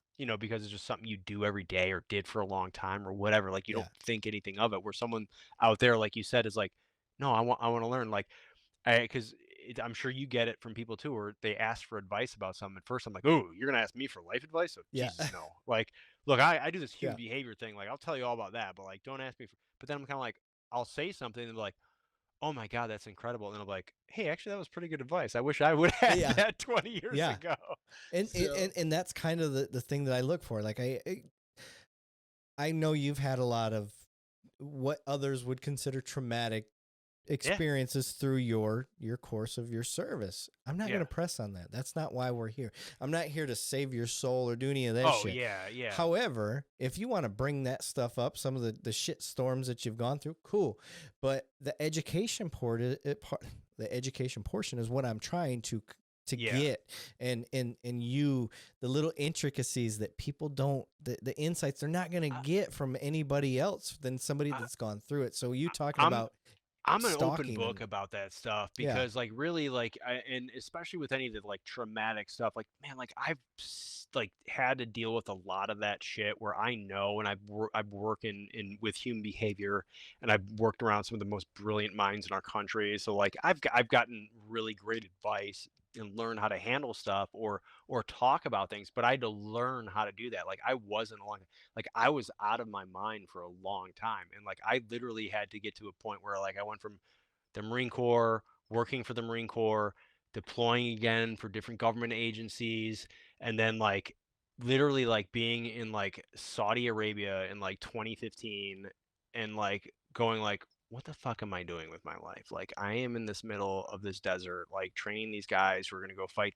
in Yemen and like we're doing this. Like I'm just kind of like, what am I doing? Like I have no yeah, life and like moved to like literally a granny flat behind a house in Carlsbad, California, like got out of my condo, rented it out, and just like lived there like as like almost like like literally like I would start a fire in the morning and like put the pan over it and cook my breakfast. yeah, Like I was living in the middle of nowhere. I wasn't living in the middle of nowhere, but right, like that's what I would do and just be like, all right, I got to figure out what the hell is yeah, going on. And like you have all these crazy, experiences. And then I was fortunate enough that like I had the ability to like, I wasn't married. I didn't have kids. You know what I yeah, mean? So like I didn't have any responsibilities other than to like feed myself. So yeah, when that's like your lowest, like, well, as long as I can feed myself and I have friends whose couch I can crash on, like you can pretty much do whatever the F you want when that's your but like when you have those additional responsibilities, it becomes a lot tougher. Like and obviously mhm, like it was funny because through that time of me doing that and I was still working and doing government contracting and teaching about human behavior and working with different military units and law enforcement and task force stuff and going all over the world still doing that like I was kind of figuring out my own shit in the background and like figuring out like how do I assimilate myself in society and became friends with people that like had no military, no law enforcement experience, nothing, just like it's like normal good people with healthy normal relationships. And I was like, I like them. I want to be around them because if I'm around them, then maybe I can attract that. You yeah, know what I mean? And then I learned and then I got better and then all of a sudden I had a friend introduce me to my now wife. You know what I mean? Like yeah, so it's funny how that life works out that way when you work on yourself, suddenly life opens up. Like when you focus like, you know what, you do the Taylor Swift and finally say, it's hi, it's me, I'm the problem, it's me. And I'm not bashing her. I'm a huge Swiftie. I'm a huge yeah, Taylor Swift fan. But like when you finally do that, you're like, okay, like I can control things. I can work on myself, and then life around me gets better, which is pretty cool. You know what I mean? yeah, So I had to do a lot of that stuff. That's why like I'm now realizing too, like I went through that story about my first deployment and was just like, oh yeah, my friend died, he got blown up and bled to death. And I'm like, I probably maybe should have prefaced that or like set that story up a little bit better, but I'm okay talking about that stuff. So yeah, I can just talk about it. It's not yeah, like I'm not crying in the corner with a bottle of bourbon, and the Glock in my hand. Like I'm like, no man, like look, dude, this is what's happened to me. I yeah, know guys that have been worse. I know guys that have better. Like, veterans don't have a monopoly on PTSD, man. Like everyone's affected by it. Everyone has something in their life that's affecting them. And law enforcement's a huge one, man. Like you just deal with all the worst shit that no one wants to deal with and then you got to go home and see your family at the end of the day like where I was deployed when I was doing that. So I was insulated. I was in a bubble. Like yeah, I didn't have to be like a dad at the end of the day. I didn't yeah, have to be a husband at the end of the day. Like nope, I could just fuck off and focus on being a Marine for 7 straight months and never yeah, talk to the outside world and no one ever expected me to do. Like that's freeing. That's easy. Like everyone has an easy time on deployment. It's the coming home right, where the problems happen because it's now you have to face reality. And yeah, so and that's my big thing like with law enforcement. I always tell guys like because I train a lot of law enforcement, I was like, look, man, like you have more knowledge and experience in your you know left hand than most people have in their whole body. And you just have to learn how to articulate that experience for yourself and for others because once you learn how to put words with an experience or a thing, well now I can talk to you about it, Eric. Now I can talk to whoever about it. Now I can explain it to a child. Like I always like look at it as like how do I teach what I teach tier 1 operators to do how do I teach my daughter to do it? Well, I can't do it in the same way. I can't use the same examples, but I want to learn, I want to teach her how to learn how to read human behavior and be smart about, the people she's around. Yeah. Well, I just make it so a kid can understand. So I'm like, hey, you ever see someone get angry and like, oh, their brow gets furrowed right here? She's like, yeah. I go, do that for me real quick and point to that. I go, that's called your corrugator muscle. Yeah. That's the pain muscle. That's when someone's in pain, either pain because something happened or they're angry or upset. I was like, okay, I taught her that when she's like 6. So then she was like 7 one time. She's like, that person's upset over there. Man, like having that awareness in a room at this age and this time frame when everyone's staring at a Yeah. screen, you you're smarter, you're safer, you're stronger, which means you can either get to safety if it's one of those problems, or you can have some freaking empathy for a fellow human being and be Yeah. like, hey man, what's the problem over here? So like I always look at it that way. And so sometimes having that lexicon, those words to describe experiences, it's easier when you have something to talk about. Because I'm not like a kumbaya kind of like let's Yeah. talk about our feelings kind of guy. It just doesn't work for me. It does for others, like that's fine, but like I'd rather be like, let me tell you about this one time, and like that's easier for me Yeah. than it is any of the other stuff. And so like, but it's just translating that for the people in your life is what it's all about, I think. Yeah. So you, man, you. I don't know if any of that made No, sense. no, no. Like, You hit on some good shit right there, and I wasn't gonna stop you. So, one, human behavior, and then you knew we were gonna get into this anyway, but yeah, it's just my jam. just through the eyes of the military. I don't want to get into the sniper part of it yet because that is it's whole other technicality, which you kind of touched on, describing Yeah, the farmer versus being in an urban environment yeah, versus taxi it's a cab, big one. stuff like Yep. that. But one thing that the military has nailed down, simply because we've been in a 20-year war, is the PTSD and stuff like that, and the just like you said, you brought up a subject, and that was something I didn't press you on because I understand, like I get it, and you brought that up, and I wasn't going to hammer on it because it wasn't the point of the Right, conversation. So for right. me, you brought it up, cool. But just the fact that you were talking about you, being able to express those things, that's something the military brought out. Like it is good to talk about those things. You have to Yeah, have that. And you then have me in to. my career of being a cop, 17 plus years of being police, I have kind of a unique experience in the fact that I have basically taken the George Costanza route, little Seinfeld reference, where I took the opposite of everything I knew in police culture. And this is what I mean. I've been with my wife since basically 7th grade. Wow. Not that she was a 7th grader and I was an adult. Okay. That's creepy. Good for clarifying. Yeah, It so just met her 3 years ago. we were both 7th graders. Yeah. We're the same age. So She's let's make that. 19 Yeah, now. I had to make that less creepy. And yeah, grooming. Yeah. Anyway, so we've been together. We should not be laughing. I know, this. right? We've basically been together since that long, and Yeah. through that history, my dad was a cop. He retired as a police officer. Okay. Oh, that's right. That's right. I knew that. Yeah. Yeah. So it wasn't him. He wasn't the example of the bad things not to do. I just knew about police work and Yeah. it often alcoholism as we drink. Yep. And a divorce. And I, Yep. I would ask him these questions and I would see the writing on the wall. It was always a lack of communication. The culture of policing is we don't tell our spouses about our bad days. Yeah. We don't bring that home. You don't bring that home with you. No. Yep. So I did the opposite. I'm like, it doesn't work. Whatever this police culture is, it doesn't Yeah. work. Let me try something different. So the very first time I had a tough call, I just told her. I was like, hey, this is what happened today.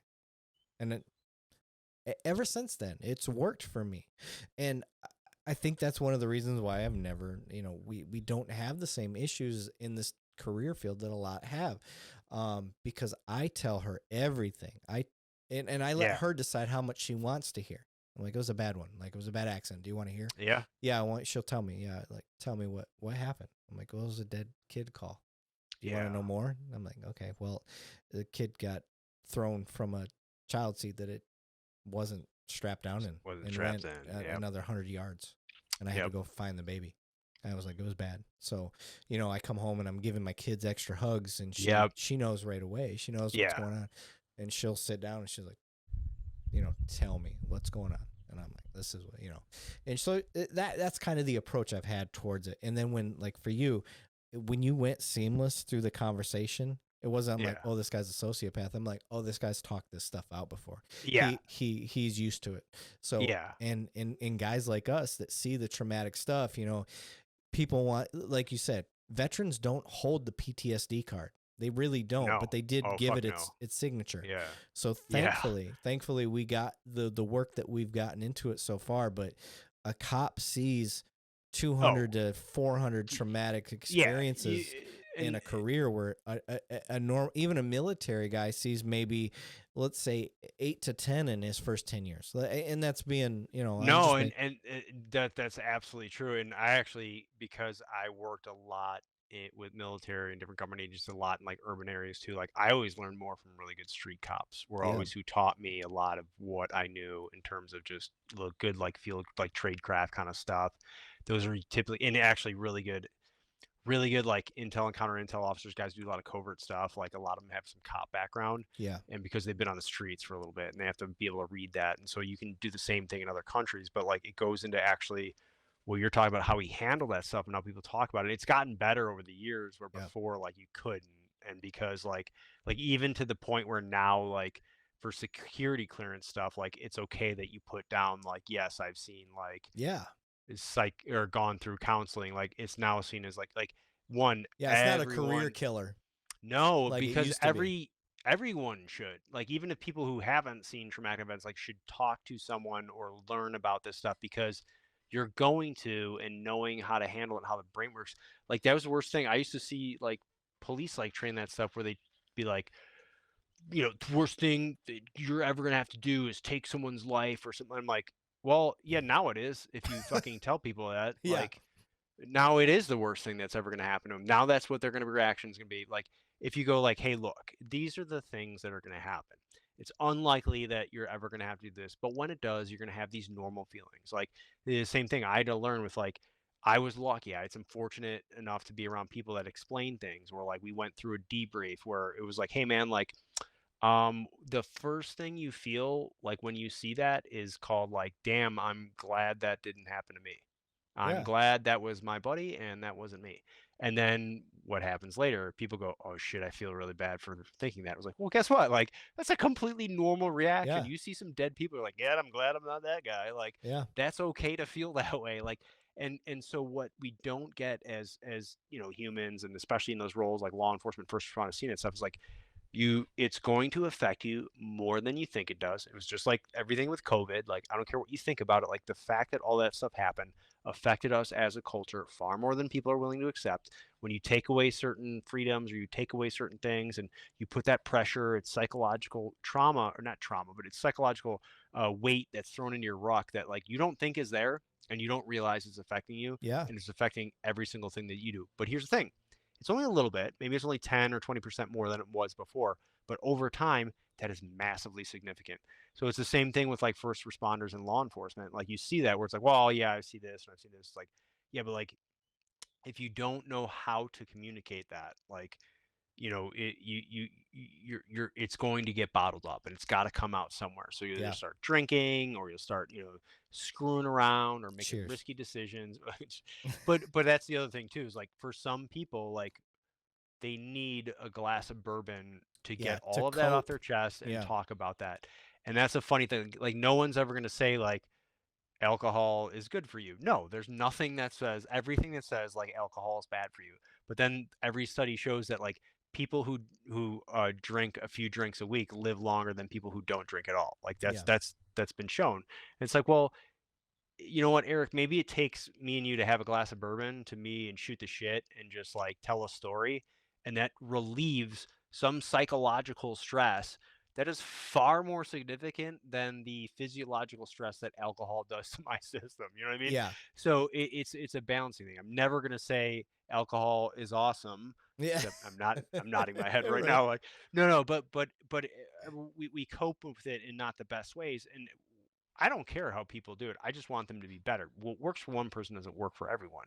But Yeah, just having this ability to be like, hey man, like that was some fucked up shit. Like we need to sit here and talk about it. Like hey, like, seeing a baby get launched from a vehicle and you have to go find it is like one of the worst things you're ever gonna have to experience. Like, that blows, dude. Like, we're all thinking about our own kids right now, right? Like, yeah, Yeah. okay, like, but we all got each other and we're here for each other's backs. Like, how do we talk about this? Like, Yeah. and just getting it out there. Now that's gotten better over the last 20 years. It Yeah. really, really has. It's still not where it needs to be, but it's gotten way better. And like, I think involving that type of learning about, psychological stress and learning about how that affects you and learning how to talk and communicate, like that's what I had to do. like Yeah. like because like I'm kind of a weirdo, and I'm in my head a lot, Hmm. and like I think out loud, and sometimes, so like my wife's like, you're moving your lips again, what are you talking about? And I have to tell, like, oh, sorry, I'm thinking about this. It just means something's in my mind. I'm literally having a conversation with myself, thinking through something, but we're Yeah. driving in the car or something like that. So she's like, "Hey, you're freaking me out." I was Yeah. like, "Oh, I just this is on my mind." And so like having that relationship and someone you trust that you can talk to is important, and just normalizing all that stuff. That's why, like, my thing is like, I've worked with police agencies before. I was like, if you have like a therapist or something like that, like it should be weekly or monthly mandatory check-in. I don't care if you sit there and stare at the fucking wall and don't say a word. If everyone has to do it, it's not a thing. Like, Right. it's just when it's no longer something that has a stigma or Yeah. weird. The It's just, taboo-ness of it is, yeah, it's just like yeah. like guys and girls have a hard time communicating with each other. I don't know a single married couple that doesn't get in stupid arguments over something because you're talking past each other, like, Right. because we're different. So like, well, if I could sit there and talk to a therapist and be like, "Oh yeah, that's because she sees it this way and you see it this way," I go, "Oh, it's much easier me hearing that from you, Eric, than it is hearing it from my Right. wife," right? Because when she comes to me with it, it's criticism. You know what I mean? And Yeah. no, I don't want to hear that, right? So, but Yeah. when I hear from you, it's like, "Oh, just try this." Like, it's like, "Oh, okay." Like, those little things are what makes it so much Yeah. easier, and just being able to communicate it. It's great to hear this from somebody with your experience. And I'm not saying that in a good or bad way. I'm just saying because of the nature of your military career, and what you did, like that is you I to me, you come from one of the hardest levels to talk about this stuff. That like I said, everybody's a little different. You No, you I get what you you are mean. much I get what you easier, mean.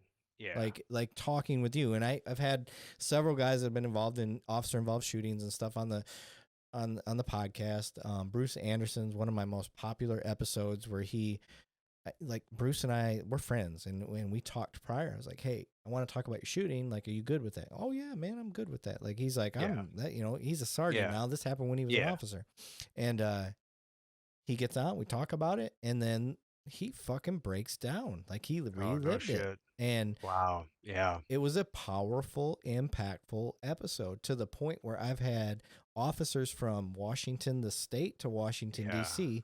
send me messages saying, "Thank you for doing this one," because one guy said it helped me um, have the strength to get on medication. That's amazing. Which, God, you might have saved someone's life or changed someone's right, life. I mean, really. and I won't take credit for it. I give it to Bruce. I mean, Yeah. because Bruce got on there and goes, I saved my marriage. Yeah. He's like, where I thought I was fine, I wasn't. I got on medication and it helped save my marriage. And and my boy's breaking down, and Damn. rightfully, I mean, he had me breaking down. So Yeah. it was one of those things. It wasn't unexpected, I promise you that. But him saying that, we got one guy on medication that thought it was a stigma, didn't want to do it. Yeah. And then I got another guy in DC that said he showed a portion of it to his roll call, which was That's like, amazing. to me, yeah, I see. that's huge, The dude. man, the power of that stuff, of you having this show and doing that. And we've had different, not to that, but like we've had talked about stuff on our podcast that we do about human behavior, where then someone goes like, "Hey, we played that, and then we had the biggest, you know, dope bust on a car Right? stop based Like, off of something you you talked about." You're like, saved an "Holy officer's shit!" Like, life down the or road. whatever. Like, Yeah, you don't know how powerful that is, which is really, really, yeah, really cool. And I mean, those things are tough, and you never know where it's gonna go. And like you said, like, I didn't even plan on talking about that or bringing that thing up or any of my experiences, because it was like, yeah, you've seen it or you lived it, and you're like, fuck, man, like, yeah, But I'm more than happy to share any of that stuff, because with time and with age and with enough of enough experiences like that, you kind of go like, okay, like, I'm kind of a shit magnet. Like Yeah. maybe Yeah. maybe, you know, I don't know, Yeah. maybe I can handle it. So maybe that's why it's happening to me. Like, all Yeah. right, so like let's yellow pad this and figure out what the fuck Yeah. this is. And And you're it's how not saying old? that I haven't. How old are you now? I turned 40 in June. Okay, so So yeah, we're yeah, right at the same. And this is yeah, another thing I want some of the younger guys to see. yeah, Like, look, and this is full disclosure on my part. I've seen some traumatic shit. Some of the yeah, worst stuff that I have seen personally has been domestic violence stuff. That's really yeah. That's brutal. that's Yep. where my PT. I didn't know I had this until fairly recently. I've done some domestic violence podcast, and then as we discuss it, like I'm like you see it, like it's hitting me. So I've come to recognize that about myself, but I've seen some other crazy shit. But for Yeah, whatever reason, it's the domestic violence, the violence things for me. So, but having you and having this stuff on there, like we're 40. I'm trying to yeah, tell you, younger officers, like if suicide is ever a thing, like if any of like stick it out and talk to somebody, talk to whoever it is, just hold on another day is basically what I'm saying. And with age and time, it does get better. I promise you that. And and if you think about that from like, I mean, so you know, I know your listeners don't know this too much. I haven't talked about like what I study and teach about human behavior is like kind of yeah, my area of subject matter expertise. But like, you know, you get into something like suicide, like the whole existence of the human race is predicated on survival. Like, so everything you could tie back most of the decisions, even in your day, that you don't even realize are happening to your survival. Like, you have a limbic system that is trying to keep you alive, and that's it. Like, it's just yeah, you alive first, and then the human race as a whole second. Like that's what we're biologically and physiologically primed for. So what you have to be like to override that and to like what you're talking about to commit suicide, it's so powerful because literally if that was easier, if there was something that happened, humans wouldn't be alive anymore. You know what I mean? Like if it was something that right, was just always available, the human race would have died off a long time ago, but it's not. So it means there's a lot of you know neurons that are not firing in your brain, and you're not thinking clearly, and you're just not at this point. Like you literally, your brain is depressed, and I don't mean depressed in like the psychological, you know, evaluation of, oh, this person's depressed. I mean depressed in function, yeah. right? There's a lot you can put that brain under an MRI, and you're like there's very little Chemically, it's blood flow fucked going. up. Yeah, Yeah, and so you it's easy to then but the how powerful that has to be to override the basic premise of all human survival yeah, is powerful. And like if that's already an option to you, if that's already something that's on the table, a lot of people have been there before. It's big in the veteran community. I've lost now more friends to suicide than I lost in combat, which is absolutely insane. damn, And so I've had to attend some funerals and deal with that, and like I've fucking shed those tears, and I figured like what the fuck is going like like everyone's trying to understand this. And the reason why I'm bringing all this up is because I was at one, and my buddy call sign Blue was a fucking great Marine, and he killed himself. And like we all sat around, and my buddy George kind of brought us all together, and like we were all sitting there talking, and we are drinking beers, and we are telling stories. Like we're all laughing our fucking ass off, right? We're going like, holy shit! Like remember this time? We're laughing. Oh, remember the time he did this? And like we're all talking about all the great things he did. And then like my buddy George brought up a really good point, and he was just like, "Look, man, like we're all sitting here like telling these amazing stories about everything he did. Like why don't we do that for each other when we're alive? Like why aren't we doing this to each other like all the time?" yeah, And I was like, "Fuck," and it hit me so hard. So like what I did from that was like, you know how anytime it's like one of your buddy's birthdays or you get an alert on social media, it's so and so's birthday, like, you know, blah blah blah. You know, you just get that stuff now. It's great. Rather than calling someone or posting on social media, giving them the hey happy birthday thing, like I'll literally shoot them a text and just say, hey, here's what you mean to me. Like here's why I care about you. And like I just sent a text. It was like, "Hey brother, happy birthday. This is what I do on everyone's birthday now. I just want you to know what you mean to me."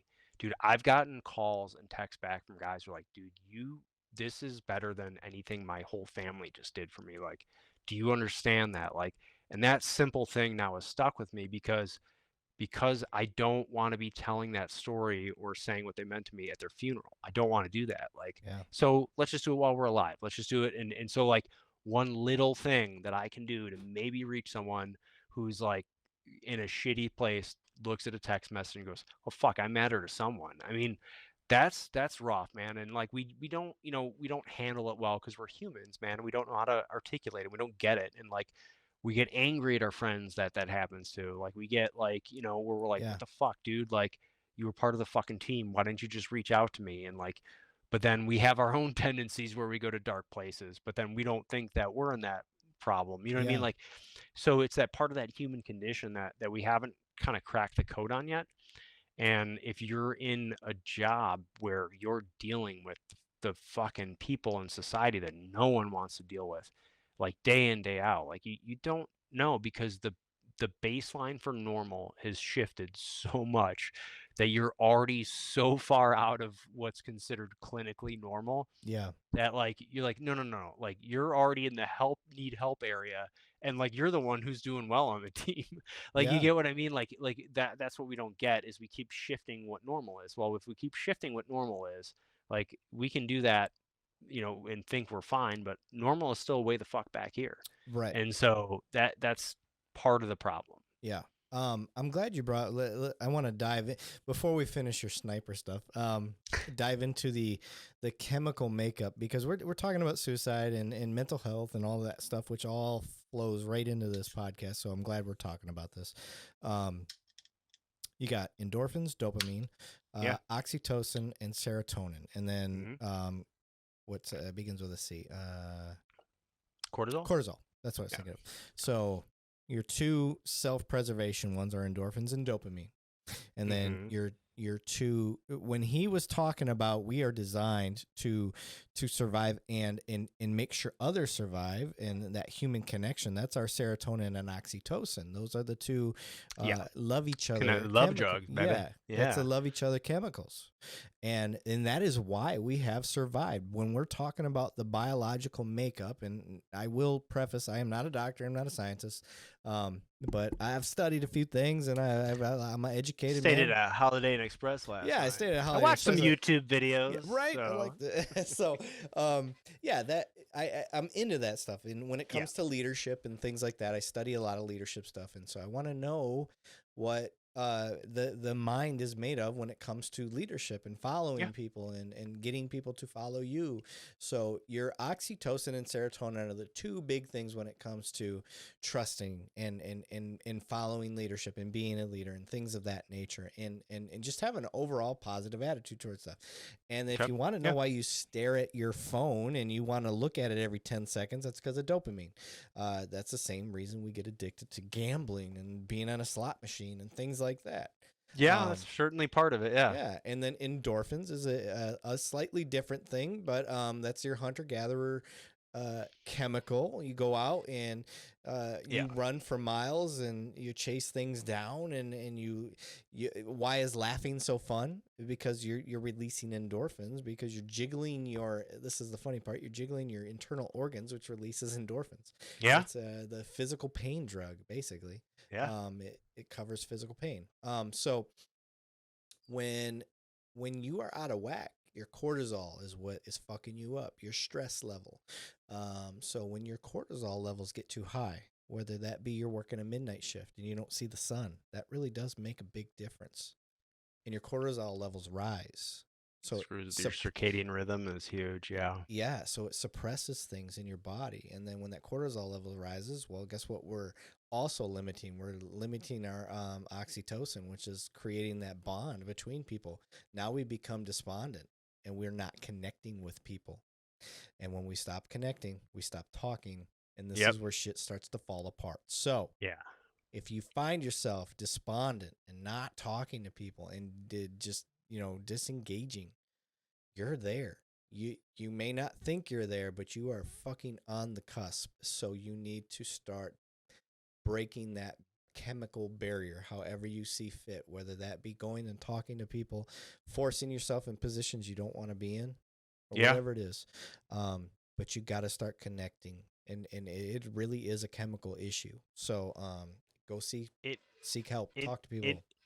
it is, and like one that was a great point. I took some notes, and that was one of them. I'm gonna call you not detective Eric. It's gonna be doctor, Yeah, right? yeah. And so Do what I can, man. Don't after let the that shirt fool you. wonderful I know some summation. things. No, I think you got like a stethoscope around your neck now, and like got the red pen and the black pen. You're fooling me. Yeah, But no, and hey, you brought up a bunch of good points there, and especially when you said about talking to people or losing that contact or losing that touch. Like, it's huge. Human survival is predicated on there are certain sociological needs we have to have. Like, I have to be part of a tribe. I have to be yeah, connected to other human beings. And so, like you just said, if you find yourself in that place where like I don't want to be around anyone, I don't want to do this, like yeah, like that's when you have to get comfortable being uncomfortable and putting yourself out there.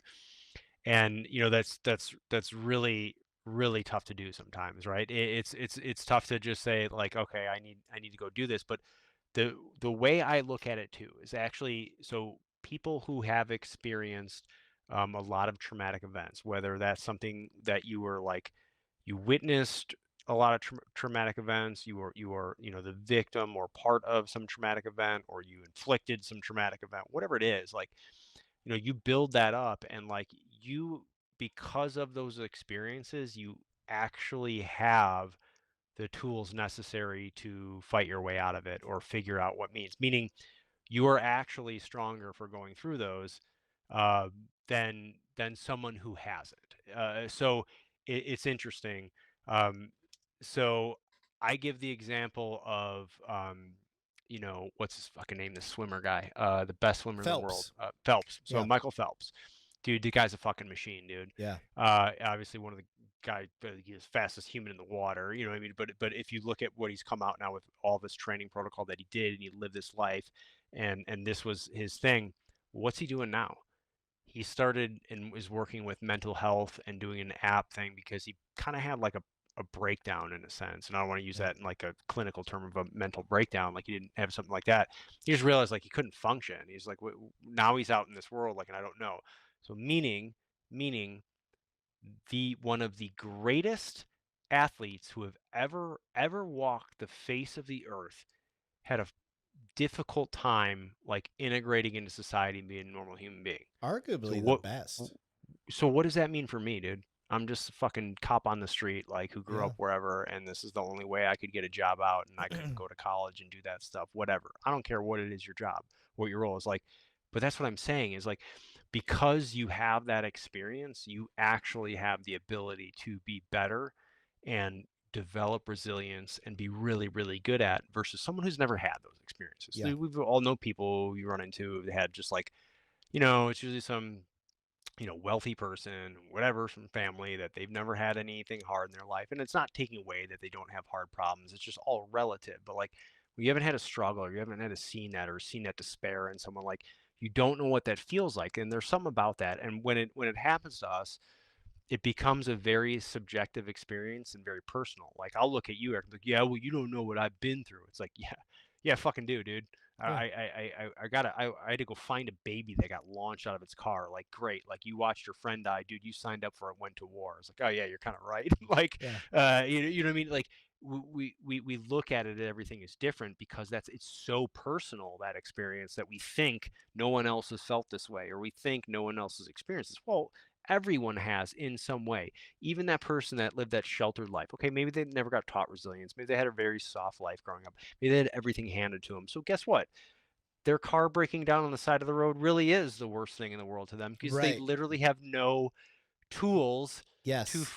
function in that situation. They literally do not Yes. know what to do and can't figure it out. Well, that's where you're at. If you're some Yes. high functioning dude or girl who's been booting doors and ramming cars and seen shit, been around the world twice, met every man once, that's great. But like, so you Yes. you you know this, but go deal Yeah. with a crying 6-year-old in the house when your wife is upset about something. You're out of your element, dude. You're Yes. out. You don't know what that's like. And so it's actually not that you have to learn something new. It's you already have the skills, you already have the experience, you already have the knowledge. So I have to learn, how do I articulate this experience so I understand it better, and then I can communicate it more effectively, and I can see it in more situations. Because if I can learn one tool and I can use that in every situation in my life, well, that's better than learning 37 different ways to do something, Yeah. because I've got all these different situations. Just what works for me? How do I communicate that? And learning that, I think, is powerful for people. So I always tell people who have these experiences, like, dude, you're tougher than everyone else in the arena, man. You really are. You just got to learn how to deal with it for yourself first, so that you can then train others. And that's why I love when you teach other people, Yeah. you learn about yourself, because you're like, oh man, like, Yeah. I'm teaching this to someone and now I'm seeing my own gaps. I'm seeing what else like Yep. I don't do. And then you hear their perspective and you're like, okay.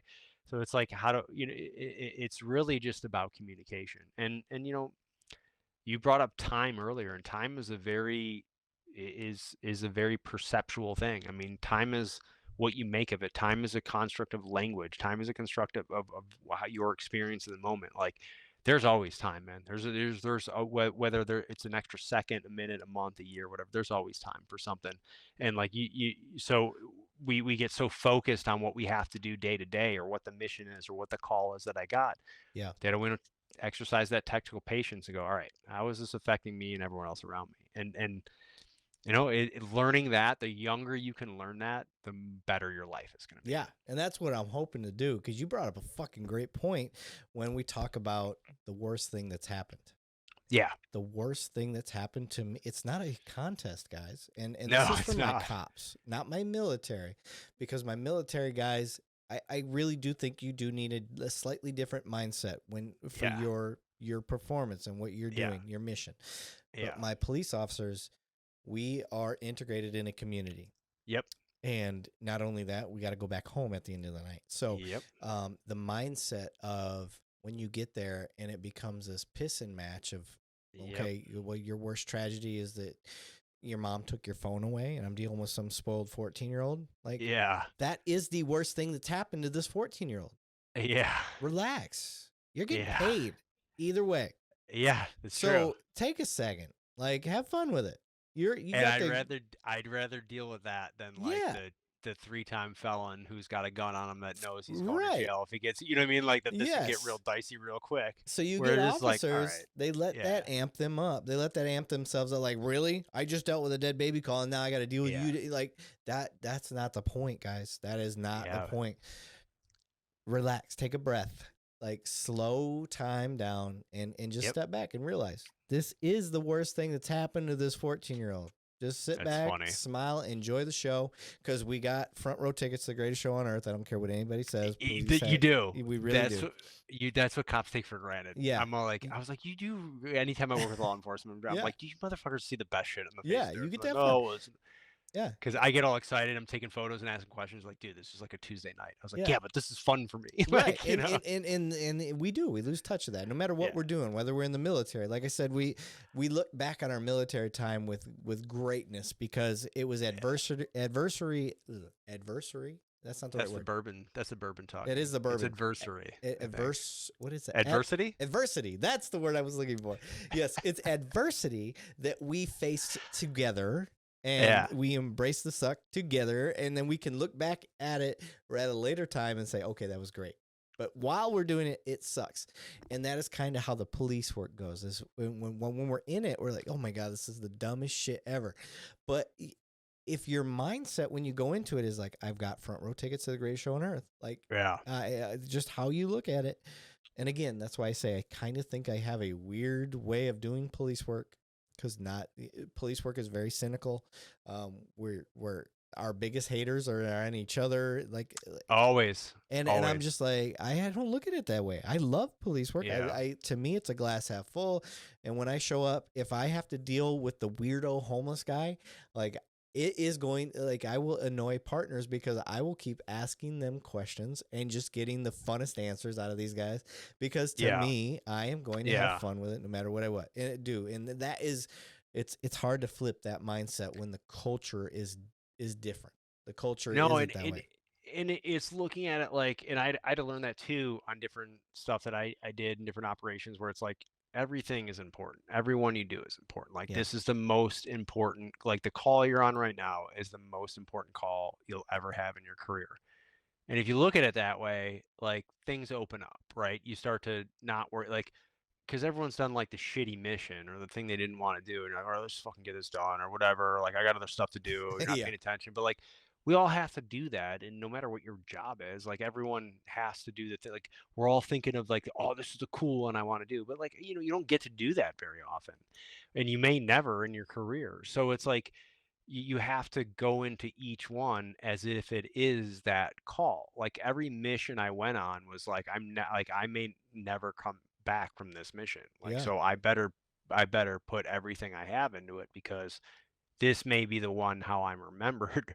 You know what I Yeah. mean? Like and Were I don't you want to be ever like married while you were in? yeah, briefly. My first marriage. Yeah, TRICARE wife. I got it. That's cool. So I wanted the full Marine Corps Yeah, experience. you were a true So, Marine. I oh, get it. married in Vegas, like Was it a drunk. Marine? Oh yeah. What Was she she? was she was a Marine, yeah, actually. She Okay, was I knew just it. it just got a I didn't even have to you ask. fucking nailed that. No one's ever else guessed that. That's hilarious. Dude, you're like in my head right now. That's so funny. I knew it. I knew So it. When- that's so funny. oh Yeah. shit. Okay. So yeah, I you guys I are remember like stacking the. leaving Vegas being like that might have not been fuck it, let's see how this goes. Well, You know what I mean? that's exactly how you got in the Marine Corps. Yeah. I'm like, well, I'm in it to win it, baby. Yeah. Let's see what happens. All right, So, let's get fucking back on track. All right, okay. Let's get through we got through the ghillie suit stuff. You kind of. oh damn, we're going back to okay. Yeah. Okay, so I mean, it's really cool to hear about Do you the do you- lighting. What? hey, do you want to like take 5 to throw a piss real quick? Is that cool? Yeah. Go Or do ahead. you wanna, Yeah. No, I'd you're rather good. do that if that like I No, don't go want to ahead. like I'll leave it running. sorry if that's Yeah. okay. No, you're good. All right, Go I'll be right yeah. back. Yeah, One I'll go second. pee too. All right, sorry guys, we had to take a little pee break. Now we're back. Okay, so what were we talking about? Yeah, we were getting back to the sniper school Getting stuff. back to sniper stuff. Yeah. We had touched on the ghillie suit stuff, the way Yeah. the lighting and silhouetting and all of Mhm. that stuff. So that's the cool parts. That is cool. So you pass. All right, I want to get Yeah. past the point where you pass, and now they are going to send you. You are qualified to be in real world situations, and Yeah. now you're like gonna get your first mission. What is going through your fucking head?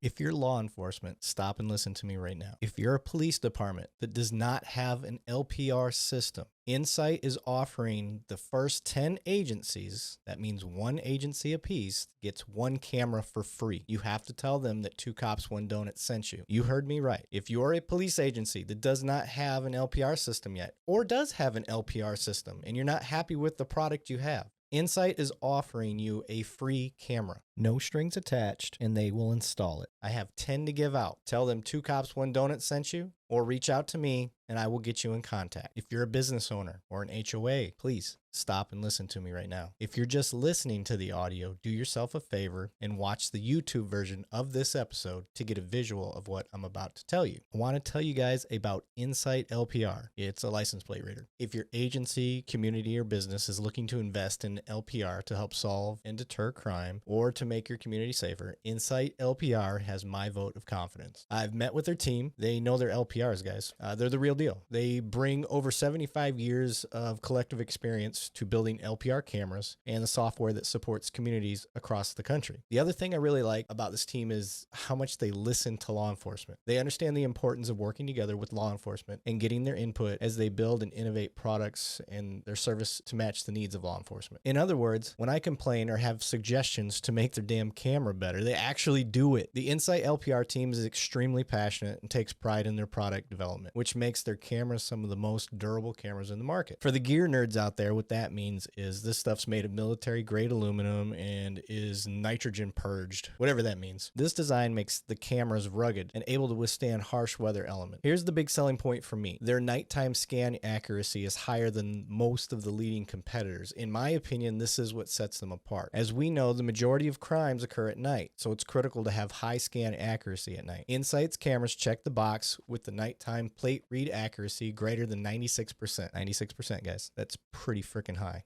If your community is looking to invest in LPR technology, reach out to one of their experts today or reach out to me. Tell them 2 Cops 1 Donut sent you. So, well, okay. So I passed sniper school on a first Mardiv off Camp Pendleton, and then you still go back to your unit, and then you're doing your workup with your unit and whatever is going on. So we were going on what was called a MU, Marine Expeditionary Unit, and so like I kind of mentioned earlier, there's like kind of Marines all over on Navy ships, floating around, going to different training ops, and then just on standby to go do things, right?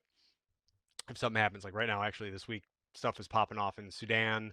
The embassy there might have to get evacuated.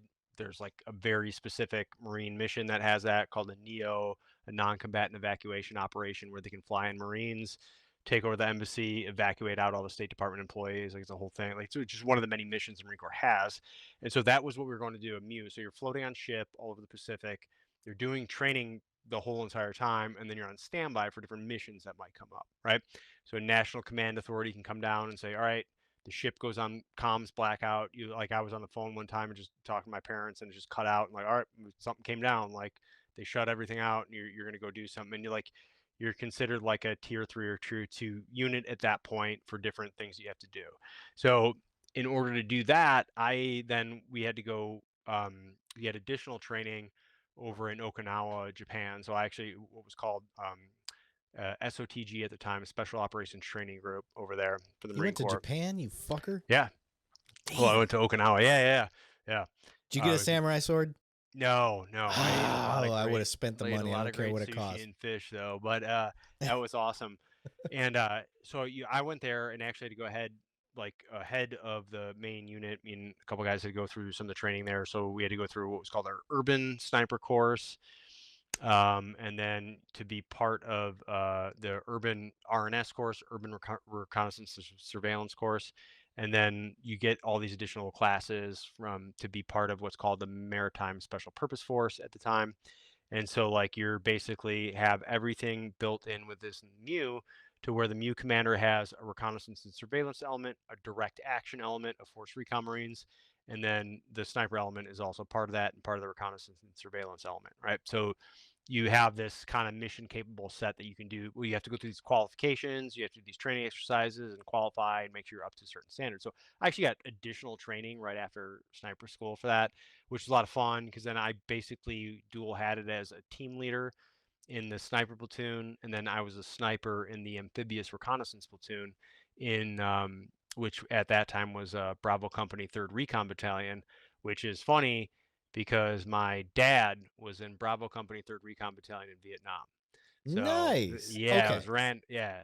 So I got one quick question. Yeah. You go through this and you're still with infantry, correct? Yes. Okay. So how are you treated as infantry guy versus how are you treated as sniper infantry guy? Very, very different. So we were fortunate that so you get a lot of autonomy in the sniper platoon. It's run by usually a E6 or E7, so a staff sergeant or gunny in the Marine Corps, and then you have a platoon commander, but they're typically like a first lieutenant or captain, and they're the intel officer for the And they don't battalion. know shit about real world.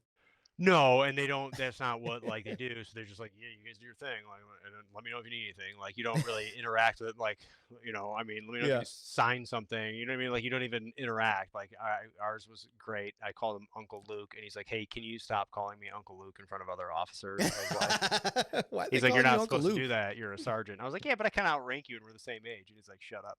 So, and so, so he was a great guy because he put up with our bullshit. But so you have that, but you're part of, like, we were part of the headquarters element, so we fall into the S2 under the intel section. The sniper platoon does, so you have kind of autonomy.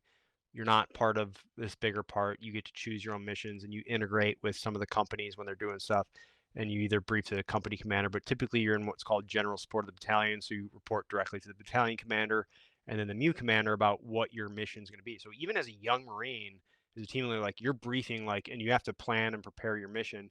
And when you're on the MU stuff, it's this very specific process where, like, all right, everything goes black. on comms. We shut everything down, and we're now in a planning session. Here's the mission from National Command Authority, like literally from DC. This is what's going on. This is the situation. This is what we need you guys to do. So And they're everyone, telling you this is who this shit's coming from. yeah, well, Oh it's because God. of something that's happening that's significant that you're the closest entity there.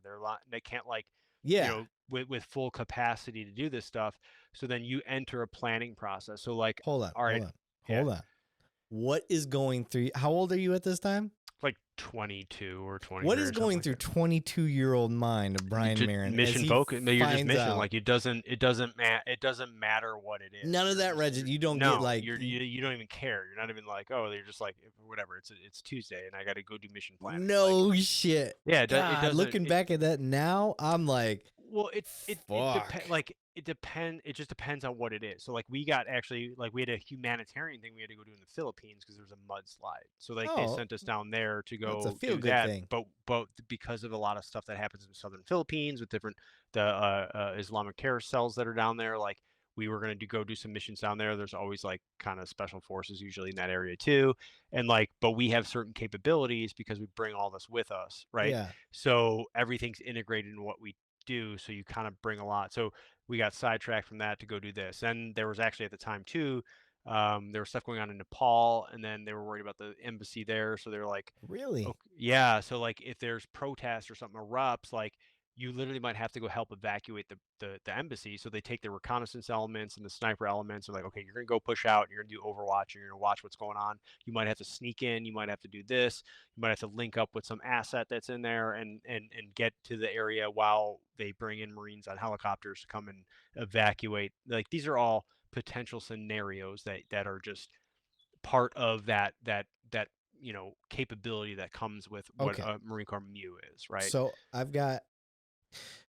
a ton of questions, but Yeah, okay. no, I'm So I'm probably all over the place no, too. no, no, So you're fine. It's just I want I'm to. I blaming the know. bourbon. I know you can keep going. So I before you and I don't. So anybody listening, I don't know if he had ever had to pull the trigger as a sniper. I'm assuming he has, but before you ever had to, let's say you did have or even came close, how many missions had you done, whether it been humanitarian or whatever, before you finally had to? So I remember I already had a whole combat deployment under my Right. belt, and And, so there, and so I don't like mean as an infantry guy. no, but so that adds like and just because of the time and place we're at, not because I was anything special or anything else, like just because of the time and place, like we had significant combat experience. So we are just like, Right. meh, like it was like, okay, Yeah. now we had to learn all these skills, but like we already knew where this was going. It wasn't a big deal. Like you did see these crazy story comes out like of something I've seen, and I'm like,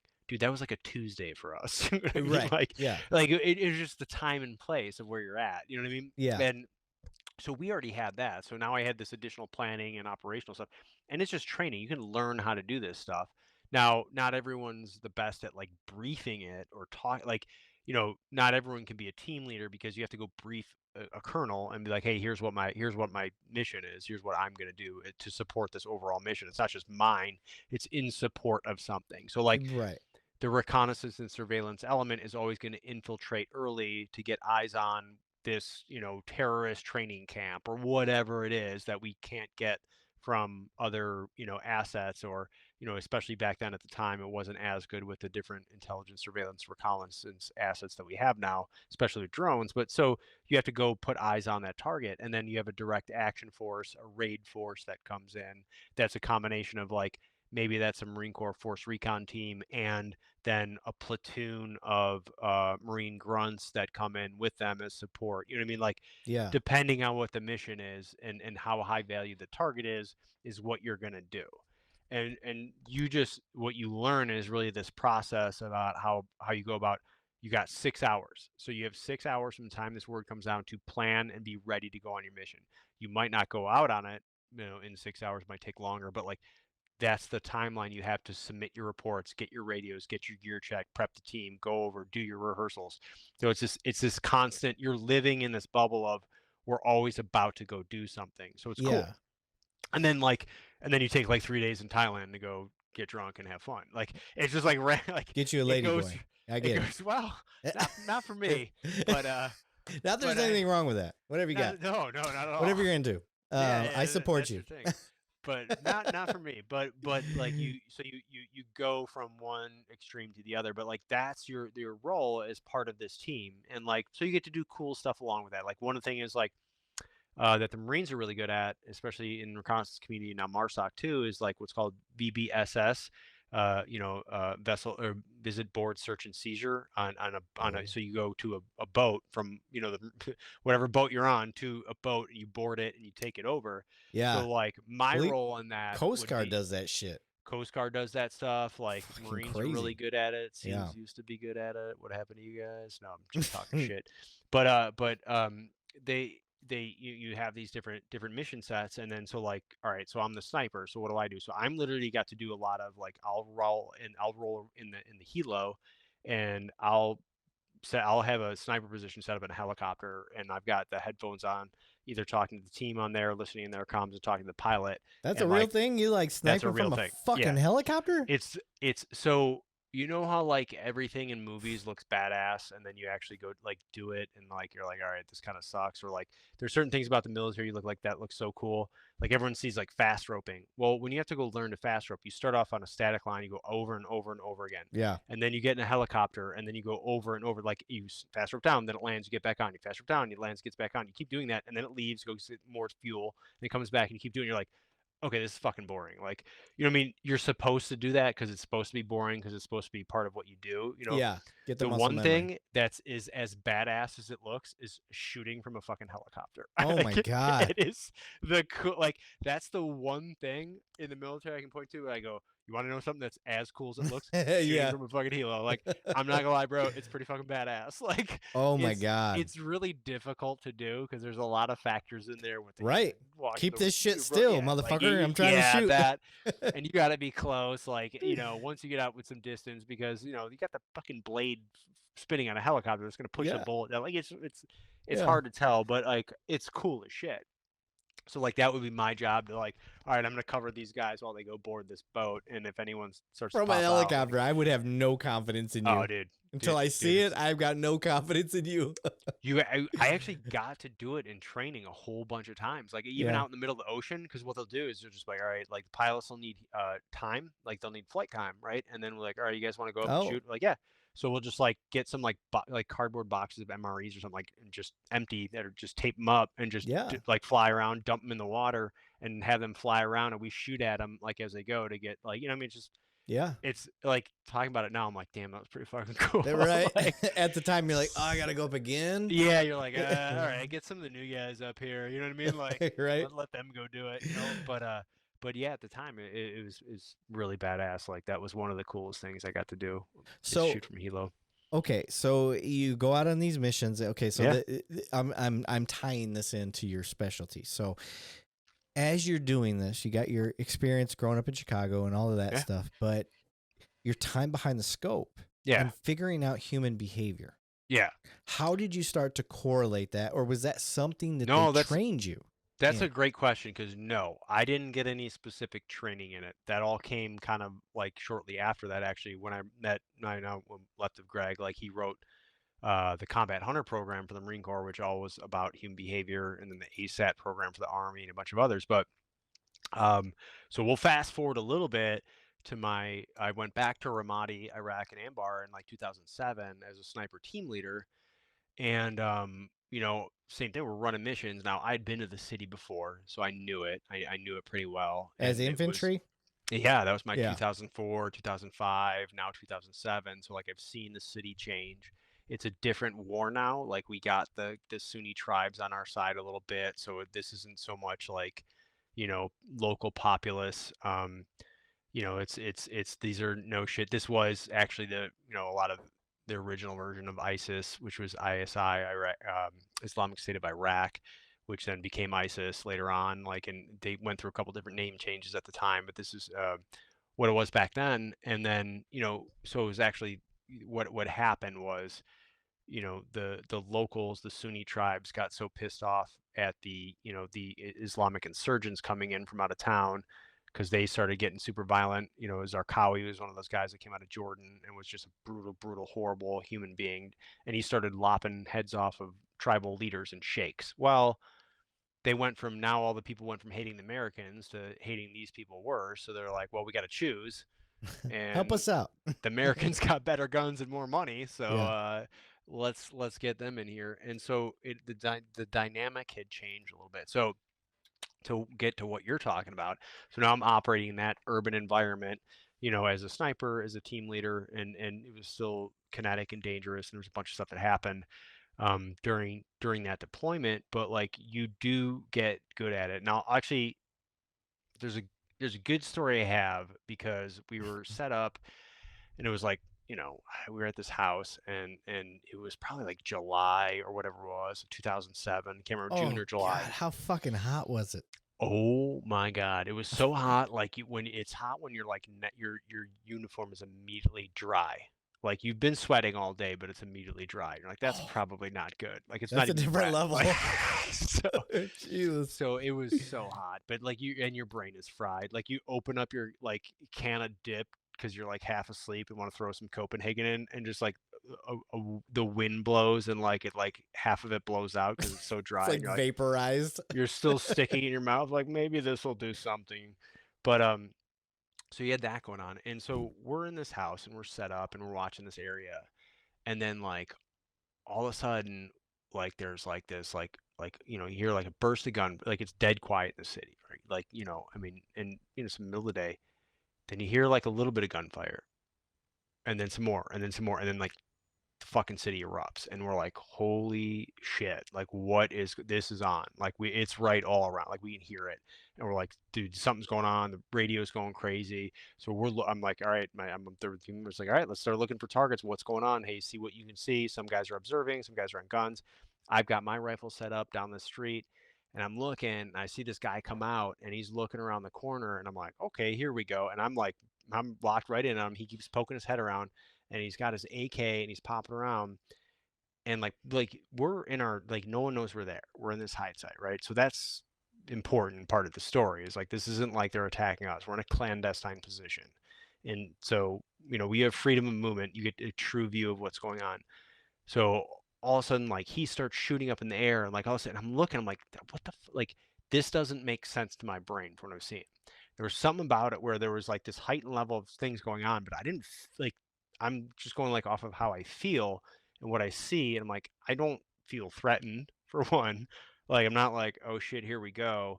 Like what is the fuck is going on? And I'm watching, and he's like kind of shooting, but I can't tell what he's shooting at. And I know there's no like friendly units in that area, and I'm like, what the hell is going on? I'm like, hey, get up with like, and I'm like, tell my ATL, I was like, well, what's going on? Like, get up with fucking, call the talks, it's tactical operations center. Like, what's going on? Well, what had happened was, but I'm like, no shit. Like, I'm sitting there looking at this dude, ready to drop this dude to my scope. Like, he's only like 300 meters away, so this is like Easy easy shot. shot. Yeah. Like, I'm like, this dude's gonna be down. He's not even know where this came from. Like, all right, and like, but it just didn't feel right. And I was like, what the fuck is going on?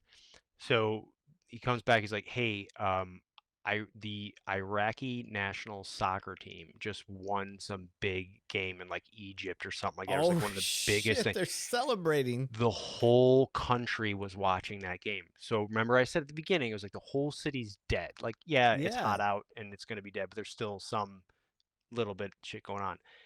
Everyone, every single person was at home or wherever they could get a TV, and they were watching that game. And when they won, that's the you understand this 2007, we invaded in 2003. This is the greatest thing that's happened to that country in a really long time. Like Holy shit. this is like their moment in the sun for fucking 60 seconds to be like, we fucking did it. Like under all this chaos, we sent a team to this amazing competition and they won. So people are out celebrating, and I Damn, and was that like, wasn't holy, even a security briefing that they could have told you the potential of that. there you go, buddy.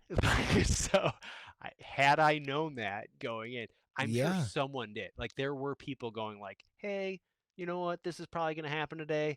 Didn't get past to me and my team.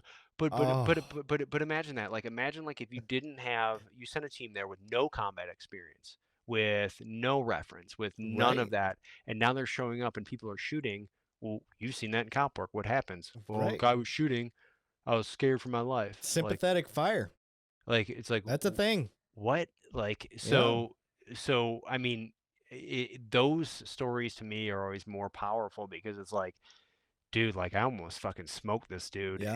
and there was no reason for it. And thankfully, like I just nothing ever felt like I had seen the worst, and I was like, well, I don't Yeah. feel like I don't know, like I'm good. Yeah. I've Like had I, 2 instances in my career where I was pulling slack out of the trigger, and yeah, it something was didn't feel right. it was a yeah, it's really what it came down to. It was a matter of I need to give this a half second more. I need whatever Yeah, it was, and it paid off. So so many decisions in life are like that. yeah, so for me, so you're that's you see this going on, Yeah, and you see that there's you trusted that the spidey sense, as we call it in police work. You trusted yeah, the spidey sense. Something didn't seem right, and we're talking about human behavior yeah. and sniper work, and this translates into police work just as well.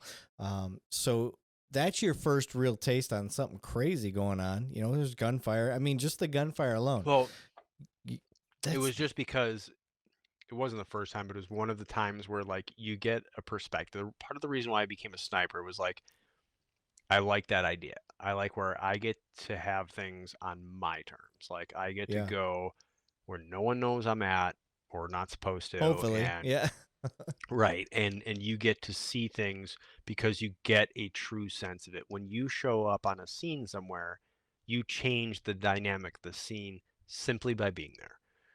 When you're not, when no one knows you're there, you get a very natural observation of things. So you get a pure signal of what's going on. Like when no one yes, knows you're there, you get to see how people are acting. You get to see the true person and what's going on. So like I always liked that because it was clear because I saw some shitty stuff happen on my first deployment too that I never wanted to go near. I was like, I saw guys clearly overreact. You didn't have to do that. You didn't have to fucking kill those people. Yeah, it felt it it fell within your rules of engagement, but you didn't have to. And I don't think they deserve to die. There's a lot of people out there that yeah, killed people that didn't deserve to die. And I didn't like that because there's plenty, at the time, there was plenty of people to kill that did deserve to die too. Like it was yeah, like, don't waste that. Like you're only screwing the next unit that shows up because people aren't going to stand for that, man. Like, and no, it's yeah, just no different than cop yeah. work. Like, Hearts all and right, minds. keep arresting people, dude. Keep coming in there and booting doors and ramming cars and saying you're going to jail. Well, Yeah, what are you doing here? What are you really accomplishing? yep. Like, That's why I I don't mean, like what's people that chase dots. We call them chasing dots. When it's a and what I mean by great point. chasing dots is there's a hot crime spot, Yep. and rather than taking a scalpel approach, using intel and using UCs, I'm a UC guy. My team, we primarily operate in undercover vehicles. You never know we're there, Yeah. and we get to see just exactly what you're talking about. People acting in their normal everyday environment because they don't know we're there, and when you operate in that manner and you keep you treat people with that same, the golden rule, treating people Yeah. like you would expect to be treated, it goes a long way versus going in kind of what you're referring to is people didn't necessarily need to be killed, but at the same time you're operating within your rules of engagement, and Yeah. you take that and subtract any sort of experience, then you're really setting up people for failure. Yeah. And it's and there's tactical and operational and strategic goals, and they need to be aligned. And like, and this is what is big on, what is the commander's intent for me in the military, but like you being a cop, like what's the intent here? What are you Yeah. trying to do? Like what is the overall intent? Because that guides everything that you do. Because you do have certain authorities, you do have certain leeway. If you're a judge, if you're a prosecutor, if you're a police officer, there are, right, the law is the law, so there's certain crimes, but Yeah. you have a little bit of leeway in how you go Discretion. about. You have some discretion there, Yeah. right? Exactly. Sorry, that was the legal word. Um, the You have discretion of how that gets applied, Yeah. and you should. You need to have that. What's happened is things have become so procedural, and they say, well, you didn't do this here, you have to do this, or you got to do this every single time. It's like, well, you're taking out the judgment of the officer or the prosecutor or the judge. Like if you just make things mandatory, like mandatory sentencing, it's like, well, Yeah. every case is different. I mean, Yeah. the law is meant to be open to interpretation. It Yep. is. I mean, within a narrow bandwidth, but still, there's supposed to be leeway. This is your first time is different than if it's your fifth time. It could be the same crime, but it's very different. Where I'm 17 and this is my first time, or I'm 27 and this is my 37th time. Yeah. Like that. That's a different protocol, and it's the same thing in combat. It's just that my thing was with military guys, like your job is is so much easier than being police. Like it is, because there's a certain amount, there's a margin of error that's allowed with military operations that is absolutely fucking unacceptable with Yeah. police work. Like, these are Americans. They Yeah. have civil rights. We have something called the Constitution. Yep. So maybe we should use that as a guide. And it's funny, like we do our human behavior stuff, no matter who we're teaching, we always say, hey, the Constitution says this. This is what the Fourth and 14th Amendment say. And like, so the military is like, yeah, that's great, but we don't have to deal with that. It's like, "Yeah, I get it." So if you train to that standard, your job's gonna be even easier when you deploy, Yeah. because you don't have to go to that standard. But if you understand that here, and you can then go testify when something goes wrong, well, it met these requirements. Shit, that's a higher requirement than what's required in your theater. So isn't that a good thing?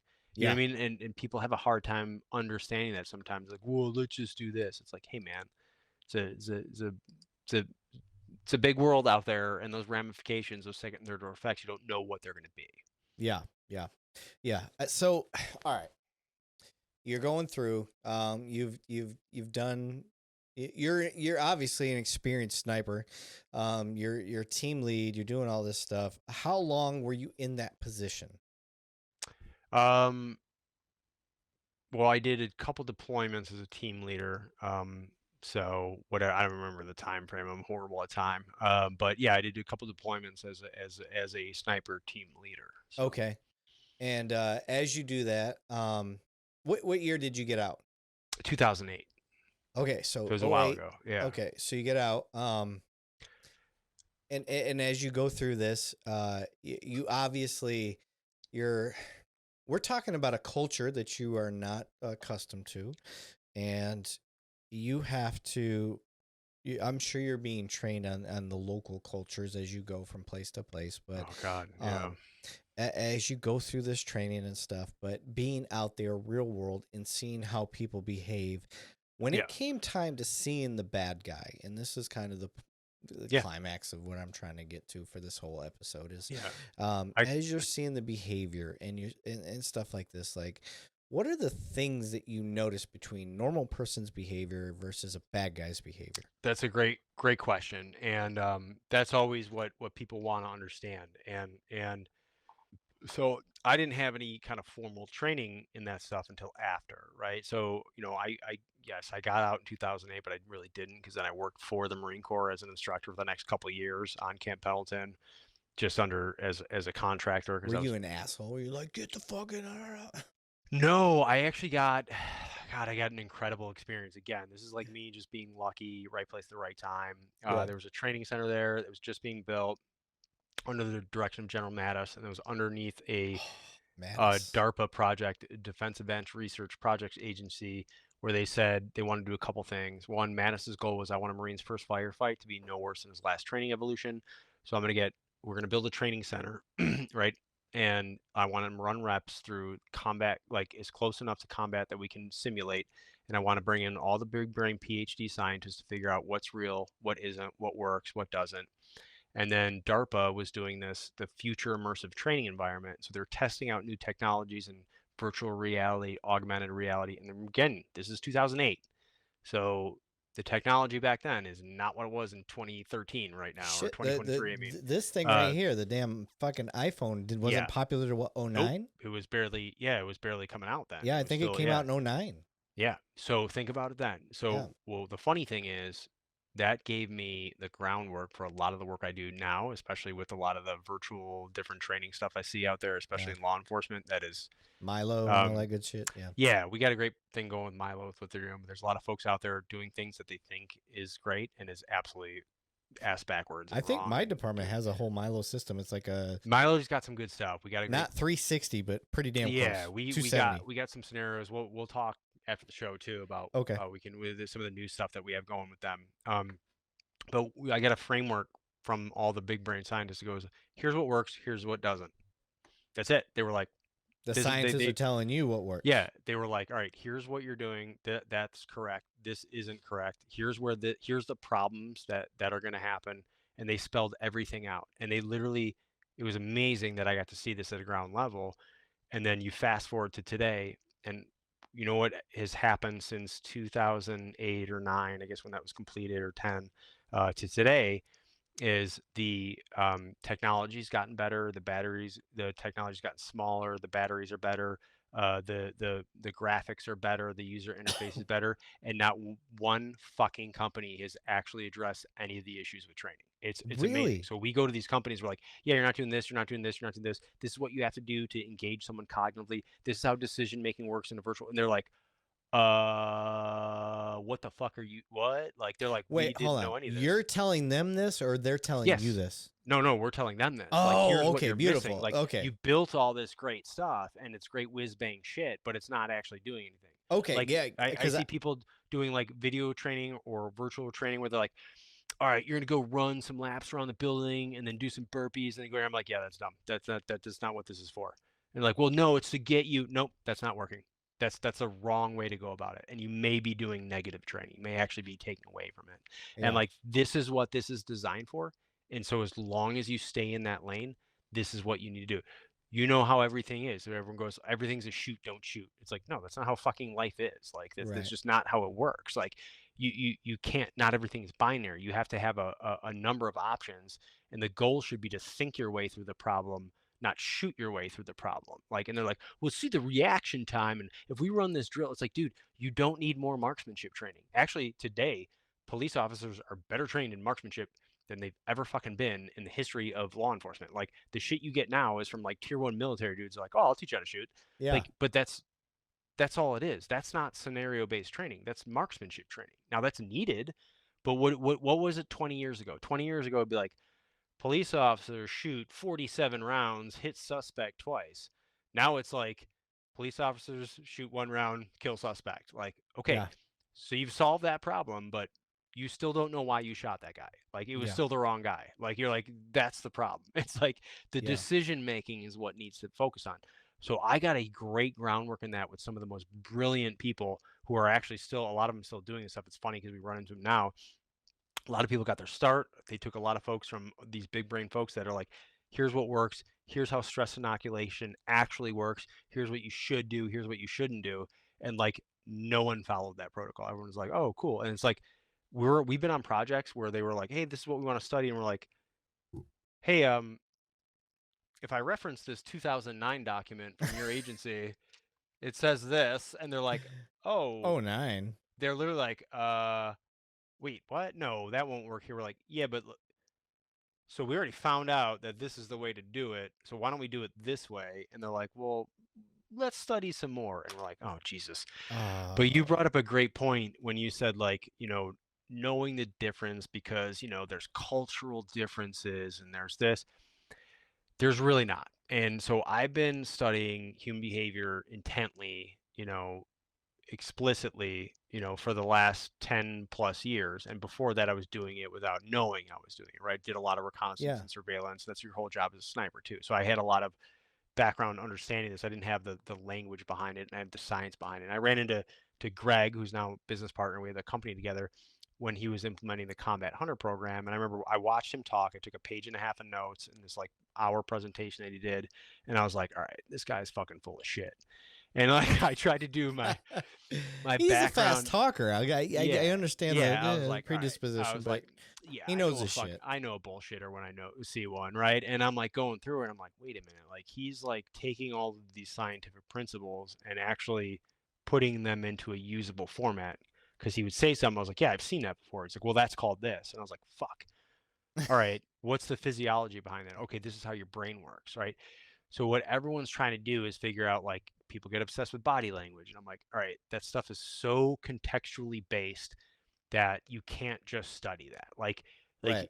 everyone that's come out with something, it's been debunked. Like, it has been. Just look it up. It got popular, and then someone debunked it, and then Yeah. everyone just pretends like they don't teach that anymore. And I look at human behavior as like, all right, you're making a cupcake. So the body language stuff is like, it's like sprinkles on top. It's great. It looks nice. It's great to be there. But if you fuck up the cake part and your frosting tastes like shit, you're never gonna understand it, right? So you have to get that part right. And so what I look at is different unconscious behaviors or things you don't know that you're doing. So you brought up all the catecholamines before when you were talking about PTSD and stuff. That drives your behavior, meaning your unconscious mind rules your conscious behavior. And if you're up to something, if you're trying to do something that you know you're not supposed to be doing, you will attempt to mask those things. You will have physiological reactions that rise above or below the baseline that someone isn't exhibiting. I'll give you a real basic understanding of what's called functional field of view and orientation. As a male, you have a very, very small functional field of view, right? It's about a quarter held at arm's length. It's roughly 6 degrees. So if you stick your thumb out, right, you look at your thumbnail, it's about 6 degrees. That's all you ever see. You have a very, very strong central vision. So you've ever heard the term like, oh, you'll get tunnel vision when things happen. Okay, well, if anyone's ever experienced, if you're still listening to this podcast at 3.5 hours in, if you've ever Yeah. experienced tunnel vision, technically that's all you ever see. Like if you're reading, you can only read what's directly in front of you. You can't read something that's off to the side of you. The rest is called visual and perceptual fill. So you have to look at something in order to see it. And so you attend to certain things in your environment. And that's based on your limbic system. That's where attention comes from. I will attend to this. The orientation of your body is so powerful, and your feet are the farthest thing from your prefrontal cortex, so the most honest part of your body. You've never thought about walking your entire life because you've been walking your entire life, so you don't think left foot, right foot, left foot, right foot. You don't do that. It just happens autonomically. So this is why if you look at the video of the Sarnaev brothers walking through the Boston Marathon, it's so obvious above the baseline that they're not dressed like anyone else there, because the way humans work, we have homophily and isopraxis and social mimicry. So even the people that were watching the marathon, how are they dressed? Dude, they had their Nike fucking running shoes on. They had their warm-ups on and shit. Dude, they weren't even running, but they were like, "Yeah, I'm watching the marathon. I'm a runner too." So they were dressed differently, and they had what's called mission focus and predatory looks. So mission focus is when you're so focused on what you're doing that you lose external arousal. That'll happen when you're busy and you're walking out of the grocery store and you're late to get home and you got 6 bags and you're looking for your car and you almost get hit by the car coming by, right? You have mission focus, you don't even see it, right? You're like, oh shit. Mission focus is normal, it happens to everyone. When I have predatory looks, right, that's very different. That's when I get that anger cues or I'm looking to do something, all right? And it's such a physiologically aroused state that I'm basically my limbic system is taken over and it's worried about what's going on. And you can see that that's very different than everyone else in the baseline there. So I see some incongruent behavior. So back to my example of the guy who was firing off rounds. I didn't know in 2007 what I was looking at, meaning I couldn't explain it. But guess what I didn't see? There was no mission focus. There was no predatory looks. There was no orientation towards anything. So that's what I was picking up on and couldn't articulate. It wasn't until years later that someone taught me this is what you saw, this is what that meant. So now I can tell you what that meant, but at the time I just go, it doesn't feel right. I didn't feel like this guy's here to kill someone. He's just firing an AK in the air. That's celebratory fire. That's very different than when someone's aimed in, engaged, and ready to kill someone, right? So you'll give yourself away. So what people are really looking for and finding, and you've seen this 1,000 times in your law enforcement career, is just incongruence. You're seeing incongruent behavior. Something here doesn't fit with the baseline. I have to figure out why, because there's an explanation why. Now, the explanation why doesn't necessarily mean they're there to ambush the cop. It might be they are emotionally disturbed person. It might be they're lost. It might be they're angry for something. It might be because there's other reasons, but it has to be explained. And so I have to balance that out as, is this the most likely or most dangerous course of action? Is this something benign or is it something serious? And as long as I have that sort of framework to balance things out, I won't jump to an unreasonable conclusion. How many times have you seen, well, there's plenty of examples where there's two police officers talking to a suicidal male, and he's sitting there on his couch, and he's got the gun that was a flare gun that he modified to shoot an actual shotgun shell, and he's holding it to him. And the guy comes up, and the third responding officer, the guy who's been there the least amount of time on the scene, who showed up from the time he got out of his car, grabbed his shotgun, and jumped out and ran to the house and shot the guy in 45 seconds or 60 seconds from being on scene. Where the other two police officers were there trying to talk to him, going, hey man, like, look, what's going on? I can walk up and see that those two police officers don't feel or sense any danger. Doesn't necessarily mean it exists, but I know they're not.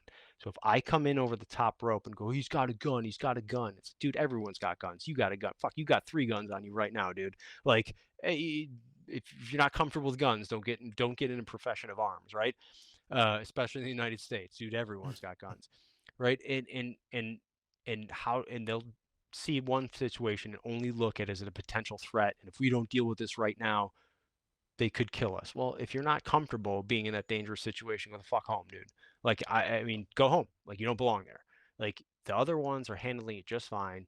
And then you come in and do this. And I'm talking about a specific case, but like that stuff happens. And it's how we perceive things. It's a combination of how we perceive things, how we're trained to respond, and then how we justify our answers. Because you have people that can go through similar training, but because they're taught like, oh, if I tell you the worst thing that's ever going to happen is you're going to be, pulling someone over, it's going to be the middle of the night, you're going to be on a one-man car, you're going to have no backup, and this is what's going to happen, and they're going to come out and they're going to pull a gun, like, you automatically create this explanatory storyline in your head where your brain goes, holy shit, this is exactly what they were telling me. This is now it. And you never take into account any other possibilities. And you're only focused on that. It's a function of training, and it's a function of how we're wired as humans. Like that's the thing, is like you're wired that way to sense danger. That's what's kept you alive. The reason you're alive today, Eric, is because you go, that's dangerous, stay away. Your brain's doing that constantly in the background. Like that's why you're alive. Otherwise we'd all die at a young age because we wouldn't fucking know any better. And so I have some things stacked up against me. So if I don't learn how to sense, make, and problem solve, and how to articulate what it is that I'm seeing, I'm always going to jump to what's going to kill me. This is a threat. I mean, even that saying, like, well, I was scared for my life. Like, well, that's different for you than it is for me. That's Right. subjective, and it should be subjective. But if I can't back that up with artifacts and evidence, if I can't explain why, then I'm never going to make a good decision, because I have to figure it in. How many people in my situation who didn't have that experience would have killed that guy because it felt within the rules of engagement? I mean, it felt within the laws of armed conflict, and they Mhm. could have killed that guy and gone and be like, yeah, and that could have been the fucking mayor's son, and now we just burned the village down. Yeah. I mean, that's the thing, is, every tactical decision you make creates an operational certainty and a strategic unknown. Like, you don't know what the second and third order effects are. So it's just about getting better at understanding the environment and assimilating to it. And that's why we look for the similarities, not the differences. The shit I got taught in the Marine Corps, brother. Hey, don't wave with your left hand because that's the one they wipe their Their ass ass with. with. Yeah. I remember hearing Don't that. show someone the bottom of your shoe. Do you remember when George Dubs, went to Iraq and visited the troops, and he was up there talking, and the guy threw his shoe at him? Yeah. He was like, ah. Every fucking news agency had their Middle East expert with multiple PhDs going, in that part of the world, that's extremely offensive to, show them the bottom of your shoe and throw that at them. It's like, hey, dude, if I'm teaching a class and I'm talking to a bunch of people and someone takes their shoe off and throws it at me, I'm not taking it as a compliment. I don't think they're throwing me an extra shoe in case my sole breaks or something. Right. Like, don't overthink this. Like that. Yeah. Like, how stupid do you have to be? Yeah. Like, of course He's it an is. Like, asshole. yeah. Like, and so we look for differences and go, look how different it is. And it's like, no, man, it's all the same. Okay, your holy day is Sunday, theirs is Friday. Oh, Yeah. okay. What should I expect to see on that day? Well, shops are going to be closed. They're probably not working. They're probably going to church. You know what I mean? Yeah. Like, we try to make things more complicated. It's like, people have certain needs, and like most people want their say, not their way. You Yeah. can force an outcome that is a negative thing just by you being there without realizing. Like, you don't, like, my whole thing is like, it's, I love it, and I try to give the perspective, and I know this is more complicated. I'm oversimplifying it when I say this, but it's like, well, we got to go deal with this right now. It's like, why? It's like, What's well, the we got this to do, and what's the then rush? our shift is over in 2 hours. I was like, so if this goes longer than 2 hours and you still have to deal with it, like you're gonna get paid overtime. So the longer this guy goes, the more money you make. Yeah. Fucking brother, let's go get some ice cream. Let's sit here and chill for a while. Like Yep. it's like and and we don't want to do that because we think we have some number to hit or we have to solve this problem right now. It's like, man, the problem's never going away. How do we want to manage it? How Yeah. do we want to deal with it? Like there's no end to it. So what's the overall intent? What's the overall objective we're trying to achieve here? Are they it's like so many of those situations I was like, this guy's a threat to themselves. Yeah. They're not a threat to you. They're not a threat to the public. Like, what's like, oh, our big thing is like when we argue about spike strips, we're like, hey, dude, the guy's running from the police. So he's clearly demonstrated the fact that he's not stopping and he does not care about authority. So you're going to put a guy or girl in front of a missile? Like, your brain does not understand things past about 30 miles an hour. You don't get it. It's a foreign language to your brain. So Yeah. you're going to go stand in front. You want to put someone in front of this missile? Why? Like, we have technology available. We know who it is. Or Yeah. like, are we making it more of a threat to people? I mean, and it's just we get overwhelmed by events or overwhelmed by emotion, and we make bad decisions. And if we're scared, fear-based decisions are never good because they're all about you and they're all about your survival. Anything based in fear, that's what you see societally right now. People are scared Yeah. and they don't understand something. And natural human reaction when you don't understand something is to be scared of it because that's how you're wired as a human being. It's not because you're dumb. It's not Yeah. because you're ignorant. It's because you're a human freaking being, and that's it. Yeah. And I don't know where I'm I was going with that, but no, you're good. I'm glad that you hit on the it's important for cops especially to hear because um in my experience now, 17 years into this career field, I can go just about anywhere. Especially where I work now. I work in the hood. Let's just put it that way. I yeah, work in the hood, and I can spot it a mile away when we talk about human behavior. And I can pick out a dope deal. I can pick out a yeah, guy packing. yeah, yep, I can pick out these things. I can pick out a guy that's scoping a car to hit. yep. I mean, there's just these weird human behaviors that I'm able to pick out. So So what I teach people is how to articulate that. So I'll give you a yeah, language based in science that's legal, moral, and ethical that you can testify to and say, this is why I saw that. This is why I yes, made that decision. And my big thing is like, who are they hurting right now? Now, if they're a threat to public safety, then yes, then obviously something has to be done. That's number one. The safety of the public is number one.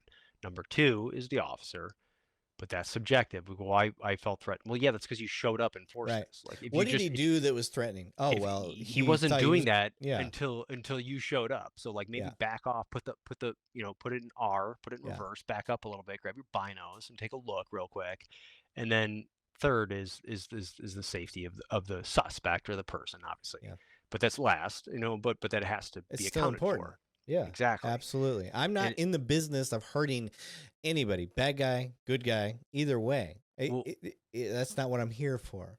If I can and you're minimize it, that's the you're best. also dealing with people who like perfect example like you're in it's a poor neighborhood or there's a lot Yeah, of people who grew up around crime and that have been in crime their whole life like it's a very different understanding of the world like yeah, they're in survival mode yeah. all the time Going to jail means shit to them. They don't give a fuck. Actually, exactly they'll go there and make more money.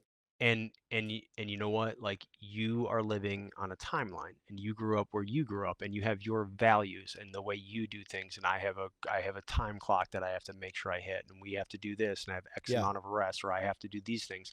They don't have that. I woke up at the crack of fucking noon, I kicked the hook out of bed, I bake the rock, I fucking go figure out how I'm going to survive for today. It's just a different world. Their time is nothing to them. They're just existing, right? We're the ones that force our time on it, and that forces an outcome that spirals wildly out of control. And it's not that you can't do nothing about crime. It's like, what are we really trying to do here? What are we really focusing on? yeah, Like, okay, the guy's getting high. All right, well, you and I are getting high on fucking bourbon right now. Right. Like, who Like is this guy who's hurting this at the guy time? hurting? Yeah. You know, It's a and personal it's habit issue. and Yeah. so we have to kind of change the way we look. If you look at it that way, it's like, all right, this is a broken human being I'm dealing with. Okay, Yeah. like we're all a little bit broken, and I use that as a term as like I'm a broken human being. You're definitely a broken human being, For sure. but For dude, sure. I can tell that by his Hawaiian shirt, drinking bourbon, talking Right? for three and a I half don't know if you hours to really me. noticed. These are guns. That's hilarious. I Those did. are It's not. Oh yeah, no, I see the those are light blue car. Berettas. Yeah. Oh, that's. Oh god, the Beretta, Yeah. the worst pistol. I So, know it is the worst pistol. but probably coolest for a shirt though. I know. Honestly. It's very 80s. That's why I Yeah, went I with it. like it. So, You got yeah. the Miami Vice kind of Yes. thing Thank going. you. Thank you. Thank you. Yes. But But that's kind of big picture to talk about what we yeah. talk about. Everyone wants to go like, well, I can. How do I tell this person resist? Well, you're seeing Yeah. incongruence. So how do I articulate it? And more importantly, because everyone does this like, oh, you teach like situational awareness. I was like, no, like one, I don't know what that term means because everyone uses it differently. Yeah. Two, like that's not good enough. We're talking about critical thinking, advanced critical thinking, and decision making. Like, how do you want to? What's the decision you're going to make? Like that's Yes. the whole point of this. What's the outcome you want? What's the best outcome overall? And how are we working towards that outcome? Yeah. And if this person is not working towards that, you know that they're not on board. Okay, is the juice worth the squeeze right now? Like, is it Yes. worth chasing this person? Is it worth causing this second, third? Because you don't know. Like, it could be something simple. Now I chase them, they jump in a car, and they crash into that van, that family. It's like you caused that. Yeah. It's like I'm sorry, like you were the contributing factor to that Yeah. happening. Like, and it's not worth it. And that's shitty, and it sucks because it seems counterintuitive, but it's actually not. Like Yeah.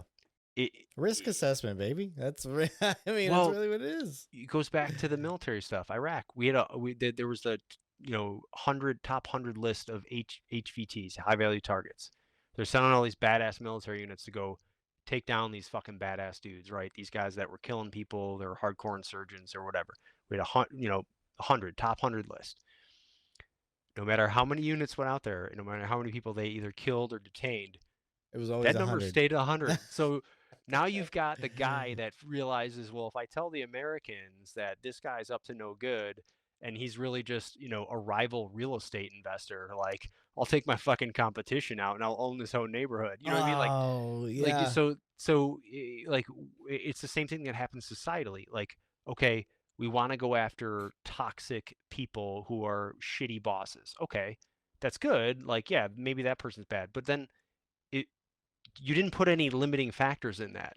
So now I just asked you to come back to the office after being working from home, and now I'm the asshole. It's like, wait, Yeah. wait, wait a minute, wait a minute. Like, hang on. Like, wait, how did I get on the top 100 list? You know what I mean? Like, Right. What the because fuck? if we don't ever put a limit to that, Yeah. or we don't say this is where it ends, it just keeps going. Yeah. Now the next generation comes up and goes, oh, we got our list now. It's like, well, wait, hang on, this list started Yeah. way back here. Like, what are we really going after now? Like, you see Yeah. what I'm getting at with that? Yeah. So one of the things I'll point out, if you're wondering from a cop's perspective, we were talking about articulating, be able to put into the language what we're seeing when it comes to human behavior and why we reacted the way we did as police. I used to be a control tactics instructor, defensive tactics, all this stuff. So the articulation was very important to me. So one of the things that I'd point out is I'm like, all right, you got a drunk guy you're dealing with, and you hit him. You hit him before he ever hits you. Why? Explain it to me. Yeah. And then you tried to. Well, I knew he was going to hit me. Okay, how? Let's break that down. How'd you know he was going to fight you? What broke? Well, I could just tell. Okay, we need to break that down even more. Yeah. And this is where the science part gets into it. Like, what indications were you seeing that are consistent with a person that's about to fight? Like, you need to be able to articulate that stuff. Okay, well, he was pumping his fist. Well, what do you mean he's pumping his fist? Like, he was making a fist, and I could see him just like constantly tightening his fist. Okay, that's an indicator. That tells me this guy's about to try to hit me. Okay, now you're starting to pick up on it. And then I tell him something else. I'm like, all right, well, Did you try to take a few steps back? yeah, right, exactly. Like, what was know? your reaction to this? Like, were you getting closer to him? Were you encroaching on his space? Like, And where? and I don't ever want this to come across as like I'm bashing anything that people do. It's actually the opposite. Like I said it earlier, like I've learned the most in my life from street cops. That is like hands down, Yeah. like you want to know experts on human behavior, like those are usually the best. Because they And see people every every single day, single day a you have ton, more experience than and you they fuck up realize. a lot. Right, because we don't know how to act on it. We don't know how to Yeah. use advanced critical thinking because that's a skill set you have to learn how to do. Take the lessons you already know and apply it differently. And that's my whole thing is like, you know, we've all made those mistakes. I get to teach what I get to teach because I've made a lot of mistakes. Yeah. And it's funny how it works that like sometimes like if we have like a military class like Greg takes more lead because he has more of a law enforcement background because they gravitate towards him. Why? Because people read me like, oh, well, like if I'm teaching a SEAL team, there's going to be the first day of like, you know, butt sniffing and like, who's this guy? Like, okay, you're a Marine, we're SEALs, whatever.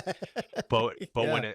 when it's cops, sometimes it's easier for me to connect with guys because I go, hey, look, I'm not a fucking cop. I've never been one. I respect the shit out of what you do, and I've learned the most from cops. And they go, okay, so they know I'm not coming from this like, oh, you should do it better. I'm just like, hey, I Right. teach human behavior. I don't teach tactics at all. I literally we don't do TTPs. That's not what we do. We teach thinking points. We teach critical thinking. We teach human behavior and human performance. And Yeah. I can tell you all the science behind it because what it is it's there's all this new crap that keeps coming out every couple of years. Oh, then it's this. It's like, yeah, that's all fucking junk. Like, here are the basic elements of human behavior that like you can't get around. Like, you Yeah. have cognition biases. There's nothing you can do about it. Here's how you can learn how to counter it. Here's how you can learn to recognize it. You can't change the fact that you're going to sometimes draw an unreasonable conclusion. That's how your brain works. Yeah. It wants an answer to Yeah. the end of the It's gonna sentence fill before you gaps get whether there. you want it to or not. Yep, Yeah. it's going to. Yeah. Um, Yeah. Absolutely. Well, brother, fuck, th- man. this has been a good. I don't care what anybody says. This has been one of my How top I'm just five popcat I podcasts. appreciate that. I'm always fascinated when these ones like the longer ones like Yeah. who actually gets this far into it. You Like would be surprised. that's good. Some of That's the good. episodes that I don't think will do well, and I try like I don't put a limit on the amount of time I do on my Yeah. podcast. I just go with the flow of the conversation, Yeah. and I think we did that with this one. So for me, the ones that go a long time, typically I think I've only had one that kind of fell flat, but the other ones they're actually more popular. No I shit. that's why I rely on my own instinct as far as if I'm engaged in this fucking conversation and we're having Yeah. a good time, it doesn't matter who you are. Like, No, I feel bad. This is the first one where I'm like, hey, Brian, fucking shut up a little bit. no, Let him no, talk. Like, you know what I mean? Because I feel bad. Like normally it's like yeah, I have like not bullet points, but like I stay very, you know, no, direct in this, and so I'm like, man, I hope I'm not no, no, hijacking no. this. See, But you fell into my trap, which is I want you and I to talk like we're boys, and then yeah, then everything else comes out, and that's how it works. So, I think we did good, bro. So, dude, um, I appreciate it, man. One, I appreciate what you're doing, and I appreciate having come out here super comfortable. I know the bourbon definitely helped, yeah, but like just to talk about all this shit is cool because I don't ever talk about this stuff, a lot of this, or about my personal experience. I don't get right, into on the podcast. I stick to my human behavior stuff. Maybe I'll throw in a little quick story, but like yeah. not in detail or depth or anything like this, where you just get to kind of shoot the shit and Yeah, you created that environment. You created a safe space you're welcome. for Yeah, yeah, yeah. That's what I for, do. for us to discuss. I want to Yeah, be. We got to do it in person the next time down in Texas. yeah, bro. It's I'm like I definitely want to get down. in the studio would be even better. I think the Yeah, feeling in there would be even better. It'd be yeah. cool. It isn't as big as it looks. That's what she It said. looks massive. Yeah, it looks very large. But it's not like Texas. It's not a very big space. I can get about two people in here with me. It's not the most comfortable, but yeah, man. If you get here, absolutely, it's always open to you. But no, Cool. man, I appreciate your time. I think this was a very productive show, so I think it was great. I Glad think you had a good time. this is the longest conversation I've had with someone in a long time. I think Like we that. covered a lot. We covered a That's what I'm lot, dude. saying. This is a lost art, and the fact we that we were able to just keep a very, to me, a very engaging, lively conversation. I was having fun. So I was. Hopefully the listeners, hopefully if you're listening still at this point, one, you're fucking awesome. I yeah. appreciate it. Hey, Like So, Like I say, to everybody, I don't care. You don't have to like it. I had fun. I don't give a shit. So, no, but the funny thing is, like, that's what people respond to, because yeah, then they're listening to the conversation and they're enjoying it. If you're enjoying it, if it becomes painful for us, then it becomes painful for the listener. You know what I yeah, mean? Like, yeah, absolutely. you're like, ugh, you ever hear one of those conversations that are awkward, like, oh God, I don't want to listen to this anymore. Yep. And so hopefully there's something to some take, or I say there's got to be a lesson in there somewhere. Oh So, yeah. I think we helped at least one person. That's all that ever matters to me. So. that's true. That's true. But, all right, brother. Let me end this, and then Yeah. we'll talk offline. So. Yeah.